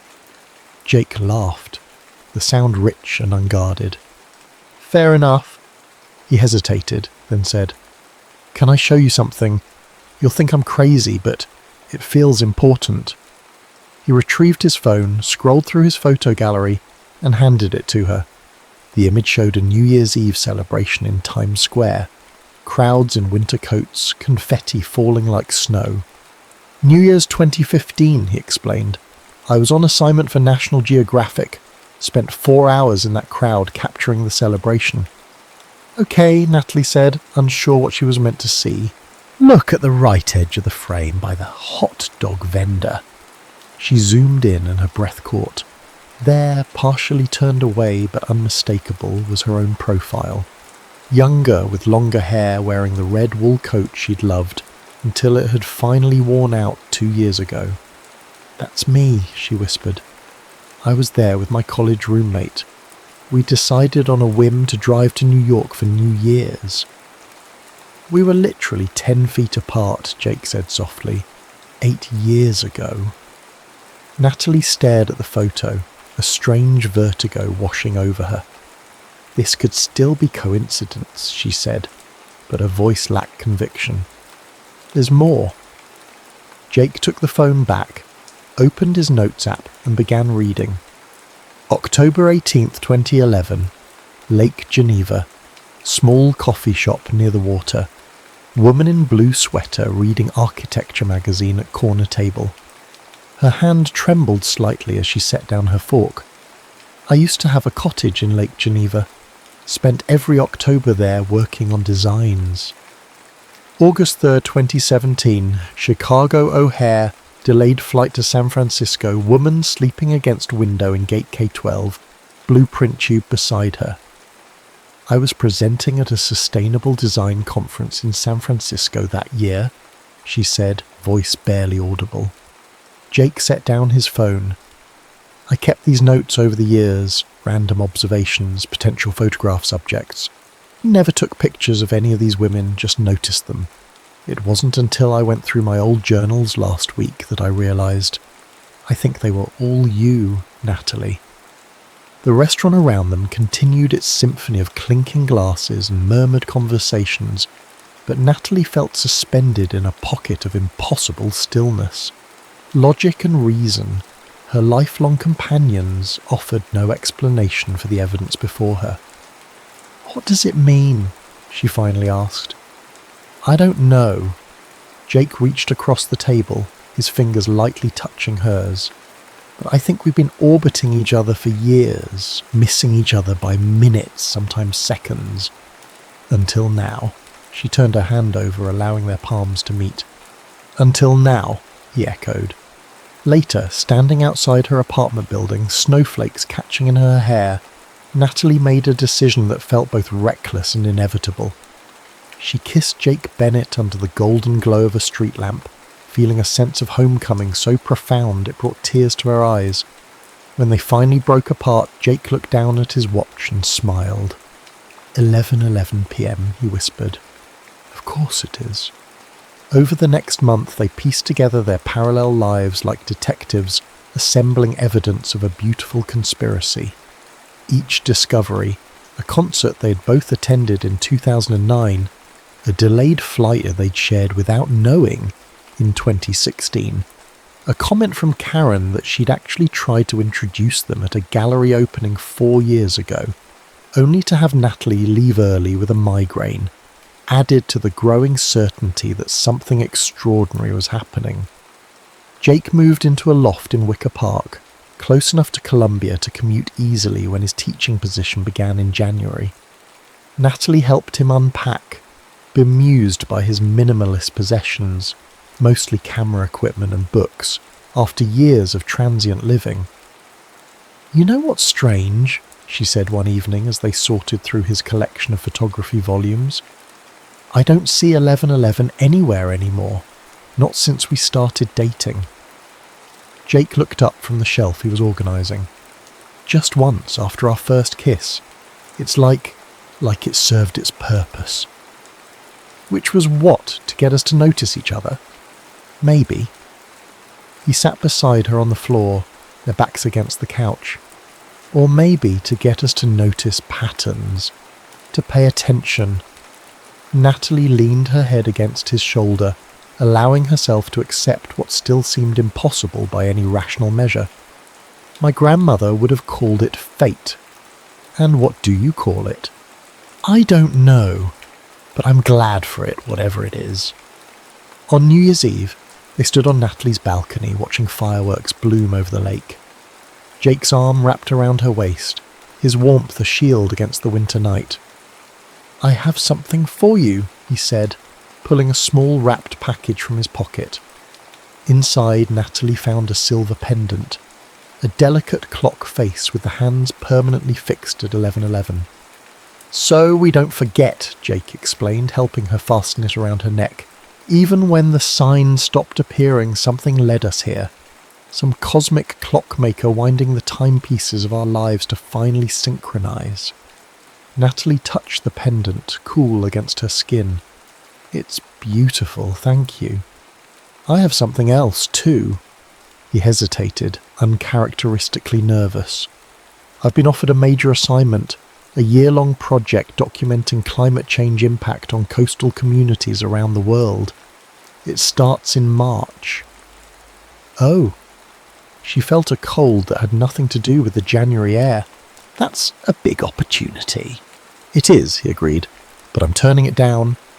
"What? Jake, no, you can't. This is exactly the kind of work you've always wanted to do." "It was," he acknowledged.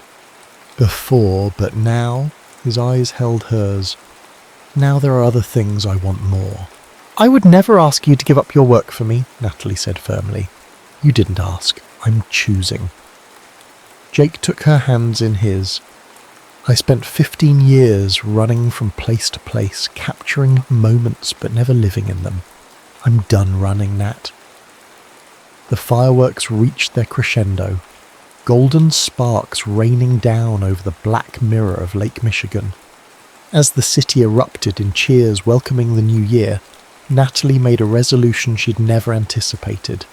To believe in something beyond reason, beyond evidence, beyond the tangible world she'd built her career understanding. To believe in them. Spring came early to Chicago that year.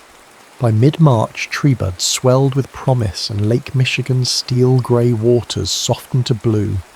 Jake's photography seminar at Columbia had become the department's most popular offering, while Natalie's Henderson building broke ground with mayor and media in attendance. Outwardly, their lives had settled into a comfortable rhythm. Inwardly, Natalie struggled with a growing unease she couldn't name. "You're quiet tonight," Jake observed as they walked home from dinner, the evening air unexpectedly mild. "Henderson troubles?" "No, the project's fine," she hesitated, then asked the question that had circled her mind for weeks. "Do you ever wonder if we're real? This connection between us?"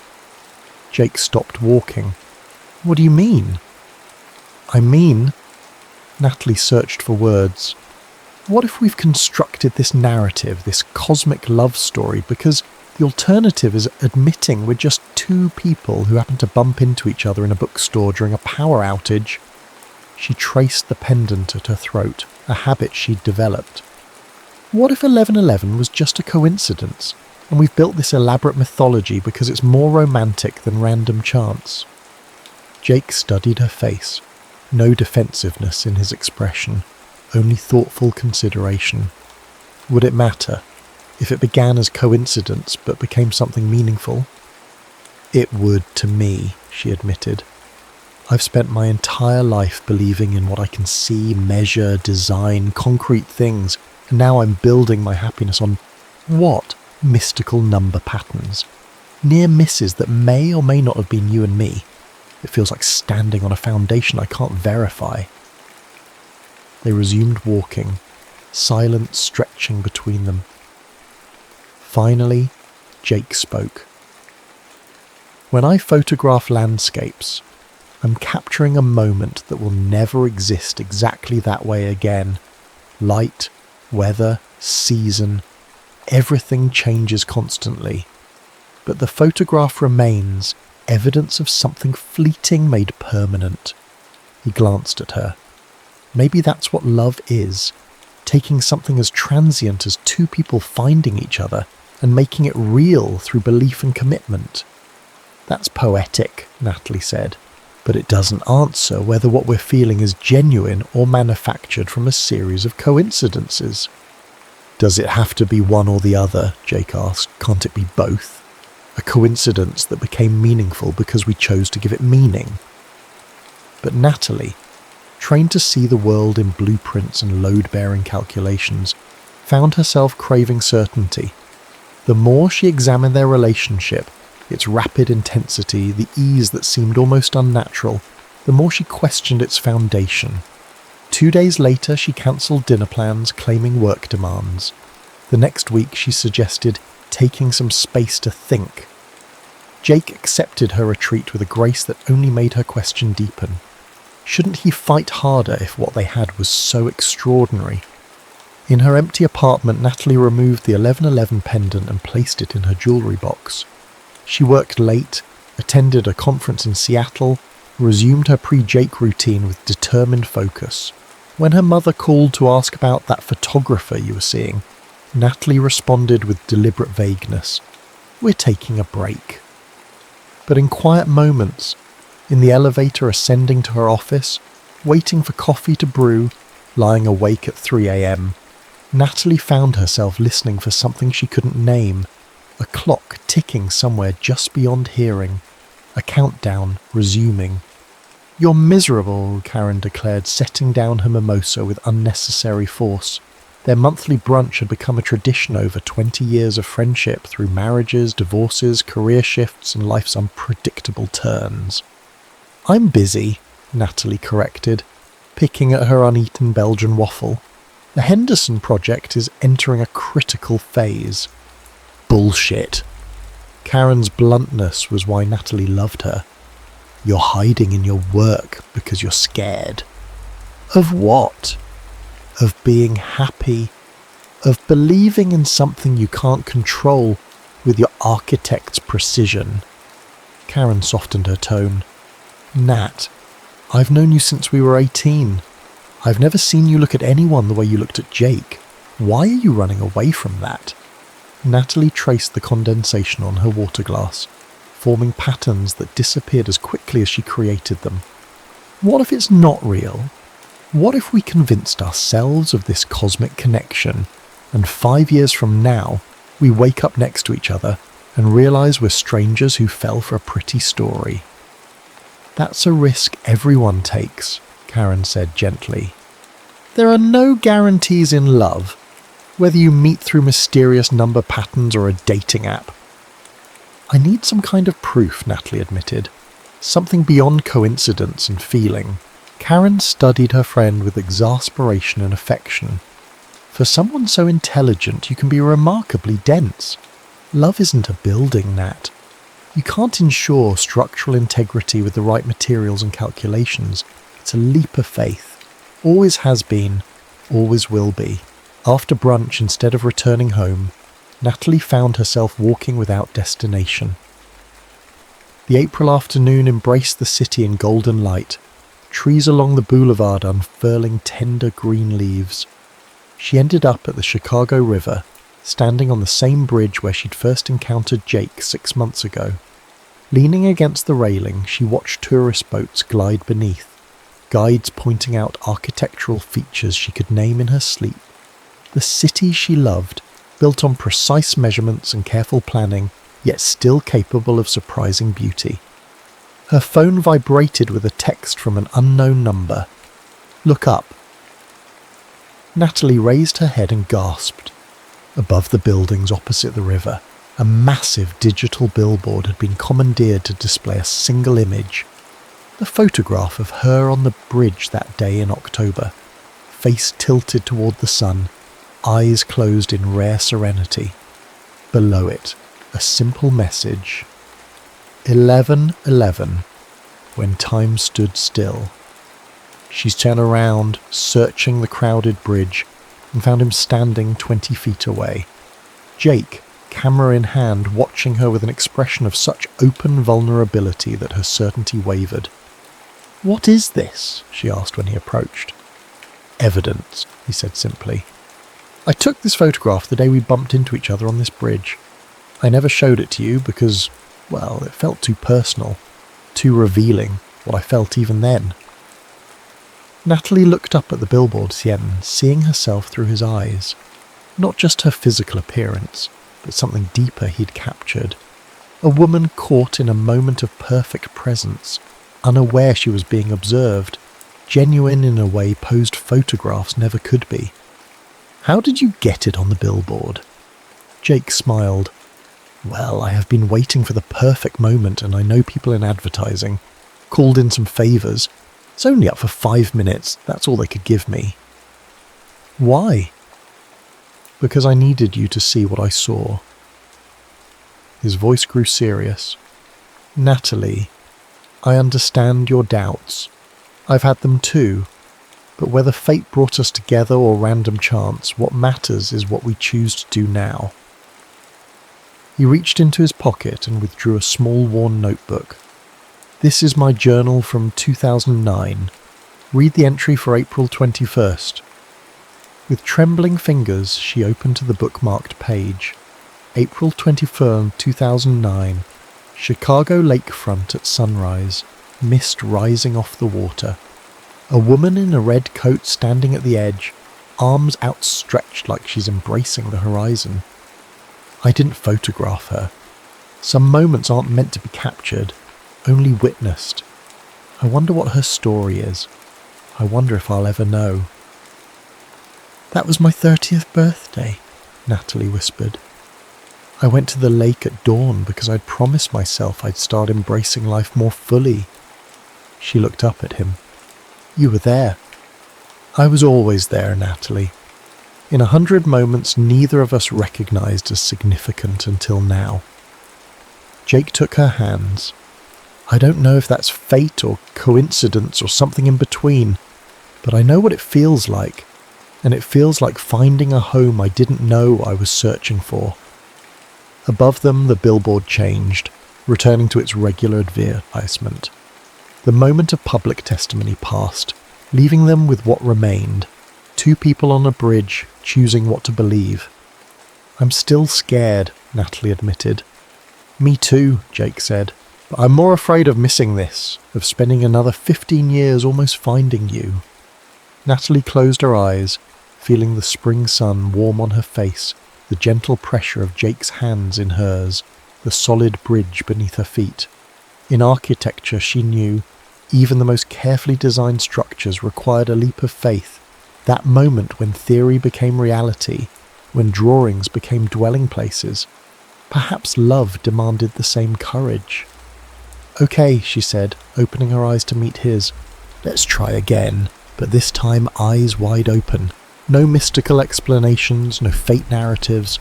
Just us choosing each other every day because we want to, not because the universe decreed it." Jake's smile bloomed slowly. "Just us," he agreed.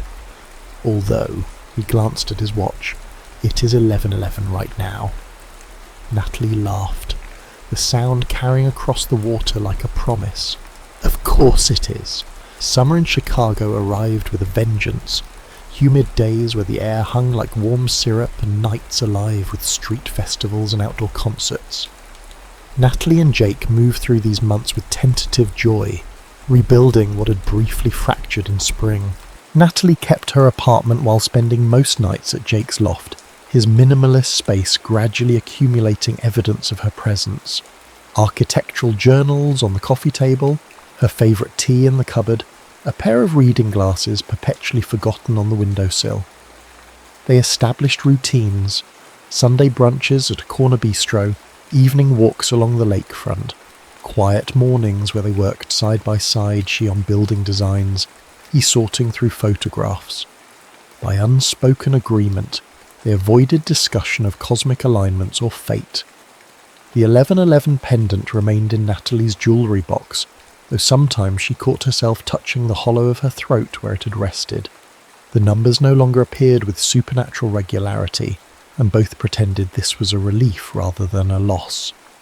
"I've been thinking about that lighthouse," Jake said one evening, as they sat on his balcony, watching fireflies blink in the small park across the street. "What lighthouse?" Natalie asked, her attention half captured by a challenging structural problem in her latest design. "The one in your dream. The bridge that kept stretching, preventing you from reaching the person on the other side." Natalie set down her tablet. "I never mentioned a lighthouse, just a bridge." Jake's brow furrowed. "You did. You said it was a coastal bridge, leading to a lighthouse." "No," she said slowly. "I didn't." They stared at each other, the summer night suddenly charged with something neither had wanted to acknowledge. "I've seen it," Jake finally said. "In my own dreams. A stone lighthouse on a rocky peninsula, connected to the mainland by a narrow bridge. I've dreamed about it for years." Natalie's pulse quickened. "Have you ever found it? In real life?" "I've looked, even photographed dozens of lighthouses along the eastern seaboard and Great Lakes. None matched." He hesitated. "Until last week." From beneath the coffee table, he retrieved a manila envelope and spread several photographs across the surface. "These came from a location scout I know. He was researching sites for a film shoot in northern Michigan." Natalie's breath caught. There it was, a weathered lighthouse rising from a craggy headland, its white tower stark against a stormy sky. A wooden bridge extended from the shore to the rocky peninsula, crossing a narrow channel where waves crashed against stone. "Muscalonge Point," Jake said quietly. "Built in 1869, decommissioned in 1952. Remote, even by Upper Peninsula standards. The bridge is newer, added in the 1980s when the site became a state park." "You've never been there?" Natalie asked, unable to take her eyes from the image. "Never. But I know it, Nat. And I think you do too." This was exactly the kind of conversation they'd been avoiding, veering too close to mystical explanations neither was comfortable embracing. Yet the evidence lay before them, undeniable in its specificity. "What does it mean?" she whispered. Jake touched the photograph gently, as if it might dissolve under his fingers. "I don't know, but I think we need to find out." 3 weeks later, they left Chicago before dawn, driving north through Wisconsin as the sun rose over foggy fields. Jake handled the wheel while Natalie navigated, their conversation flowing easily about work, friends, plans for fall, everything except their destination and what it might signify. By mid-afternoon, they crossed the Mackinac Bridge into Michigan's Upper Peninsula, the vastness of Lake Superior soon appearing to their left, a limitless blue stretching to the horizon. The roads narrowed, civilization thinned, until they were travelling through dense forest broken occasionally by glimpses of the greatest of the Great Lakes. "It should be just ahead," Natalie said, checking the map on her phone. Reception had grown spotty over the last hour, the signal bars dwindling as they ventured further from populated areas. The park entrance appeared suddenly, a modest sign announcing Muscalonge Lake State Park. They followed the winding road through pine forest until it ended in a small parking area facing the lake. The lighthouse stood half a mile away across a rocky headland, connected by the wooden bridge from the photographs. "It's exactly as I dreamed it," Jake said softly. They sat in silence, neither moving to exit the car. Now that they had arrived, Natalie felt a curious reluctance. What if this place held no answers? What if it was simply an unusual coincidence, the final proof that they had constructed meaning where none existed? "We don't have to do this," Jake said, reading her expression. "We can turn around, go back to Chicago, continue our lives without whatever this is."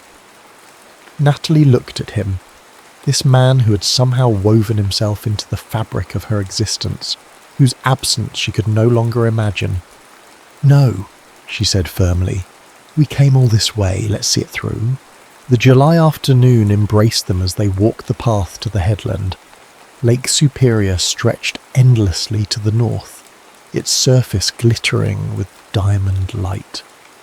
The wooden bridge creaked beneath their feet, water churning 20 feet below where the lake had carved a channel through the rocky point. And there, at the end of the bridge, stood the lighthouse, weathered stone and peeling paint, more modest in person than it had appeared in dreams, yet unmistakably the same. "It's open to visitors," Jake noted, pointing to a small sign listing tour hours. "Last tour at 4 o'clock. They check their phones simultaneously. 3:55 p.m. Inside, the lighthouse keeper's quarters had been preserved as a small museum. A silver-haired docent greeted them with surprise. "Don't usually get visitors this late," she said. "You're just in time. I'm Eleanor, by the way." "I'm Jake, and this is Natalie. We drove up from Chicago today." "Long journey for a quick visit," Eleanor observed. "Must be lighthouse enthusiasts." "Something like that," Natalie said. "The building is beautiful. How long have you worked here?" "Oh, nearly 30 years now. My husband was the park manager until he passed in 2005. I stayed on, giving tours, keeping the old stories alive." Eleanor led them through the compact living quarters, a simple kitchen, a bedroom with a narrow iron bed, a sitting room with views of the lake. The last keeper left in 1952, but people say the lighthouse was never truly abandoned. Jake, who'd been photographing the interior details, looked up. "What do you mean?" Eleanor smiled mysteriously. "Local legend says this lighthouse exists in multiple times simultaneously. That's why it was built here, at a thin place where the veil between moments stretches transparent." Natalie exchanged a glance with Jake, her skepticism wrestling with irrational hope. "That seems unlikely." "Oh, I'm not asking you to believe it," Eleanor laughed. "But the stories persist. Fishermen claim to see lights in the tower decades after the lamp was extinguished. Visitors report meeting people here who couldn't possibly be present. And then there's the clock." She led them up the narrow spiral staircase to the lamp room at the top of the tower. A massive Fresnel lens dominated the circular space, with windows providing a 360-degree view of Lake Superior and the surrounding shoreline.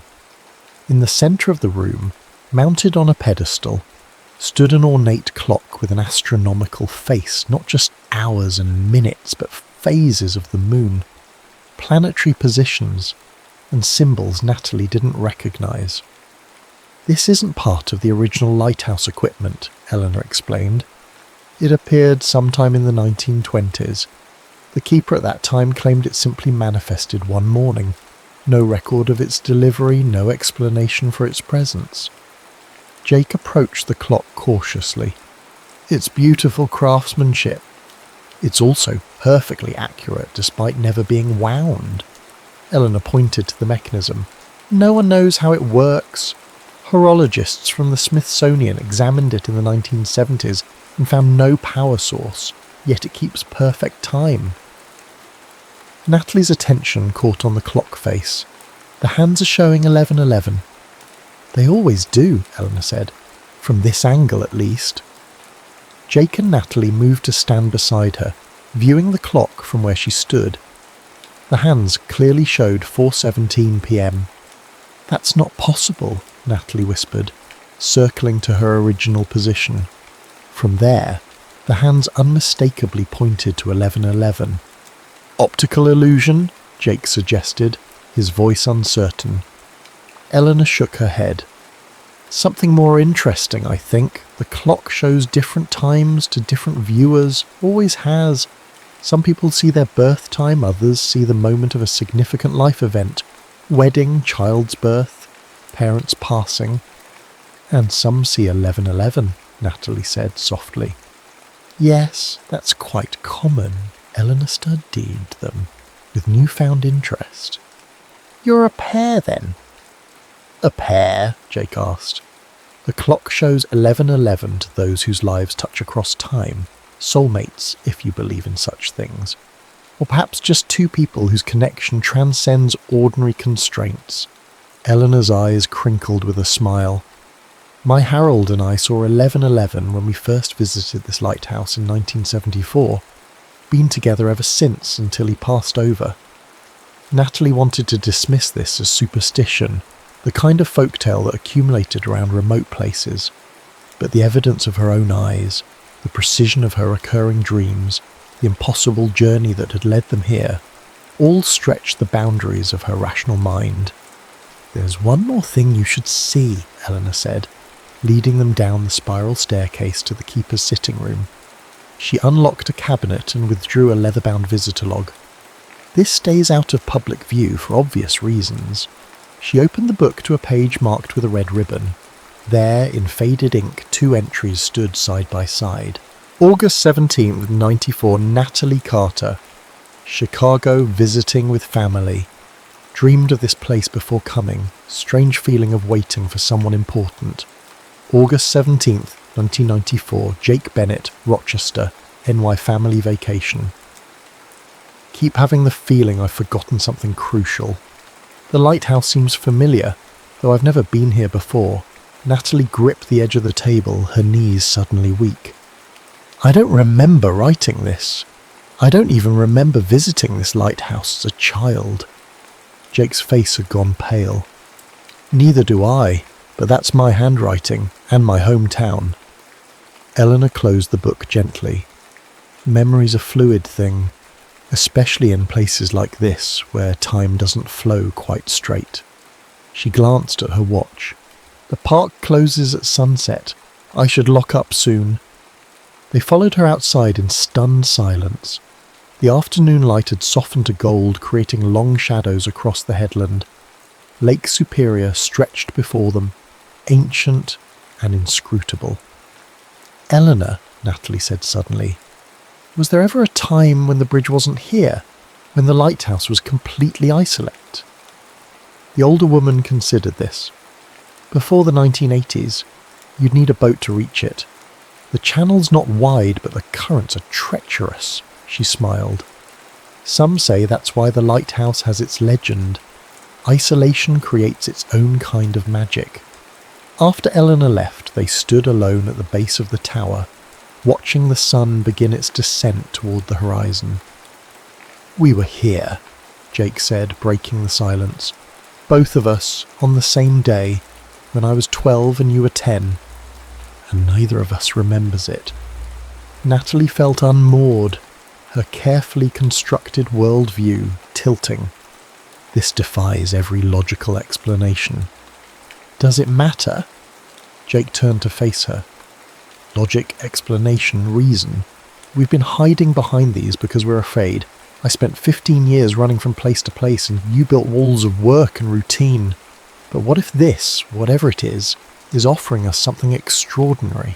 The setting sun painted his face in golden shadow, highlighting the sincerity in his eyes. Natalie thought of all the near misses, the parallel paths, the inexplicable currents that had finally brought them together on a Chicago bridge when the time was right. You know, she said slowly, in architecture, there's a concept called harmonic resonance. It's when a structure's natural frequency aligns perfectly with external forces. Most times that's dangerous.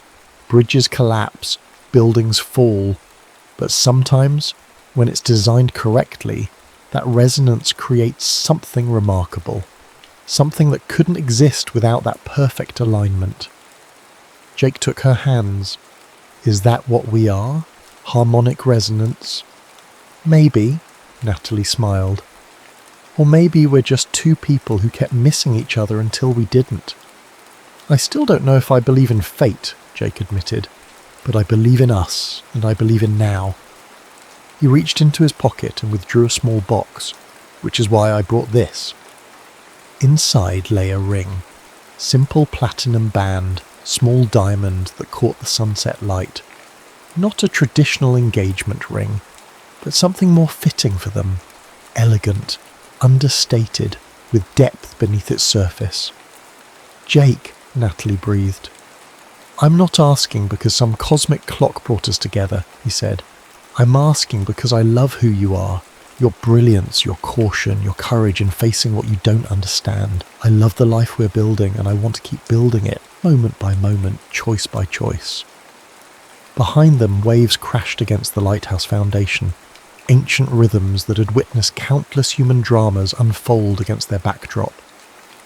The last time I stood on a bridge with you, Natalie said, her voice steady despite her racing heart, I promised no more mystical explanations, just us, choosing each other every day.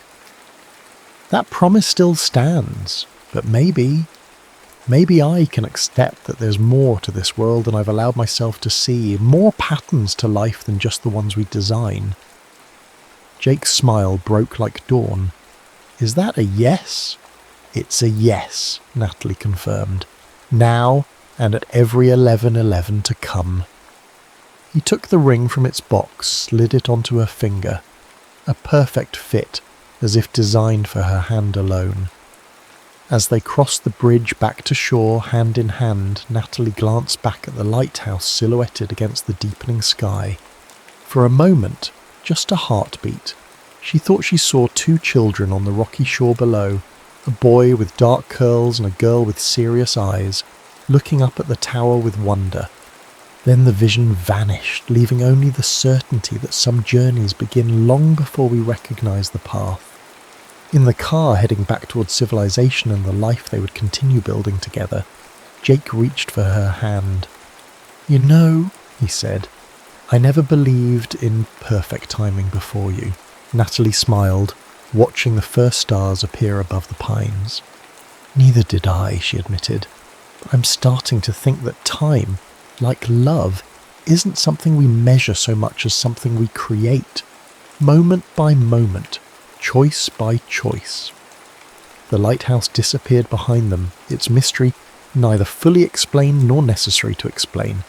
Some questions, Natalie realised, were more valuable for their asking than their answers, and some connections, whether forged by fate or free will or something in between, transcended the need for explanation altogether.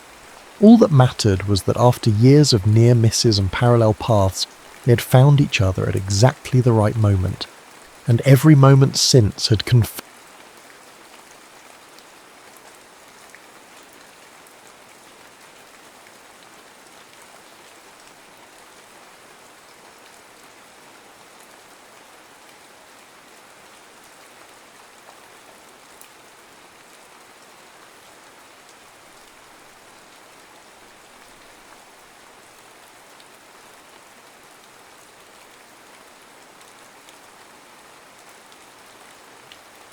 Charlie Sinclair wiped flour-dusted hands on her apron and surveyed the empty tables of the Sugar Cove with a sigh.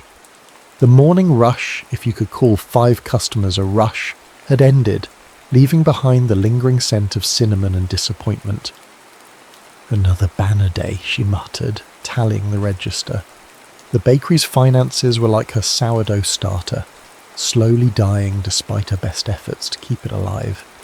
At 29, Charlotte Charlie Sinclair hadn't expected to be the caretaker of a failing family legacy. But when her grandmother passed, leaving behind the bakery and a mountain of debt, Charlie couldn't let it go. 3 generations of Sinclair women had kneaded dough in this kitchen. She wouldn't be the one to close its doors. The bell above the entrance jingled and Maeve, her best friend and part-time helper, breezed in. Don't forget about tonight, Maeve said, dropping an embossed invitation on the counter. Charlie glanced at the elaborate calligraphy. The main harvest gala. I'm not going to that stuffy thing. It's for people with trust funds and summer homes. It's for people who want small business grants, Maeve countered. The entire Small Business Development Board will be there, including your nemesis. Charlie grimaced. Margaret Whitmore, board chairwoman and self-appointed arbiter of taste in Harbourlight, Maine. The woman who'd called the Sugar Cove quaint but commercially unviable in the town newsletter. Fine, Charlie Lee conceded. But I'm not wearing heels. She did wear heels, though. Uncomfortable ones that pinched her toes as she navigated the grand ballroom of the Harbourlight Hotel later that evening. Crystal chandeliers cast prismatic light over wealthy summer residents and the town's business elite. Charlie felt like an imposter in her navy dress, purchased on clearance and altered to hide the security tag she couldn't remove. Clutching a flute of champagne she hadn't touched, Charlie scanned the room for Margaret Whitmore. Instead, her gaze landed on a man she hadn't seen in years but recognised instantly. Logan Whitmore had left Harbourlight for Boston after high school, transforming from the quiet, bookish boy she'd barely noticed into someone who commanded attention without trying. His tailored suit suggested success. The tight set of his jaw suggested discomfort. Charlie ducked behind a column, not ready for small talk with someone who'd escaped this town while she remained tethered to it. She edged toward the corner where Margaret Whitmore held court with the board members, hoping to catch a moment to pitch her business plan. "Logan won't be a bachelor much longer," Margaret was saying to an elegant woman beside her. Now that he's back to take over Whitmore Estate, it's time he settled down. Perhaps you and Sophia could reconnect, Eleanor. She always was perfect for him. Charlie inched closer, curiosity overriding her mission. "Mother," Logan's voice cut through the conversation as he approached. "You're speaking about my future as if I'm not standing right here." "Darling, I'm merely pointing out that the estate needs a proper family. The board won't approve the transfer unless—" "The board doesn't get to dictate my personal life," Logan interrupted, his polished professionalism cracking slightly. "The trust stipulates—" "I know what it stipulates," Logan snapped. Charlie shifted, accidentally knocking a dessert tray. Heads turned, including Margaret's, her gaze sharpening with recognition. "Miss Sinclair," Margaret said coolly. "How unexpected to see you here." "Mrs. Whitmore," Charlie nodded, straightening her spine. "I was hoping to discuss the Sugar Cove's application for the revitalization grant." Margaret's smile thinned. "Ah, yes, the bakery. A charming little place, but not a serious establishment worthy of investment. Businesses we support need proven sustainability and growth potential." Heat rushed to Charlie's cheeks. "Sugar Cove has been part of this community for—" "Nostalgia isn't a business model, dear," Margaret interrupted. "Now, if you'll excuse us, we were discussing Logan's engagement." "I'm not engaged, Mother," Logan said through clenched teeth. Margaret waved dismissively. "It's just a matter of time. Perhaps an announcement tonight would be appropriate." Logan's gaze darted around the room, landing briefly on Charlie before returning to his mother. Something shifted in his expression, desperation giving way to calculation. "Actually," he said, voice suddenly steady, "I am engaged." He stepped forward, reaching for Charlie's hand. "To Charlie." The silence that followed felt eternal. Charlie froze, champagne halfway to her lips, as Margaret's face contorted in disbelief. "Excuse me?" Margaret hissed. Logan's fingers tightened around Charlie's, a silent plea in his touch. "Charlie and I have been seeing each other quietly. We wanted to keep it private until the right moment." Charlie should have pulled away, should have laughed at the absurdity. Instead, she saw opportunity crystallizing, leverage against Margaret, a chance at that grant, a way to save her bakery. "Well, darling," she managed, voice surprisingly steady, "I guess the cat's out of the bag." The room erupted in excited murmurs. Margaret looked as if she'd swallowed something sour, while Logan's expression remained unreadable. "How wonderful," Margaret finally managed. Later, after enduring congratulations from strangers and suspicious glances from those who knew them better, Charlie cornered Logan on the terrace. "What the hell was that?" she demanded. Logan loosened his tie, looking equal parts sheepish and calculating. "A mutually beneficial solution. You need that grant. I need to inherit the estate without my mother arranging my marriage." "So you decided we're engaged?" Charlie crossed her arms. "It's temporary," he assured her. 3 months. I'll make sure your bakery gets that grant, and you'll help me convince my mother I'm settling down." "This is insane." "Maybe," Logan conceded, "but it solves both our problems." Charlie should have said no, should have walked away, but the bakery's mounting bills and her grandmother's legacy weighed heavily on her conscience. 3 months, she agreed reluctantly. "No kissing, no romantic gestures beyond hand-holding, and you get me that grant." Logan extended his hand. "Deal." As they shook on it, neither noticed Margaret watching from the shadows, her expression calculating and cold. Neither suspected how completely their carefully constructed arrangement would unravel. The first test of their charade came sooner than expected. Sunday brunch at Whitmore Estate. Charlie had driven past the sprawling property countless times, but never imagined she'd walk through its imposing oak doors as Logan's fiancée. "Remember," Logan murmured, as they approached the entrance, "we met again when I came back to settle grandfather's estate. You invited me to try your blueberry scones and—" "I know our story," Charlie interrupted. "You proposed at sunset by the lighthouse. Very original." Logan's mouth twitched. "You're the one who added that detail." "It's what people expect," she shrugged. "Nobody would believe you proposed over takeout containers." "I might," he countered, surprising her. Before she could respond, the door swung open. Margaret Whitmore stood framed in the doorway, impeccable in cashmere and pearls, her smile not reaching her eyes. The happy couple arrives at last. The estate's interior matched its imposing exterior. Antique furniture, oil paintings of stern-faced Whitmores, and windows overlooking immaculately maintained vineyards. Charlie felt like an intruder in a museum where touching wasn't allowed. "So," Margaret began once they were seated in the sunroom, tea service arranged before them, "tell me how this relationship developed. Logan hasn't mentioned you once in our weekly calls." "Happened rather quickly," Logan replied smoothly. Charlie nodded, adding, "Sometimes connection sneaks up on you." She reached for Logan's hand, an awkward gesture that became less so when his thumb brushed reassuringly across her knuckles. "And what attracted you to my son?" Margaret's question cut like a blade.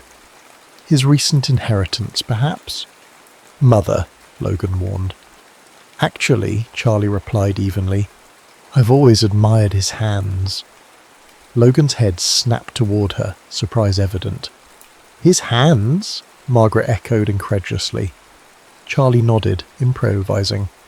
"In high school, I watched him play piano at the winter concert. His hands moved with such precision and care. I remember thinking whoever he ended up with would be lucky to have those hands in theirs." She squeezed Logan's fingers lightly. "I never imagined they'd be holding mine." The room fell silent. Charlie risked a glance at Logan, finding him staring at her with an unreadable expression. "You play beautifully," she added softly, maintaining their fiction. "Not anymore," he replied, something vulnerable flickering across his features. Margaret studied them intently before changing tactics.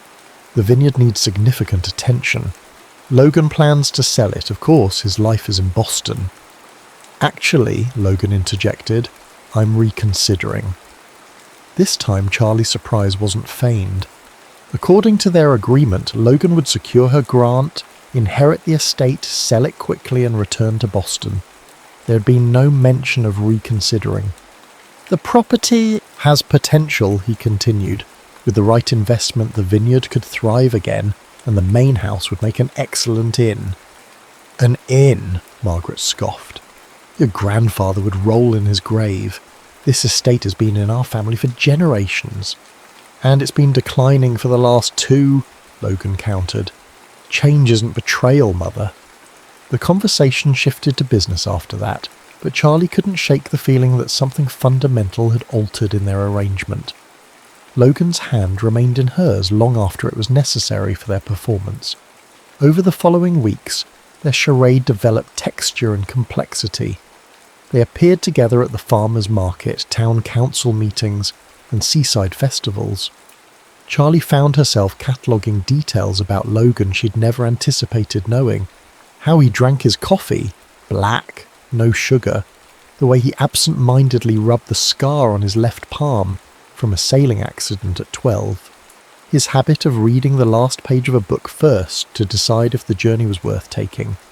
For his part, Logan seemed genuinely interested in the bakery, arriving early some mornings to watch Charlie work. "You don't have to do this," she told him one dawn as she shaped sourdough loaves. "Nobody's watching us here." Logan leaned against the counter, sleeves rolled up, tie absent. "I like watching you sell work.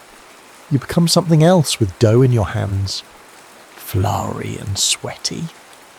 His smile came easier these days. "Centered. Complete," he hesitated. "I've never felt that way about corporate law." "Then why do it?" "It was expected," he shrugged. "Whitmores are lawyers or doctors. We don't run vineyards or inns. Yet here you are, considering both." Their gazes held a moment too long before Charlie looked away, uncomfortable with the genuine connection forming beneath their pretense. Later that week, Logan accompanied Charlie to the lighthouse for the town summer festival. As sunset painted the sky in amber and rose, they stood apart from the crowds, watching waves crash against rocky shores. "We should practice," Logan said suddenly. "Practice what?" "Being convincing," he gestured vaguely. "My mother's still suspicious, and people are watching." Charlie glanced around, noting several townspeople casting curious glances their way. "Fine. What did you have in mind?"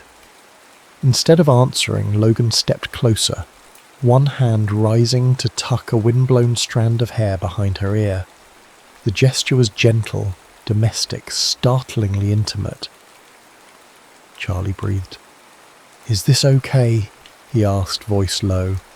She nodded, unable to articulate why her pulse had quickened. When his lips touched hers, the kiss was tentative, a question rather than a declaration. Charlie responded instinctively, fingers curling into the fabric of his shirt as the pretense momentarily slipped away. They broke apart as fireworks exploded overhead, both looking slightly dazed. "That was," Logan began. "Convincing," Charlie finished quickly. "Rebuilding the wall between reality and performance. Very convincing." Neither mentioned the kiss afterward, but something had shifted, leaving Charlie increasingly uncertain about where their arrangement ended and genuine feelings began. A confusion compounded when Ethan Monroe, a celebrated local chef, began frequenting the Sugar Cove. "Your maple bourbon tarts are extraordinary," Ethan told her one morning, leaning across the counter with undisguised interest. "I'm opening a farm-to-table restaurant next month. I'd love to feature your desserts." The offer was professional, but his lingering smile suggested personal interest as well.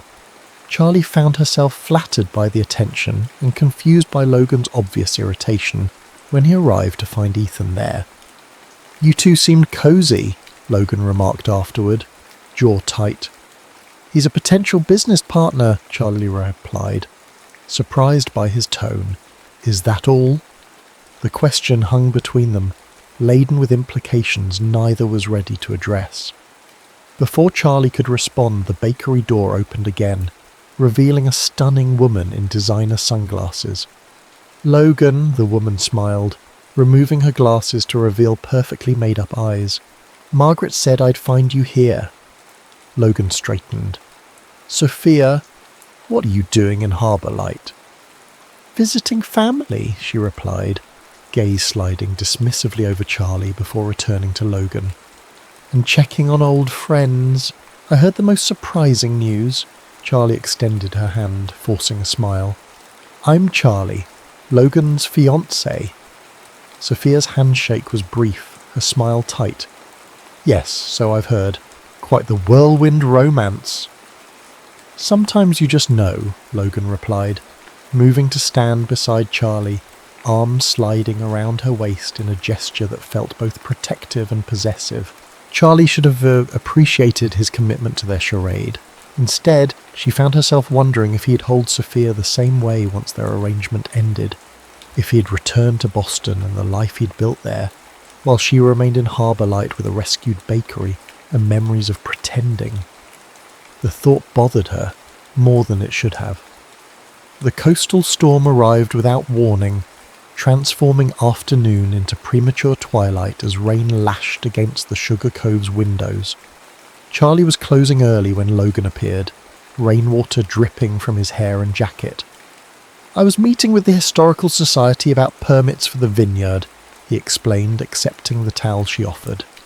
Got caught in the downpour. Thunder cracked overhead, followed by the disconcerting flicker of lights. Looks bad out there, Charlie observed, as a wind howled against the building. Logan checked his phone. Roads to town are flooded. They're advising everyone to shelter in place. He glanced around the empty bakery. Guess you're stuck with me. The power failed 20 minutes later, plunging them into shadow broken only by the emergency lights and the candles Charlie had unearthed from storage. They retreated to the small apartment above the bakery, where Charlie built a fire in the rarely used fireplace while Logan rummaged through her refrigerator. Quite a collection, he remarked, emerging with cheese, cured meats and a bottle of wine. Do you always keep charcuterie ingredients handy? Hazard of the profession, Charlie shrugged. I'm always experimenting with flavour combinations. They settled before the fire, the storm's fury creating an odd intimacy as they shared food and wine. Conversation flowed more easily without the pressure of performing for an audience. I've been meaning to ask, Charlie said, refilling their glasses. Why did you leave Harbour Light? Everyone expected you to take over the estate after college. Logan stared into the fire. I wanted to prove I could succeed without the Whitmore name paving my way. Boston offered anonymity. And did you? Succeed? By most metrics, he replied. Corner office, prestigious clients, healthy investment portfolio. Everything I thought I wanted. But, he smiled faintly. Perceptive. It's the but in your voice, she explained. Like you're describing someone else's accomplishments. Logan considered this, swirling wine in his glass. Coming back made me realise how much of myself I left behind. The parts my mother considered impractical or unsuitable for a Whitmore. Like the piano? He looked surprised, she remembered. Among other things, I used to sail, draw, write terrible poetry. He laughed softly. I wanted to study marine biology before Mother steered me toward pre-law. Thunder rumbled outside, counterpoint to the crackling fire. Charlie pulled her knees to her chest, studying him in the firelight. It's not too late, you know, to reclaim those parts. Says the woman working herself to exhaustion, preserving someone else's dream. The observation stung with its accuracy. The bakery is different. Is it? We're both living lives shaped by other people's expectations. Charlie reached for the wine, uncomfortable with his insight. At least I'm not pretending to be engaged to salvage mine. Aren't we both pretending? He countered. You act like the bakery's struggles don't terrify you. I act like corporate success fulfills me. We're both hiding behind convenient fictions. Speaking of fiction, Charlie deflected, we should probably discuss an exit strategy for our engagement. The grant committee votes next week and... I've been thinking about that, Logan interrupted. What if we didn't end it? Charlie stilled. What do you mean? The arrangement, he clarified quickly. We could extend it. The vineyard renovations will take months. And your bakery could supply the inn once it opens. It makes business sense to maintain our association." "Business sense," Charlie echoed, unsure why disappointment flared in her chest. "Of course," Logan added, not meeting her eyes. "There would be compensation for your time. You want to pay me to keep pretending to be your fiancé?" "When you put it that way, that's exactly what you're suggesting," Charlie interrupted, standing abruptly. "What happens when you finish renovations? When you meet someone you actually want to marry? Do I get a severance package when you break our fake engagement?" Logan stood too, frustration evident. I didn't mean... "I think you should go," Charlie said quietly. "The rain's letting up." They stood facing each other, the fire's warmth not reaching the sudden chill between them. Logan looked as if he might say more, then nodded stiffly and gathered his jacket. At the door he paused. "For what it's worth, I've never had to pretend to enjoy your company." After he left, Charlie sat alone by the dying fire, wondering when their careful performance had become so dangerously entangled with truth. The grant committee's vote arrived via formal letter the following Tuesday. Charlie stared at the embossed letterhead, heart hammering as she read the board's decision. Approved. The Sugar Cove would receive the full revitalization grant. Relief flooded her, followed immediately by conflicting emotions. This had been their goal, the entire purpose of their arrangement. Logic dictated they should end their charade now, with mission accomplished. So why did the thought fill her with such dread? Before she could examine the feeling, the bakery door opened, admitting Sophia Clark. The woman's designer outfit looked out of place among the Sugar Cove's homey decor. "We need to talk," Sophia announced without preamble. Charlie straightened, professional smile in place. "What can I help you with?" "You can stop this ridiculous farce," Sophia replied coolly. "Logan doesn't belong with someone like you. He has obligations to his family, his position. This engagement is clearly some rebellious phase." "I think that's for Logan to decide," Charlie replied, voice steadier than she felt. Sophia laughed, the sound lacking humour. "Don't be naive. Logan will return to Boston eventually, to his real life, to people who understand his world." She leaned forward. "People like me." "If you're so confident of that, why are you here?" Charlie challenged. "To say you both embarrassment," Sophia replied. "End it now, before Margaret digs deeper into your relationship. She's already suspicious, questioning people about when you supposedly reconnected, looking for inconsistencies." Charlie's stomach clenched. "Again, that's between Logan and me." "Is it?" Sophia arched a perfect eyebrow. "I wonder what the grant committee would think if they learned their decision was influenced by a fraudulent relationship." The threat hung in the air between them, clear and unmistakable. "You should leave," Charlie said quietly. "Think about what I've said," Sophia replied, turning toward the door. "You've got your money. Now let Logan return to where he belongs." The encounter left Charlie shaken, doubts multiplying like sourdough in a warm kitchen. Was Sophia right?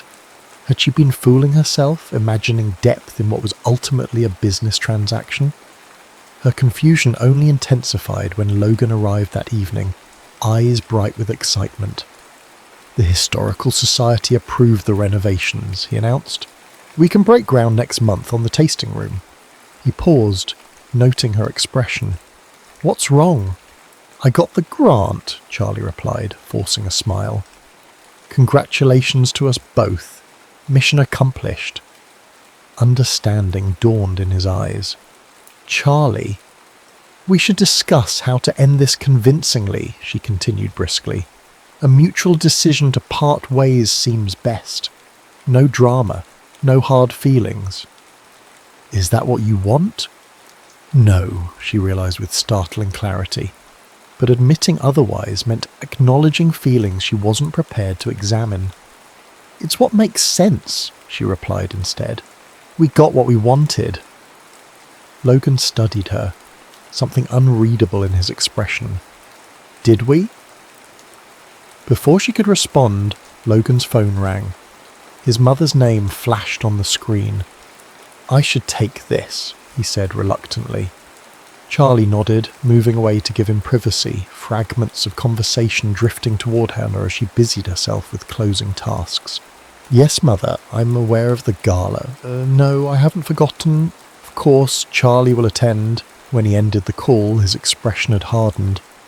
"Mother's hosting a gala to announce the vineyard's renovation. She expects us both to attend." "One last performance," Charlie nodded, ignoring the hollow feeling in her chest. "Charlie, about us. There is no us," she interrupted gently. "There never was." The look that crossed his face then, pain mixed with resignation, haunted her long after he'd gone. The gala was Margaret Whitmore's crowning achievement, crystal stemware gleaming under chandeliers, string quartet playing softly in the corner, Maine's elite mingling among displays showcasing the vineyard's proposed transformation. Charlie moved through it like a ghost, smile fixed in place as she played her final role as Logan's fiancée. They'd barely spoken in the days leading up to the event, their easy camaraderie replaced by stilted politeness. Now they stood side by side, fingers intertwined in a gesture that had once felt natural but now seemed mechanical. "You look beautiful," Logan murmured, as they accepted champagne from a passing server. Charlie smoothed her borrowed dress, a midnight blue gown Maeve had insisted matched her eyes. "Thank you. You clean up nicely yourself." The small talk felt wrong after everything they'd shared, but neither seemed capable of breaching the wall that had formed between them. Margaret approached, resplendent in silver and pearls, trailed by board members and potential investors. "Here's the happy couple," she announced, voice carrying. "Logan has exciting news about Whitmore Estate." Logan nodded, professional masks sliding into place as he outlined the renovation plans. The boutique inn, the revitalised vineyard, the tasting room featuring local cuisine. Charlie watched him, realising how rarely she saw this version of Logan anymore. The polished lawyer, confidence bordering on arrogance, gestures calculated for maximum impact. "And your fiancé will be involved?" one investor asked, glancing at Charlie with obvious scepticism. "The Sugar Cove will provide pastries and desserts for our events," Logan confirmed.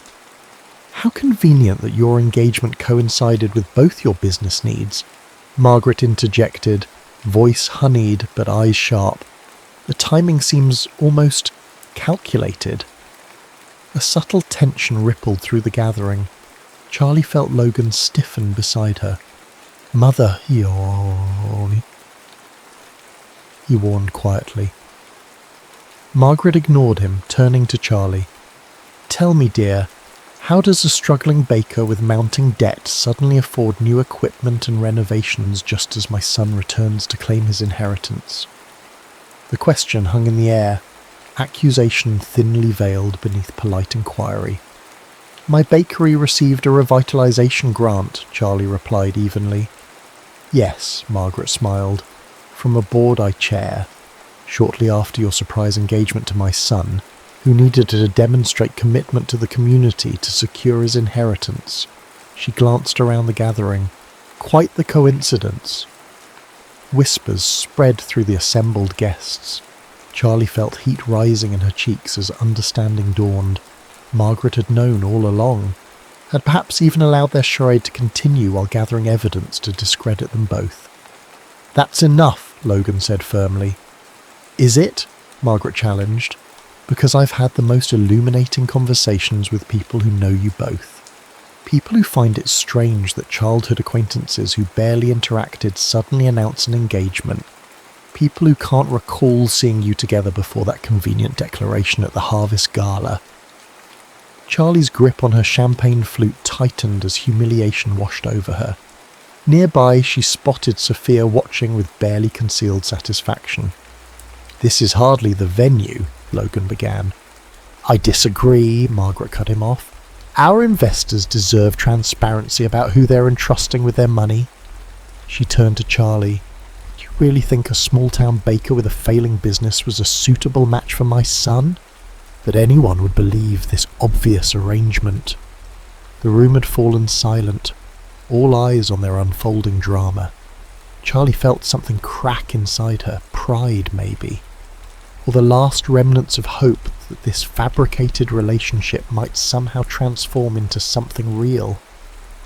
"You're right," she said quietly. Logan turned to her, alarmed. "Charlie." "No," she interrupted, voice steady despite the turmoil within. "Your mother's right. This engagement was a business arrangement from the beginning." She slipped the cubic zirconia ring, purchased for verisimilitude, from her finger and placed it in Logan's palm. "Congratulations on your inheritance in the vineyard. I wish you every success." With that, she turned and walked away, head high despite the tears threatening to spill. Behind her, she heard Logan call her name, but she didn't stop, couldn't stop without completely unravelling. Outside, rain had begun to fall, matching her mood as she hurried toward her truck. She was fumbling with her keys when Logan caught up to her. "Charlie, wait," he pleaded, and plastering his hair to his forehead. "Let me explain." "There's nothing to explain," she replied, not meeting his eyes. "We both got what we wanted. The arrangement worked." "Is that all this was to you, an arrangement?" "Wasn't it?" she challenged, finally looking at him. "You needed a fiancé to secure your inheritance. I needed the grant. Mission accomplished on both counts." "You know it became more than that," Logan insisted. "Did it?" Charlie laughed, the sound brittle. "Because from where I'm standing it looks exactly like what your mother described. A calculated business transaction between two people using each other. That's not fair, isn't it? You never once talked about feelings, Logan. Only business sense. Extended arrangements. Compensation for my time." Rain streamed down his face as he reached for her. "'Cause I was afraid. Afraid you didn't feel what I was feeling. Afraid that once you got the grant, you wouldn't need me anymore." "Need you?" Charlie echoed incredulously. "I never needed you. I needed the money. There's a difference." The words hurt to say, more so because they weren't entirely true, but pride and self-preservation demanded armour against the inevitable pain of watching him leave. "I don't believe you," Logan said quietly. "Believe what you want," Charlie replied, pulling away. "I'm done pretending." She climbed into her truck, hands shaking as she started the engine. In the rearview mirror, she watched Logan standing motionless in the rain, looking lost in a way the confident lawyer never had. It should have felt like victory, walking away with her dignity and the grant secured. Instead, it felt like loss, profound and irreparable. The bakery seemed cavernous and empty when she returned, thunderclouds matching her mood as she moved through darkened rooms. On impulse, she retrieved her grandmother's recipe box, seeking comfort in the familiar handwriting and memories of simpler times. Tucked among the index cards was a faded photograph, her grandmother and grandfather on their wedding day, laughing as they fed each other cake, joy radiating from their expressions. Charlie traced their faces, wondering if she'd ever know that kind of uncomplicated happiness. A knock at the door interrupted her reverie. She ignored it, in no mood for company, but the knocking persisted, followed by Logan's voice calling her name. Reluctantly, she opened the door to find him drenched and dishevelled, looking nothing like the polished lawyer she'd first agreed to this arrangement with. "You need to leave," she said flatly. "I will," he promised, "after you hear me out." Against her better judgment, Charlie stepped aside, allowing him entry. He paced her small living room, running hands through wet hair as he gathered his thoughts. "I told them everything," he finally said. Charlie froze. "What?" "After you left, I told everyone the truth. That we started as a business arrangement, that I needed to inherit the estate and you needed the grant." "Why would you do that?" Charlie whispered, horrified.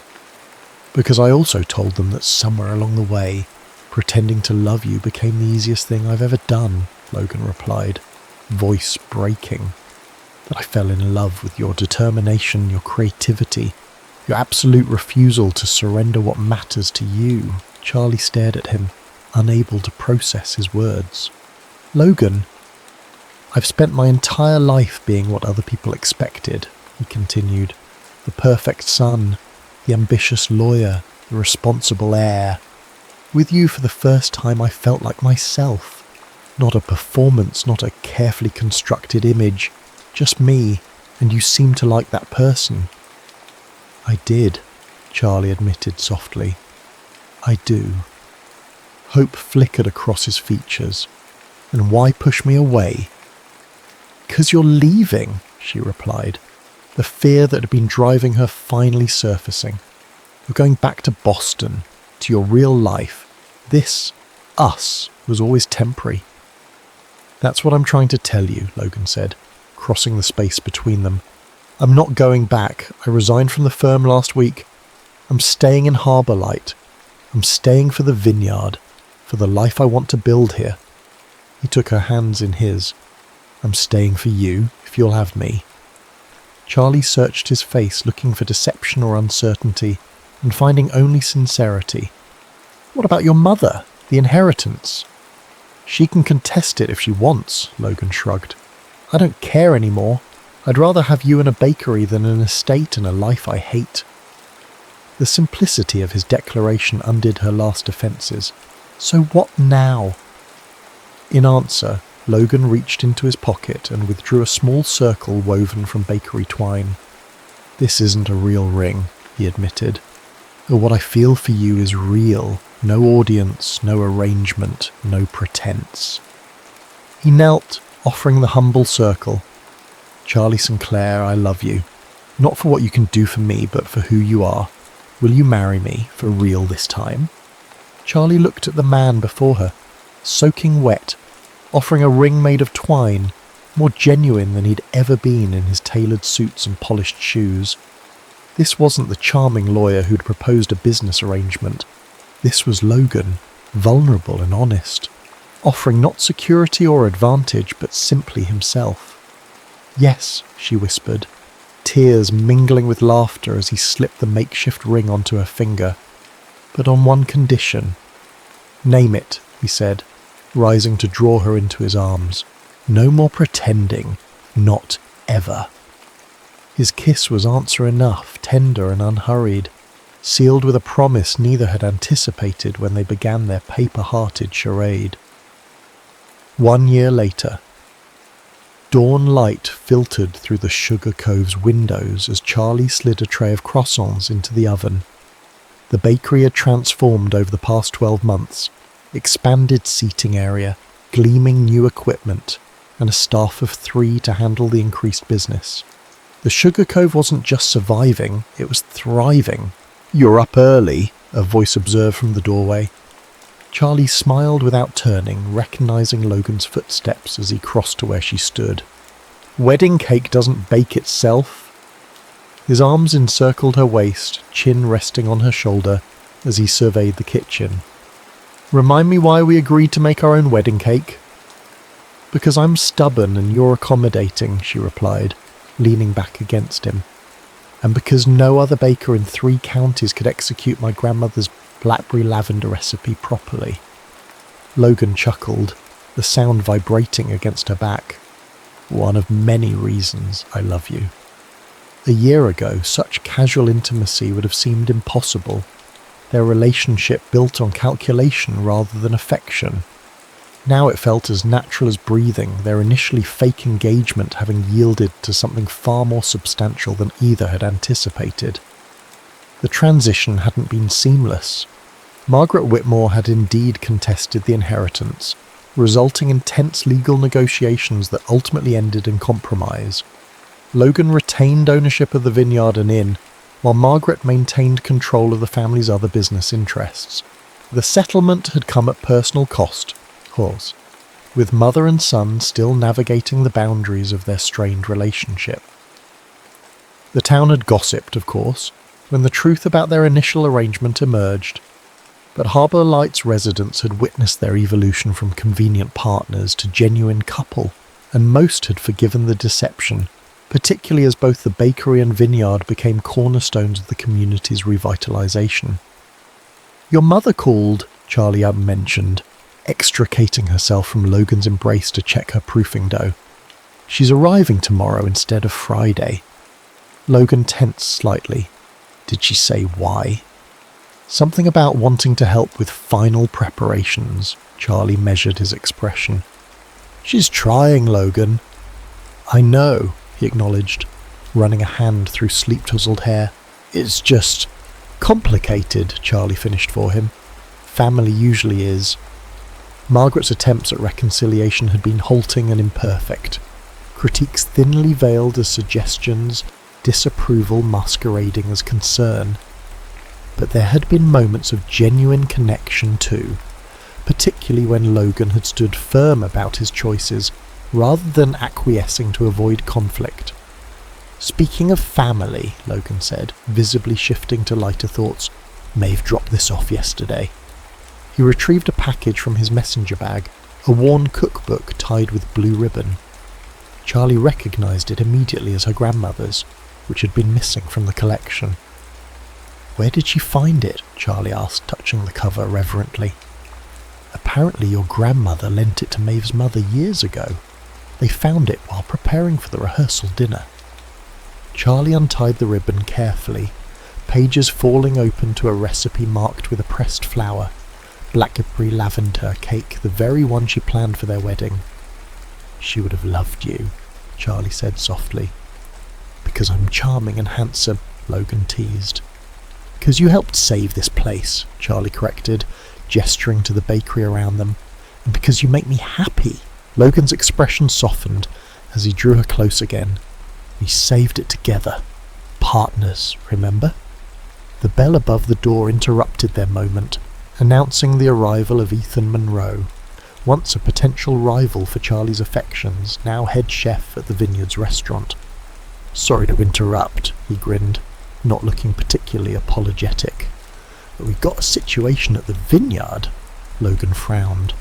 "What kind of situation?" "The flower delivery went to the wrong venue," Ethan explained, "and the rental company brought round tables instead of rectangular ones for the reception." "I'll handle it," Logan sighed, reaching for his jacket. "The photographer's arriving at noon to scout locations. Can you—" "Meet her and show her around," Charlie nodded. "Already in my calendar." Their seamless coordination was the result of months building not just a relationship, but a partnership, each supporting the other's dreams while pursuing their own. The bakery and vineyard had become interconnected ventures, with Charlie's desserts featured at the inn's restaurant and Logan's wines paired with afternoon tea at the Sugar Cove. After Logan and Ethan departed, Charlie returned to her preparations, losing herself in the familiar rhythm of measuring and mixing. The wedding preparations had consumed recent weeks, but beneath the logistical chaos lay quiet certainty. Not the desperate hope that had characterised her past relationships, but confidence in the foundation they'd built together. Later that afternoon, Charlie closed the bakery early and drove to the lighthouse where Logan waited with the photographer.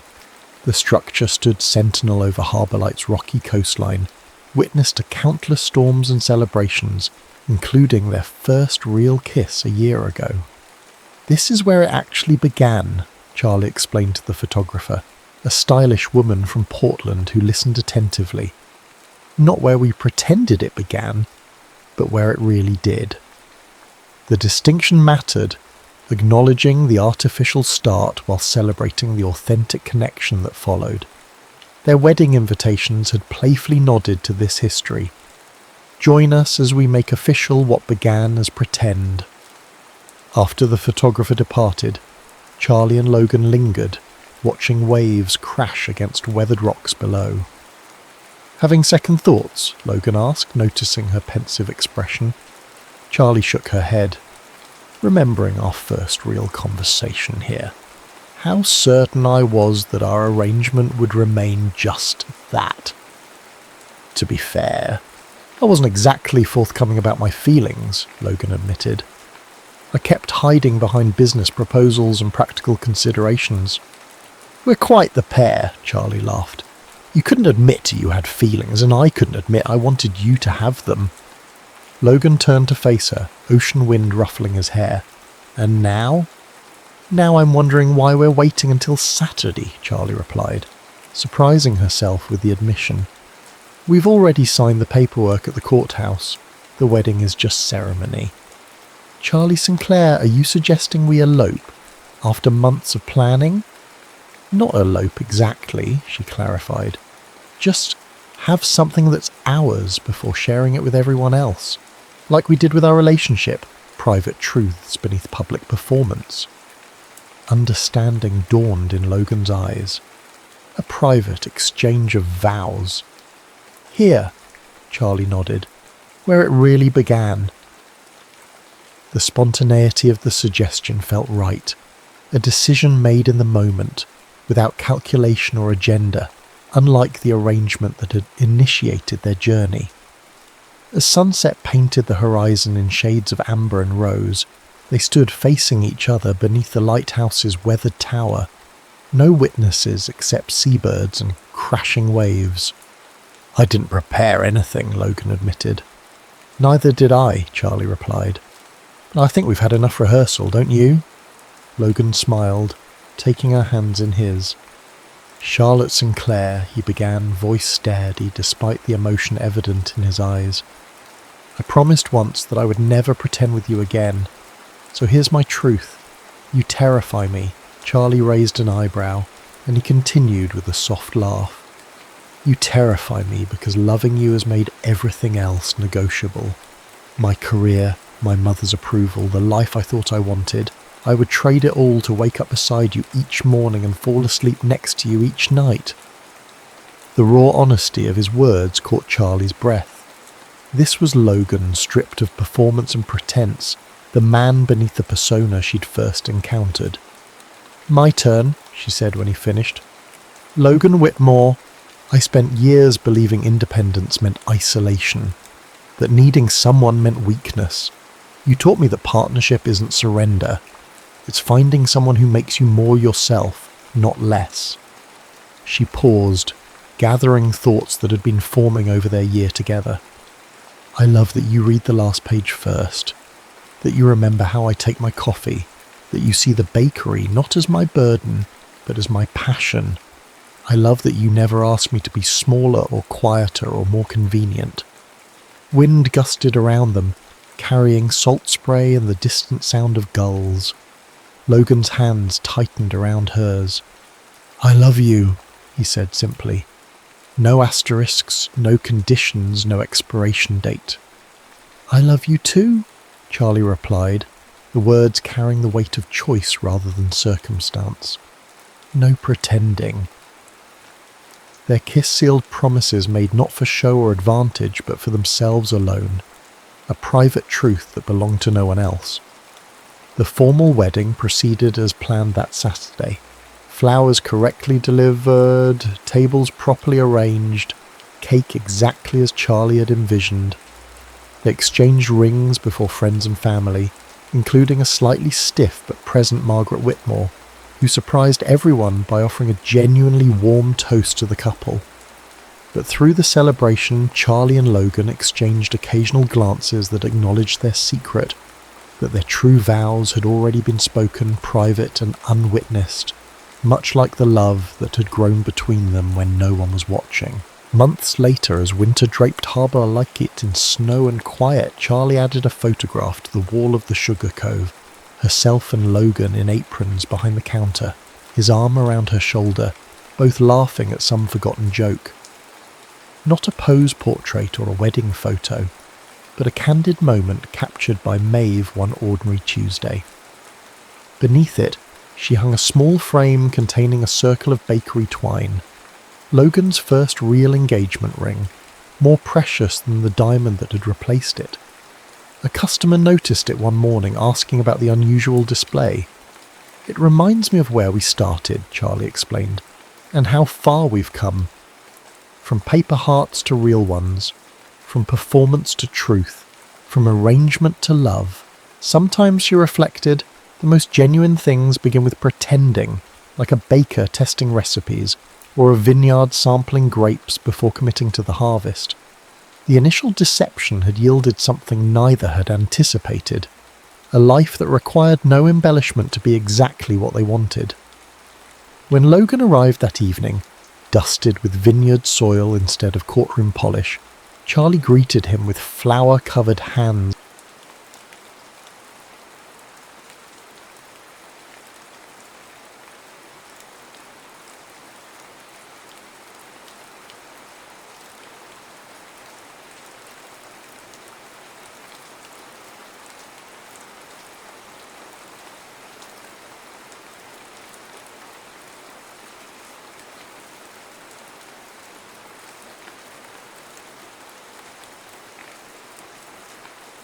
Princess Eleanor of Valmere stood at her bedroom window, watching servants scatter rose petals across the palace courtyard for tomorrow's engagement ceremony.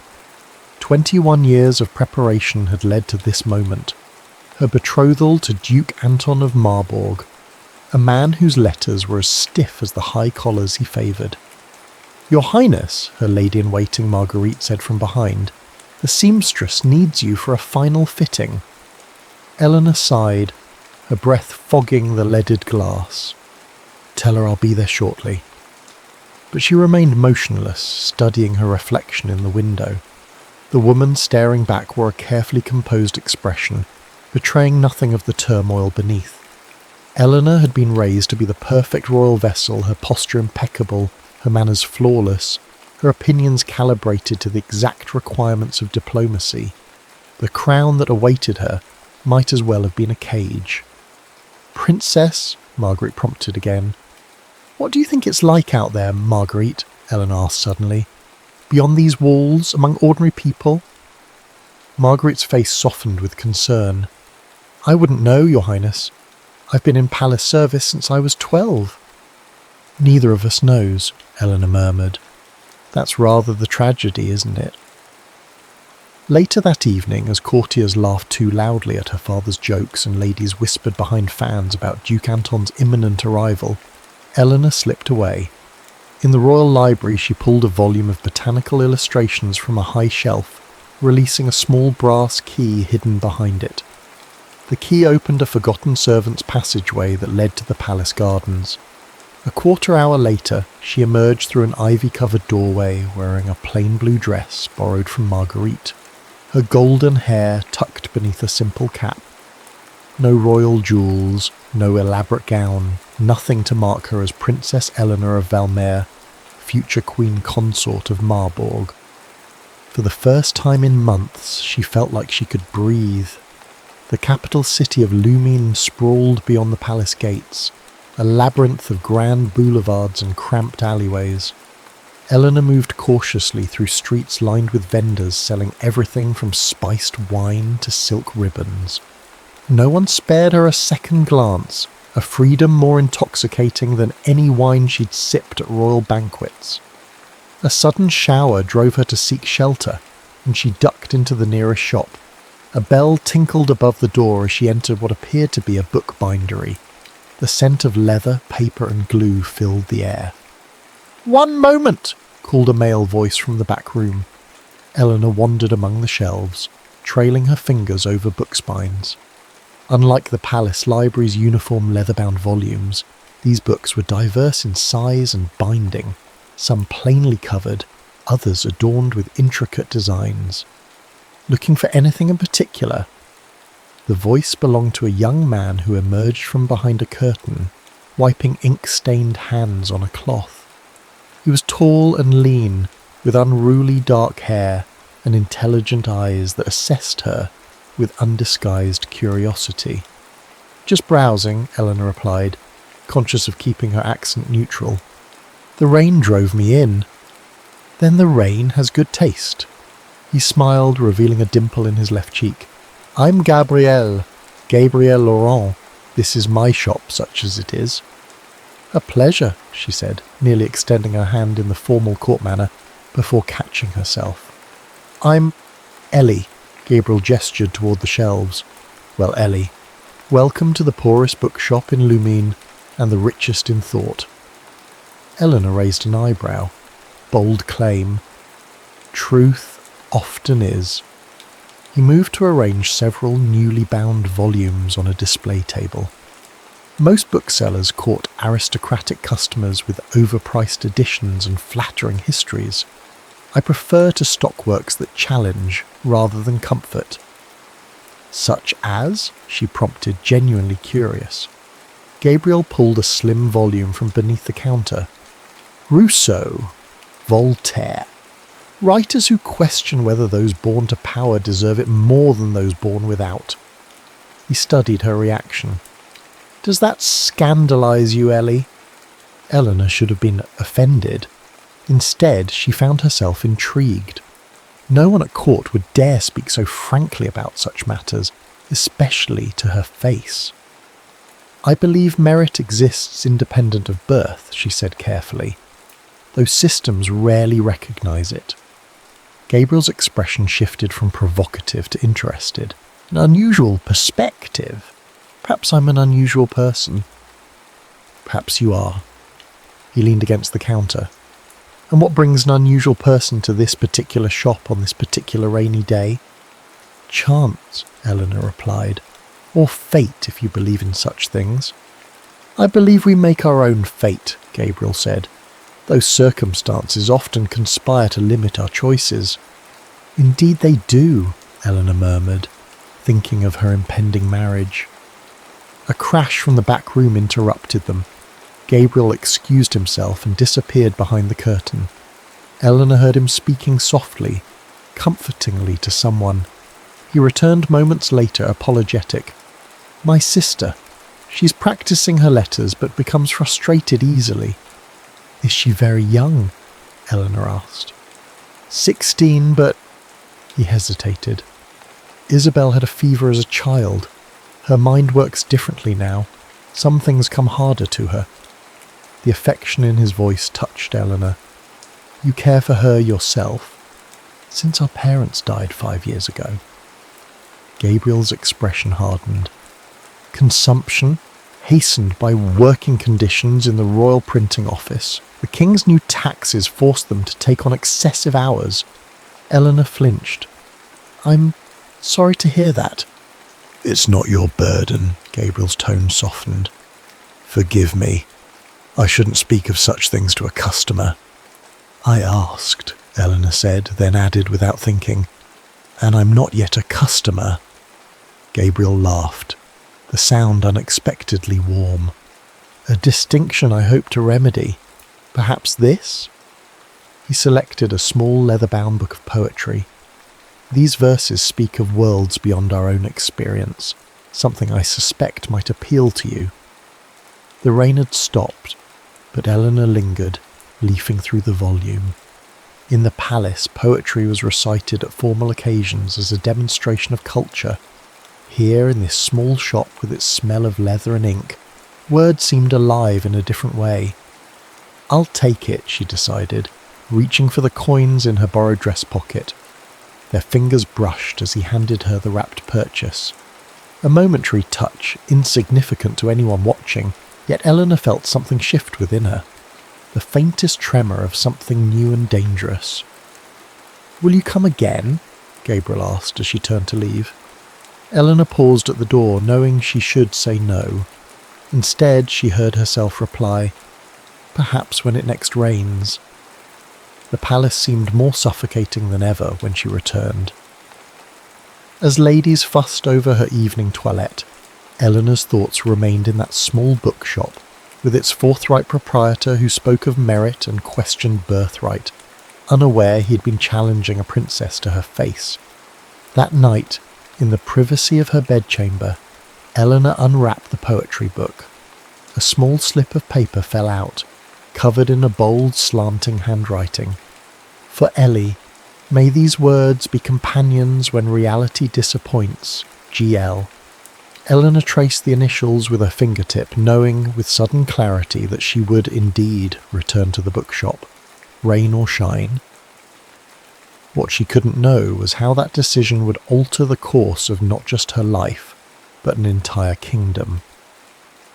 The dawn of Eleanor's engagement day broke crisp and clear. Palace servants scurried about with last-minute preparations, while courtiers jockeyed for optimal positions at the ceremony. Amid the chaos, the princess sat unnaturally still as her hair was arranged in elaborate coils. "You seem distracted, Your Highness," observed Lady Hortense, her father's cousin and Eleanor's unofficial chaperone. "Contemplating your future responsibilities, no doubt." Eleanor murmured agreement, though her thoughts were elsewhere. In 3 weeks since discovering Gabriel's bookshop, she had returned 5 times, each visit lengthening as their conversations deepened. Today, hours before pledging herself to Duke Anton, all she could think about was a commoner, with ink-stained hands and radical ideas. "The Duke's envoy reports they are 2 hours from arrival," a messenger announced. 2 hours, Eleanor repeated hollowly. Lady Hortense mistook her tone for impatience. "The wait will soon be over. You've been prepared for this match since childhood." Prepared, yes. Eager, no. The engagement ceremony proceeded exactly as rehearsed. Duke Anton of Marburg, a tall, austere man of 35 with cold blue eyes, placed a sapphire ring on Eleanor's finger, while courtiers applauded. If he noticed her forced smile, he gave no indication. "You will make a suitable consort," he told her during their first private moment together, his tone suggesting he was evaluating a mare at auction. "Though your interests in literature and science are unseemly for a woman of your station, such pursuits should be abandoned after our marriage." Eleanor felt as if the air had been squeezed from her lungs. "My education has been extensive, Your Grace. My father believes an informed mind makes for a wiser ruler." "Your father indulges you," Anton replied. "I will not be so permissive." Later, as the palace ballroom swirled with dancers celebrating the engagement, Eleanor excused herself, claiming a headache. Instead of retiring to her chambers, she changed into her plain dress and slipped away through the servants' passage. She found Gabriel's shop dark and locked. A neighbouring merchant informed her that Gabriel attended a meeting of the Literary Society on Wednesday evenings. Following the woman's directions, Eleanor discovered a tavern called the Philosopher's Stone tucked away on a side street. Through its windows she could see a group gathered around a long table, Gabriel among them. She hesitated, then pushed open the door. Conversation halted as heads turned toward her. Gabriel's expression moved from surprise to genuine pleasure. "Ellie, everyone, this is the customer I mentioned. The one with unexpected opinions on Rousseau." He pulled out a chair. "Join us. We're debating whether art should serve revolution or beauty." Eleanor sat, acutely aware of the engagement ring hidden in her pocket. For the next 2 hours she listened and occasionally contributed as the group, comprised of writers, artists and tradespeople, debated literature and politics with a freedom unimaginable at court. No one deferred to anyone else based on status or wealth. Ideas alone carried weight. Afterward, Gabriel walked her toward the palace district, neither mentioning how unusual it was for a woman to be out unescorted after dark. "You were quiet tonight," he observed. "I was learning," Eleanor replied. "Your friends speak so passionately about changing the world." "They do," Gabriel smiled. "Some talk more than act, but their hearts are in the right place." He glanced at her. "You seemed troubled when you arrived." Eleanor stopped walking. In the silver moonlight, Gabriel's face appeared both familiar and otherworldly. 3 weeks of conversations had created a dangerous intimacy between them. Dangerous because it was founded on a lie. "If someone expected you to be something you're not," she asked carefully, "would you transform yourself to meet their expectations?" Gabriel considered this. "That depends. Is the expectation just? Does it harm others or yourself?" "It harms no one but me," Eleanor whispered. "And perhaps it's selfish to resist." Gabriel turned to face her fully. Ellie, selfish is not a word I would ever associate with you. His voice softened. Who's trying to change you? The question hung between them. Eleanor nearly confessed everything, her identity, her engagement, her lifelong captivity in a role she'd never chosen. But revealing herself now would end whatever this was between them. Gabriel despised the aristocracy. How much more would he despise a princess? It doesn't matter, she said finally. Tell me more about your play instead. Gabriel had been working on a stage drama about commoners rising against corrupt nobility. With each of Eleanor's visits, he'd shared new scenes, unknowingly receiving feedback from a princess on a play criticising her class. I've rewritten the ending, he told her, as they resumed walking. The nobleman realises his privilege has blinded him to suffering. He renounces his title to live honestly among the people he once oppressed. A noble sacrifice, Eleanor murmured. Is it sacrifice to abandon something that was never rightfully yours? Gabriel countered. Or merely justice? Eleanor had no answer. They walked in comfortable silence until reaching a corner near the palace walls. This is far enough, she said as always. Why won't you let me walk you home? Gabriel asked, not for the first time. Because, Eleanor hesitated. Because some boundaries are necessary. Are they? Or merely convenient? His eyes searched hers. Who are you really, Ellie? The question startled her. What do you mean? You speak like someone educated at university, yet dress like a shop girl. You reference books few women have access to. You disappear for days, then reappear without explanation. He stepped closer. You're hiding something. Eleanor's heart pounded. We all have secrets. Not from people we care about. The words hung between them, an admission neither had voiced before. Eleanor felt something within her fracture, a hairline crack in the wall she'd built between her real self and her royal identity. If I told you everything, she whispered, you might hate me. Gabriel reached out, brushing a strand of hair from her face. I could never hate you. In that moment, Eleanor wanted desperately to believe him, but she had seen the contempt in his eyes when he spoke of the palace, heard the bitterness when he mentioned the king, her father.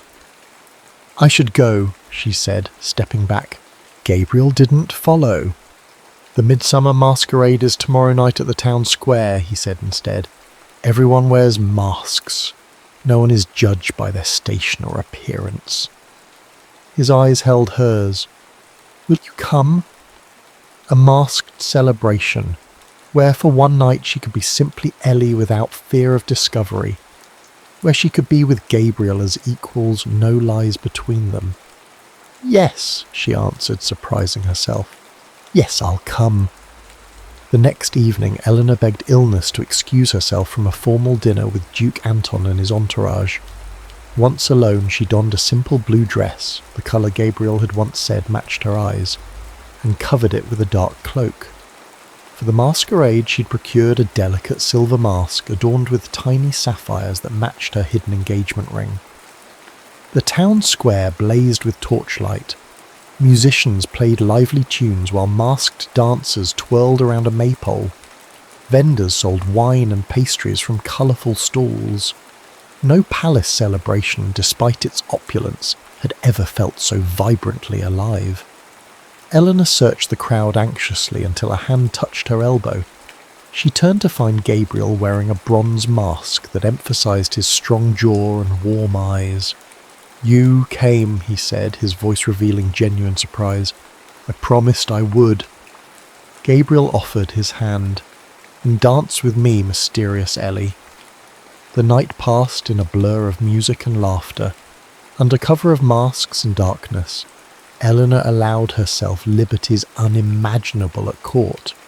She danced close enough to feel Gabriel's heartbeat, accepted sips of wine from his cup, let her fingers linger when they touched. As midnight approached, Gabriel led her away from the crowds to a small garden behind the musician's stage. Lanterns hung from tree branches, casting dappled light across stone benches. "I have something for you," he said, producing a small package wrapped in brown paper. Eleanor unwrapped it to find a book, not one of his bound volumes, but a handwritten manuscript.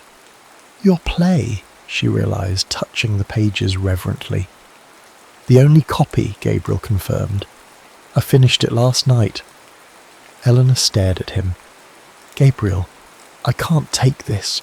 It's too valuable." "You inspired much of it." He sat beside her on a bench. "Your questions made me reconsider every character's motivations. The princess is no longer a villain. She's trapped in gilded chains of duty and expectation." Eleanor swallowed hard. "And does she break those chains?" "Read it and discover for yourself." Gabriel reached up and gently removed her mask. His fingers brushed her cheek. "Though I suspect you already know what it's like to be caught between worlds." The air between them changed, charged with unspoken confessions. Eleanor knew she should leave, return to the palace, to her fiancé, to her duty. Instead, she remained motionless as Gabriel leaned forward. "If only I were not who I am," she whispered. "If only the world were kinder," he replied. Their lips met in a kiss that contained both question and answer. Eleanor felt something unlock within her chest, a door flung open after years sealed shut. This then was what the poets wrote about. This was what her life had been missing. When they finally parted, Gabriel pressed his forehead to hers. "I'm in love with you," he admitted, "whoever you truly are." Eleanor closed her eyes, savouring words she'd never expected to hear. "And I with you." A sharp intake of breath behind them shattered the moment. Eleanor turned to see a palace guard watching from the garden entrance. His mask pulled aside to reveal a face she recognised, one of Duke Anton's personal sentries. "I must go," she said urgently, gathering her cloak. Gabriel caught her arm. "Ellie, wait!" But she was already fleeing through the garden's rear gate. His manuscript clutched to her chest, her silver mask left forgotten on the bench. What she didn't see was the guard approaching Gabriel, didn't hear the cold voice saying, "Mr. Laurent, I believe. The Duke of Marburg would appreciate a word with you." Eleanor hadn't slept. Dawn found her pacing her chambers, alternating between reliving Gabriel's kiss and panicking over the guard's presence. If he reported to Anton... A sharp knock interrupted her thoughts. "Enter," she called, composing her expression. Lady Hortense stepped inside, her face unusually grave. "Your Highness, His Majesty requests your immediate presence in the private council chamber." Eleanor's stomach twisted. Did he say why? "No, Princess, but Duke Anton is with him." The walk to the council chamber felt interminable. Eleanor's mind raced through possible explanations, potential defences, necessary lies. But nothing prepared her for the sight that greeted her when the doors swung open. Gabriel knelt on the stone floor, hands bound behind his back. A purpling bruise darkened his left cheekbone. 2 royal guards stood at attention behind him. Their eyes met across the chamber, hers wide with horror, his first shocked, then comprehending. "Princess Eleanor," he whispered, the title falling from his lips like a stone. King Aldrich III sat at the head of the council table, his expression thunderous. Duke Anton stood at his right hand, cold satisfaction evident in his posture.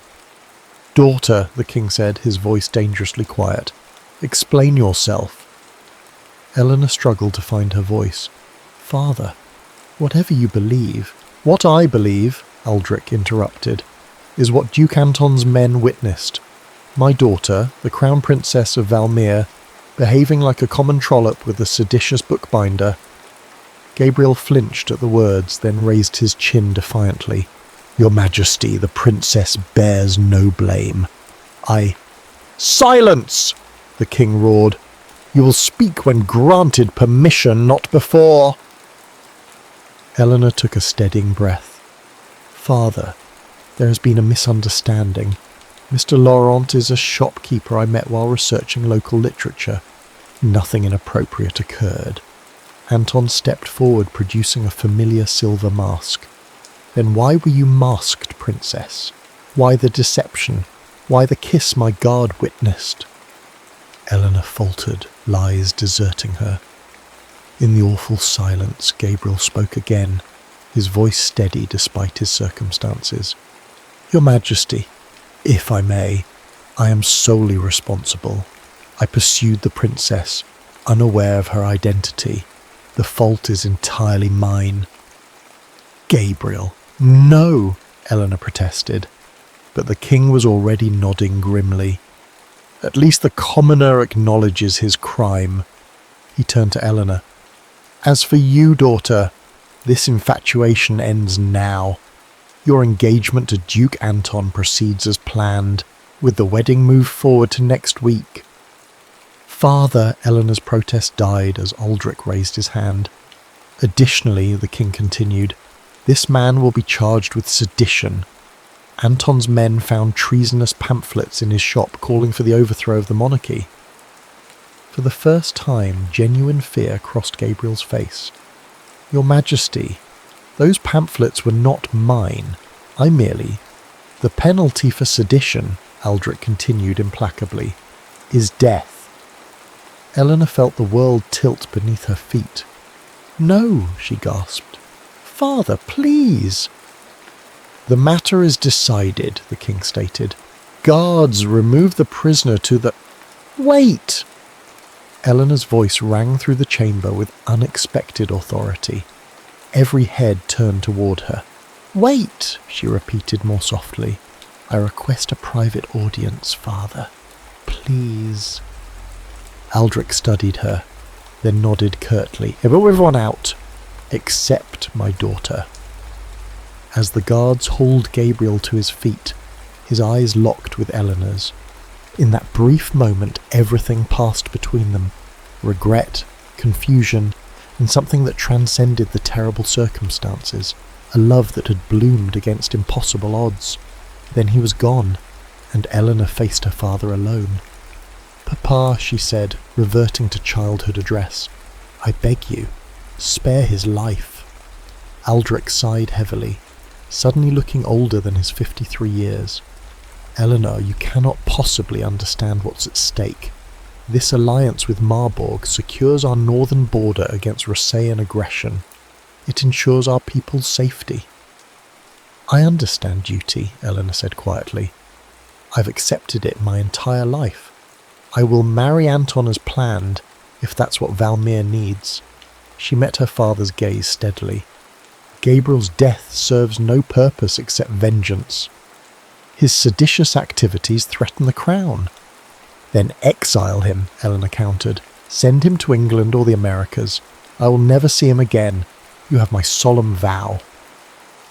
Aldrich studied his daughter, the golden-haired mirror of her long-dead mother, and his expression softened fractionally. "You truly care for this commoner?" Eleanor hesitated, then answered truthfully. "Yes, but I care more for Valmir. I will honour my commitment to our kingdom." A long silence followed. Finally, Aldrich nodded. "Very well. The bookbinder will be exiled to England, never to return on pain of death." His eyes hardened. "But hear me clearly, daughter. You will marry Anton in 1 week. You will perform your duties as his wife and future queen without complaint. You will never, never speak this man's name again." "I understand," Eleanor whispered. "Thank you, Father." 2 days later, Eleanor stood alone on the highest palace tower, watching a merchant ship cast off from the harbour. Somewhere below deck, Gabriel was beginning his journey to exile, believing she had abandoned him for wealth and position. She had been forbidden from seeing him, forbidden from explaining. From her private quarters, she had managed to send a servant girl with a single message: "I had no choice. Forgive me." Whether he received it, she would never know. As the ship disappeared over the horizon, Eleanor removed Gabriel's manuscript from her pocket. She had read it through tears the night before. The story of a princess who sacrificed everything for her kingdom, never knowing that her commoner love would have sacrificed everything for her. "Be well, Gabriel," she whispered to the vanishing sails. "Write your plays. Find happiness." She would never see him again. That was the price of his life and the price of her crown. Squaring her shoulders, Princess Eleanor of Valmere turned away from the sea and walked back into the palace to prepare for her wedding. 5 years later, Queen Eleanor of Valmere stood at the same tower window where she had watched Gabriel's ship disappear. Below, the streets of Lumine seethed with unrest. 5 years of poor harvests, coupled with Duke Anton's oppressive taxes, had pushed the people toward rebellion. Anton himself had succumbed to typhoid fever 6 months earlier, leaving Eleanor as sole regent until her infant son came of age. His death had released her from a loveless marriage, but bound her more tightly to the throne she'd never wanted. "Your Majesty," Lord Chancellor Beaumont said from behind her, "the English delegation has arrived. They await your pleasure in the blue salon." Eleanor nodded. "The playwright is with them?" "Yes, Your Majesty, though I must again question the wisdom of inviting a man known for Republican sympathies." "Gabriel Laurent's works are performed in every European capital," Eleanor replied, using the name she had been forbidden to speak for 5 years. "His voice carries weight with the people. If he endorses our reforms, it may prevent bloodshed." What she didn't say was how she'd follow Gabriel's rise to literary fame from afar. How she'd secretly ordered every play he published. How she'd implemented reforms inspired by ideas he'd shared during those few precious weeks when she was simply Ellie, not a princess bound by duty. "Very well, Your Majesty," Beaumont conceded, "though I advise caution. Mr. Laurent's latest work, The Crown's Shadow, is hardly flattering to monarchy." Eleanor smiled faintly. "I've read it, Chancellor. It's his finest work." The blue salon hummed with diplomatic conversation when Eleanor entered. All rose and bowed, including a figure at the far end whose face she couldn't immediately see. But she would know that posture anywhere. The slight tilt of the head, the squared shoulders. "Gentlemen," she greeted the delegation, her voice steady despite her thundering heart. "Valmere welcomes you." The English ambassador made formal introductions, saving Gabriel for last. When he finally stepped forward and bowed, Eleanor had to grip her throne to remain upright. 5 years had transformed the bookbinder into a literary lion. He was broader through the shoulders, his face more angular, his eyes bearing the depth that comes only from living fully. But the dimple in his left cheek remained when he offered a careful smile. "Your Majesty," he said, his voice achingly familiar. "England thanks you for your hospitality." If he felt anything upon seeing her again, his expression revealed nothing. Eleanor matched his composure, though it cost her dearly. "Mr. Laurent," she acknowledged with a regal nod, "your reputation precedes you. We look forward to discussions about how your unique perspective might benefit Valmere during these troubled times." The formal pleasantries continued, but Eleanor felt Gabriel's eyes on her throughout. Did he see the changes in her as clearly as she saw his? The subtle lines etched by years of compromise and silent grief, the watchfulness that came from surviving Anton's coldness. That evening a reception was held for the English delegation. Eleanor circulated among the guests, performing her royal duties flawlessly, while hyper-aware of Gabriel across the room, deep in conversation with a group of progressive nobles. As the gathering wound down, Eleanor retreated to a quiet alcove for a moment's respite. She was studying a tapestry when a voice behind her said quietly, "It seems we are destined to meet at masquerades, Princess.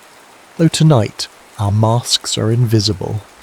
She turned to find Gabriel standing a respectful distance away, a glass of wine in his hand. No one else was within earshot. "Mr. Laurent," she acknowledged, "I wondered if you would seek a private word." "Did you?" His expression remained neutral. "I wondered if you would permit one."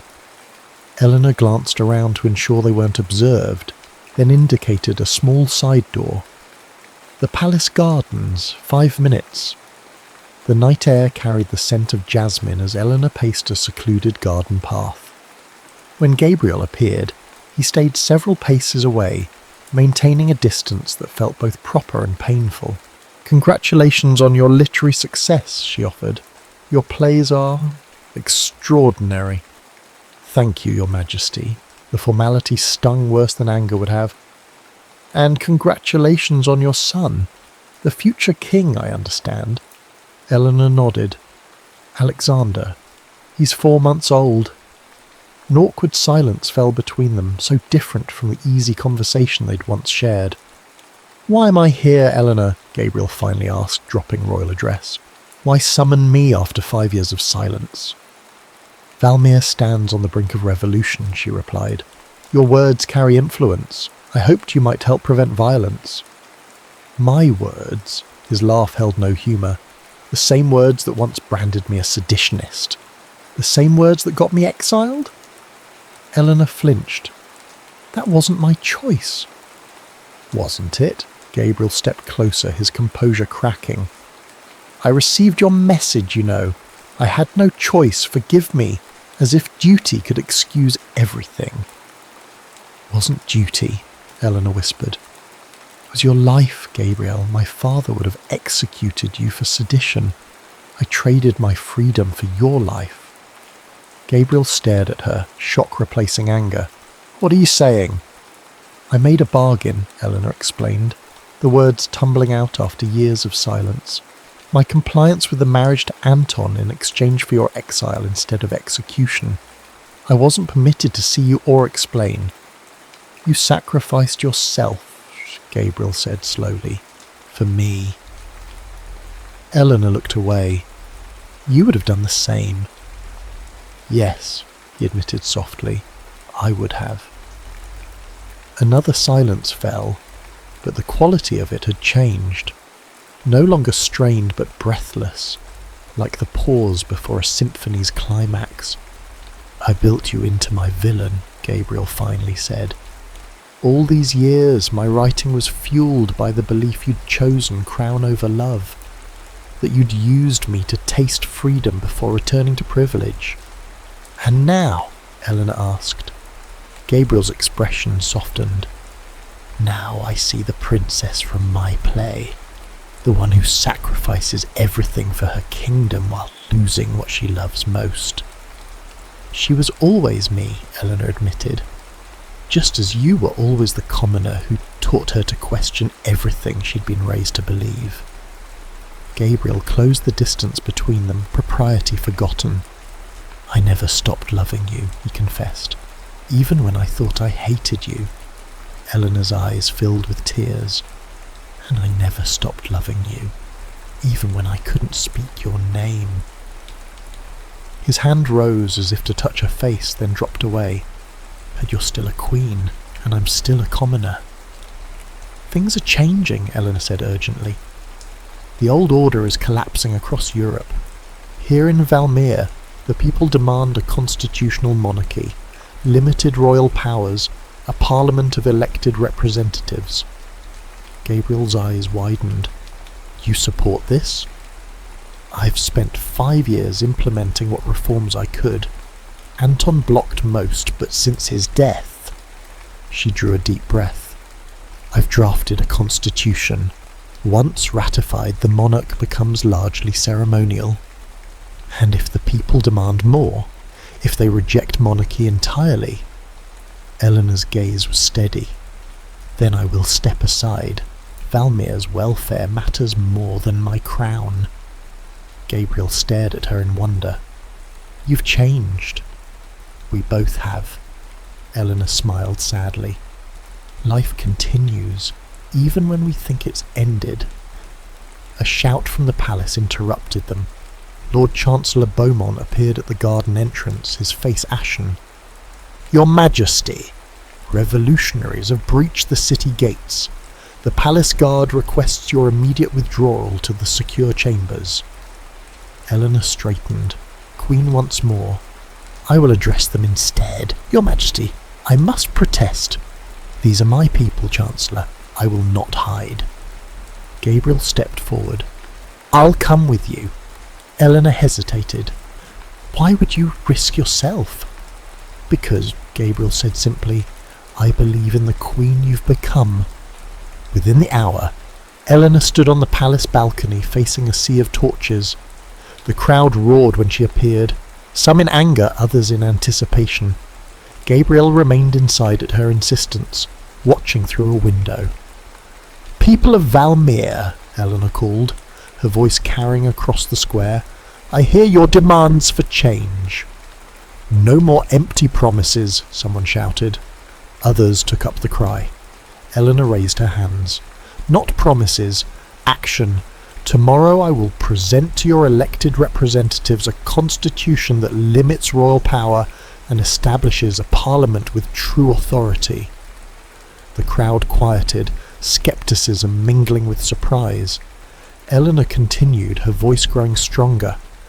"I was born to privilege I never earned. For too long Valmere has suffered under laws that protect the few while burdening the many. This ends now." She removed her crown and held it before her.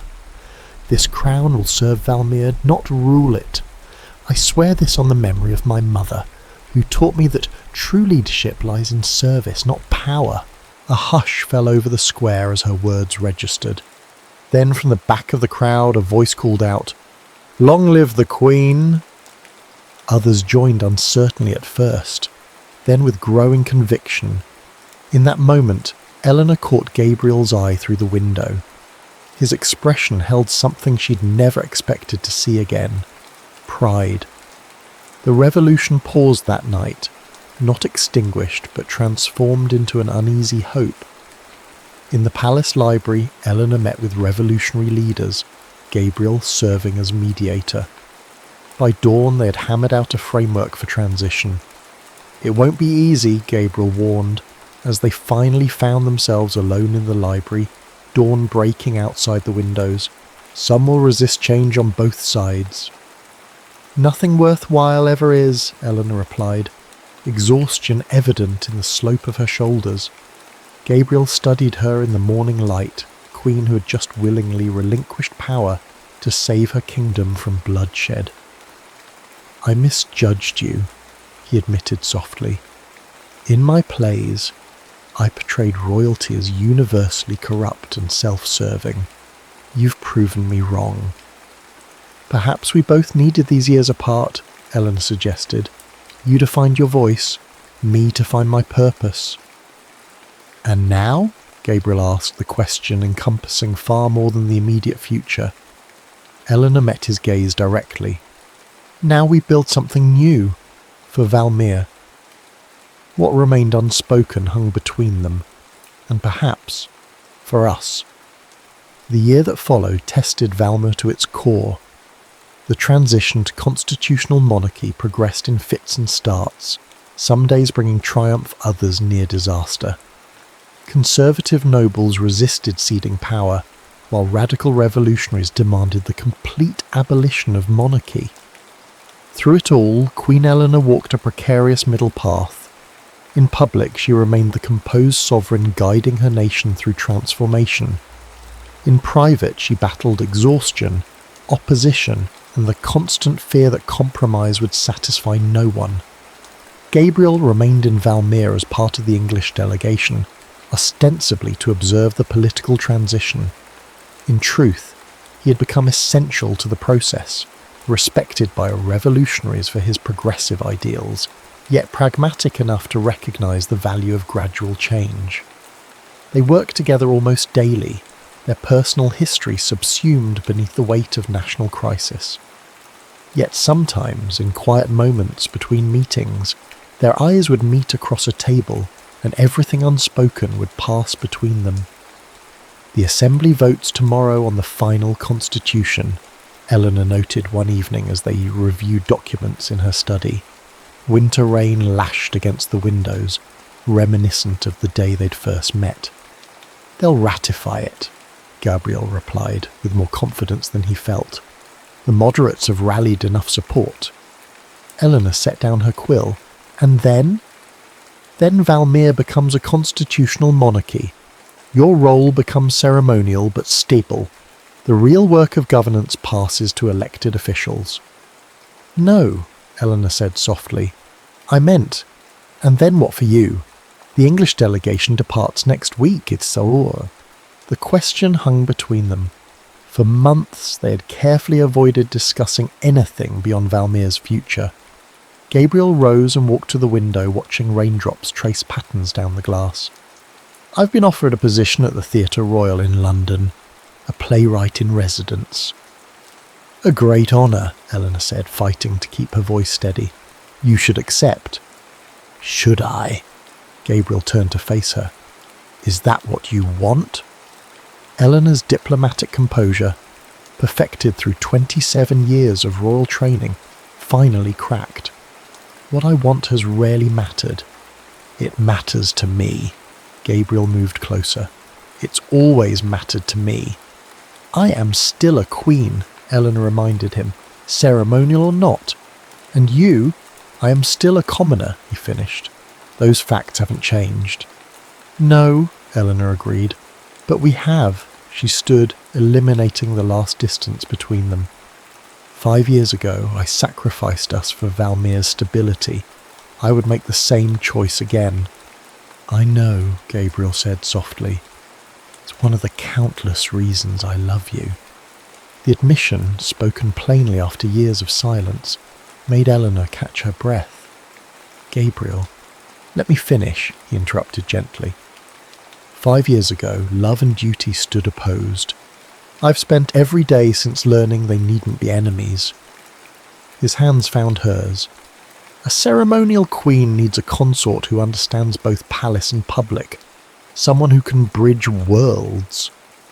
Eleanor's eyes widened. "Are you suggesting?"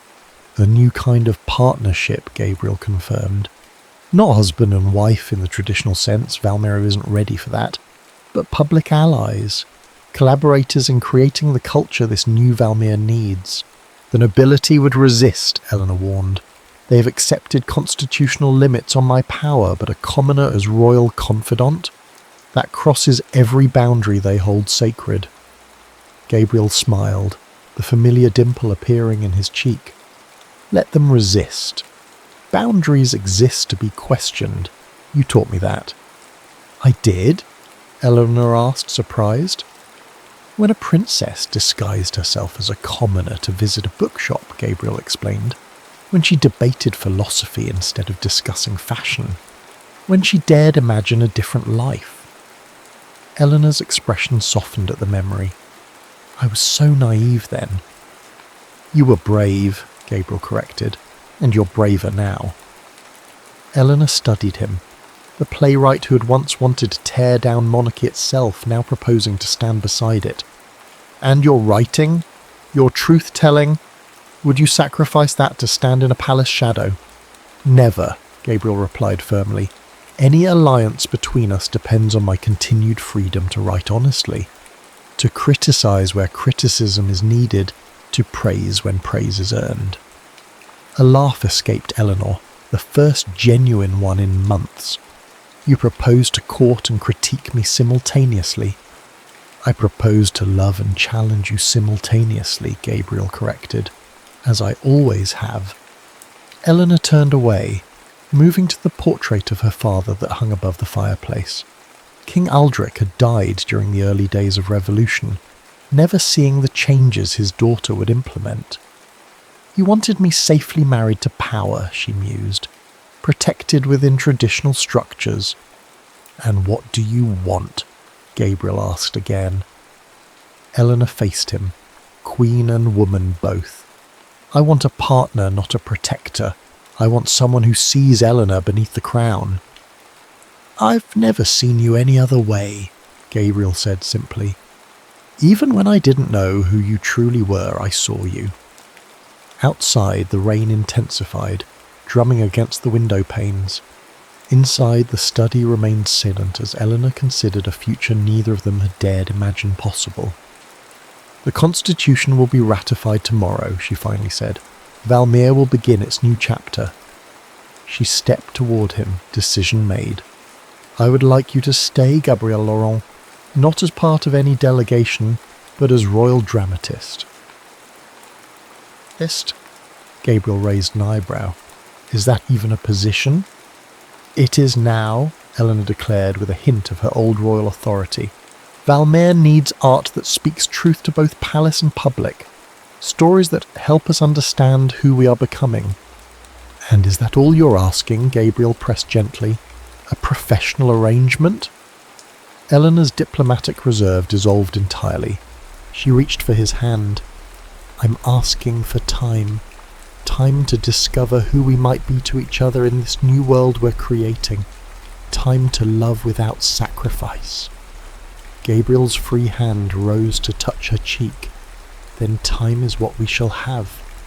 1 year to the day after Eleanor had stood on the palace balcony and offered a constitution instead of a crown, the Royal Theatre of Valmere opened its doors for the first time. The building stood as a bridge between palace and city, funded partly by the crown, partly by public subscription, owned equally by both. On opening night, nobility and commoners filled separate sections, the divide between them visible in dress and demeanour. On stage, however, that divide vanished as Gabriel's new play unfolded, the story of a kingdom transformed not by bloodshed, but by the courage to question tradition. Eleanor watched from the royal box, no longer wearing a crown, but a simple circlet that symbolised her ceremonial role. In the playwright's box opposite sat Gabriel, their eyes meeting occasionally across the theatre in a private communication no one else could interpret.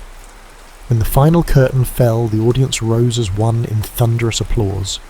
For a moment, brief but significant, class distinctions disappeared in shared appreciation. "Your Majesty," the Lord Chancellor murmured, as the crowd began to disperse. "The reception awaits." Eleanor nodded, rising to make her way to the theatre foyer, where custom dictated she would receive formal greetings from aristocratic patrons. Gabriel would be there too, accepting congratulations for his work. They would maintain proper distance, their public interactions restricted to respectful conversation about art and national culture. But later, when formal obligations ended, they would meet in the palace gardens where jasmine scented the night air. There, beyond public scrutiny, a queen and a playwright would continue writing their own story, one that had begun in a bookshop during a rainstorm and continued despite every boundary society had placed between them. Their love had survived separation, misunderstanding and revolution. Now, in a Valmere slowly healing its divisions, that love would help build something entirely new, a future where duty and desire no longer stood opposed. As Eleanor took her place in the reception line, she caught Gabriel's eye across the crowded foyer. His expression mirrored what she felt,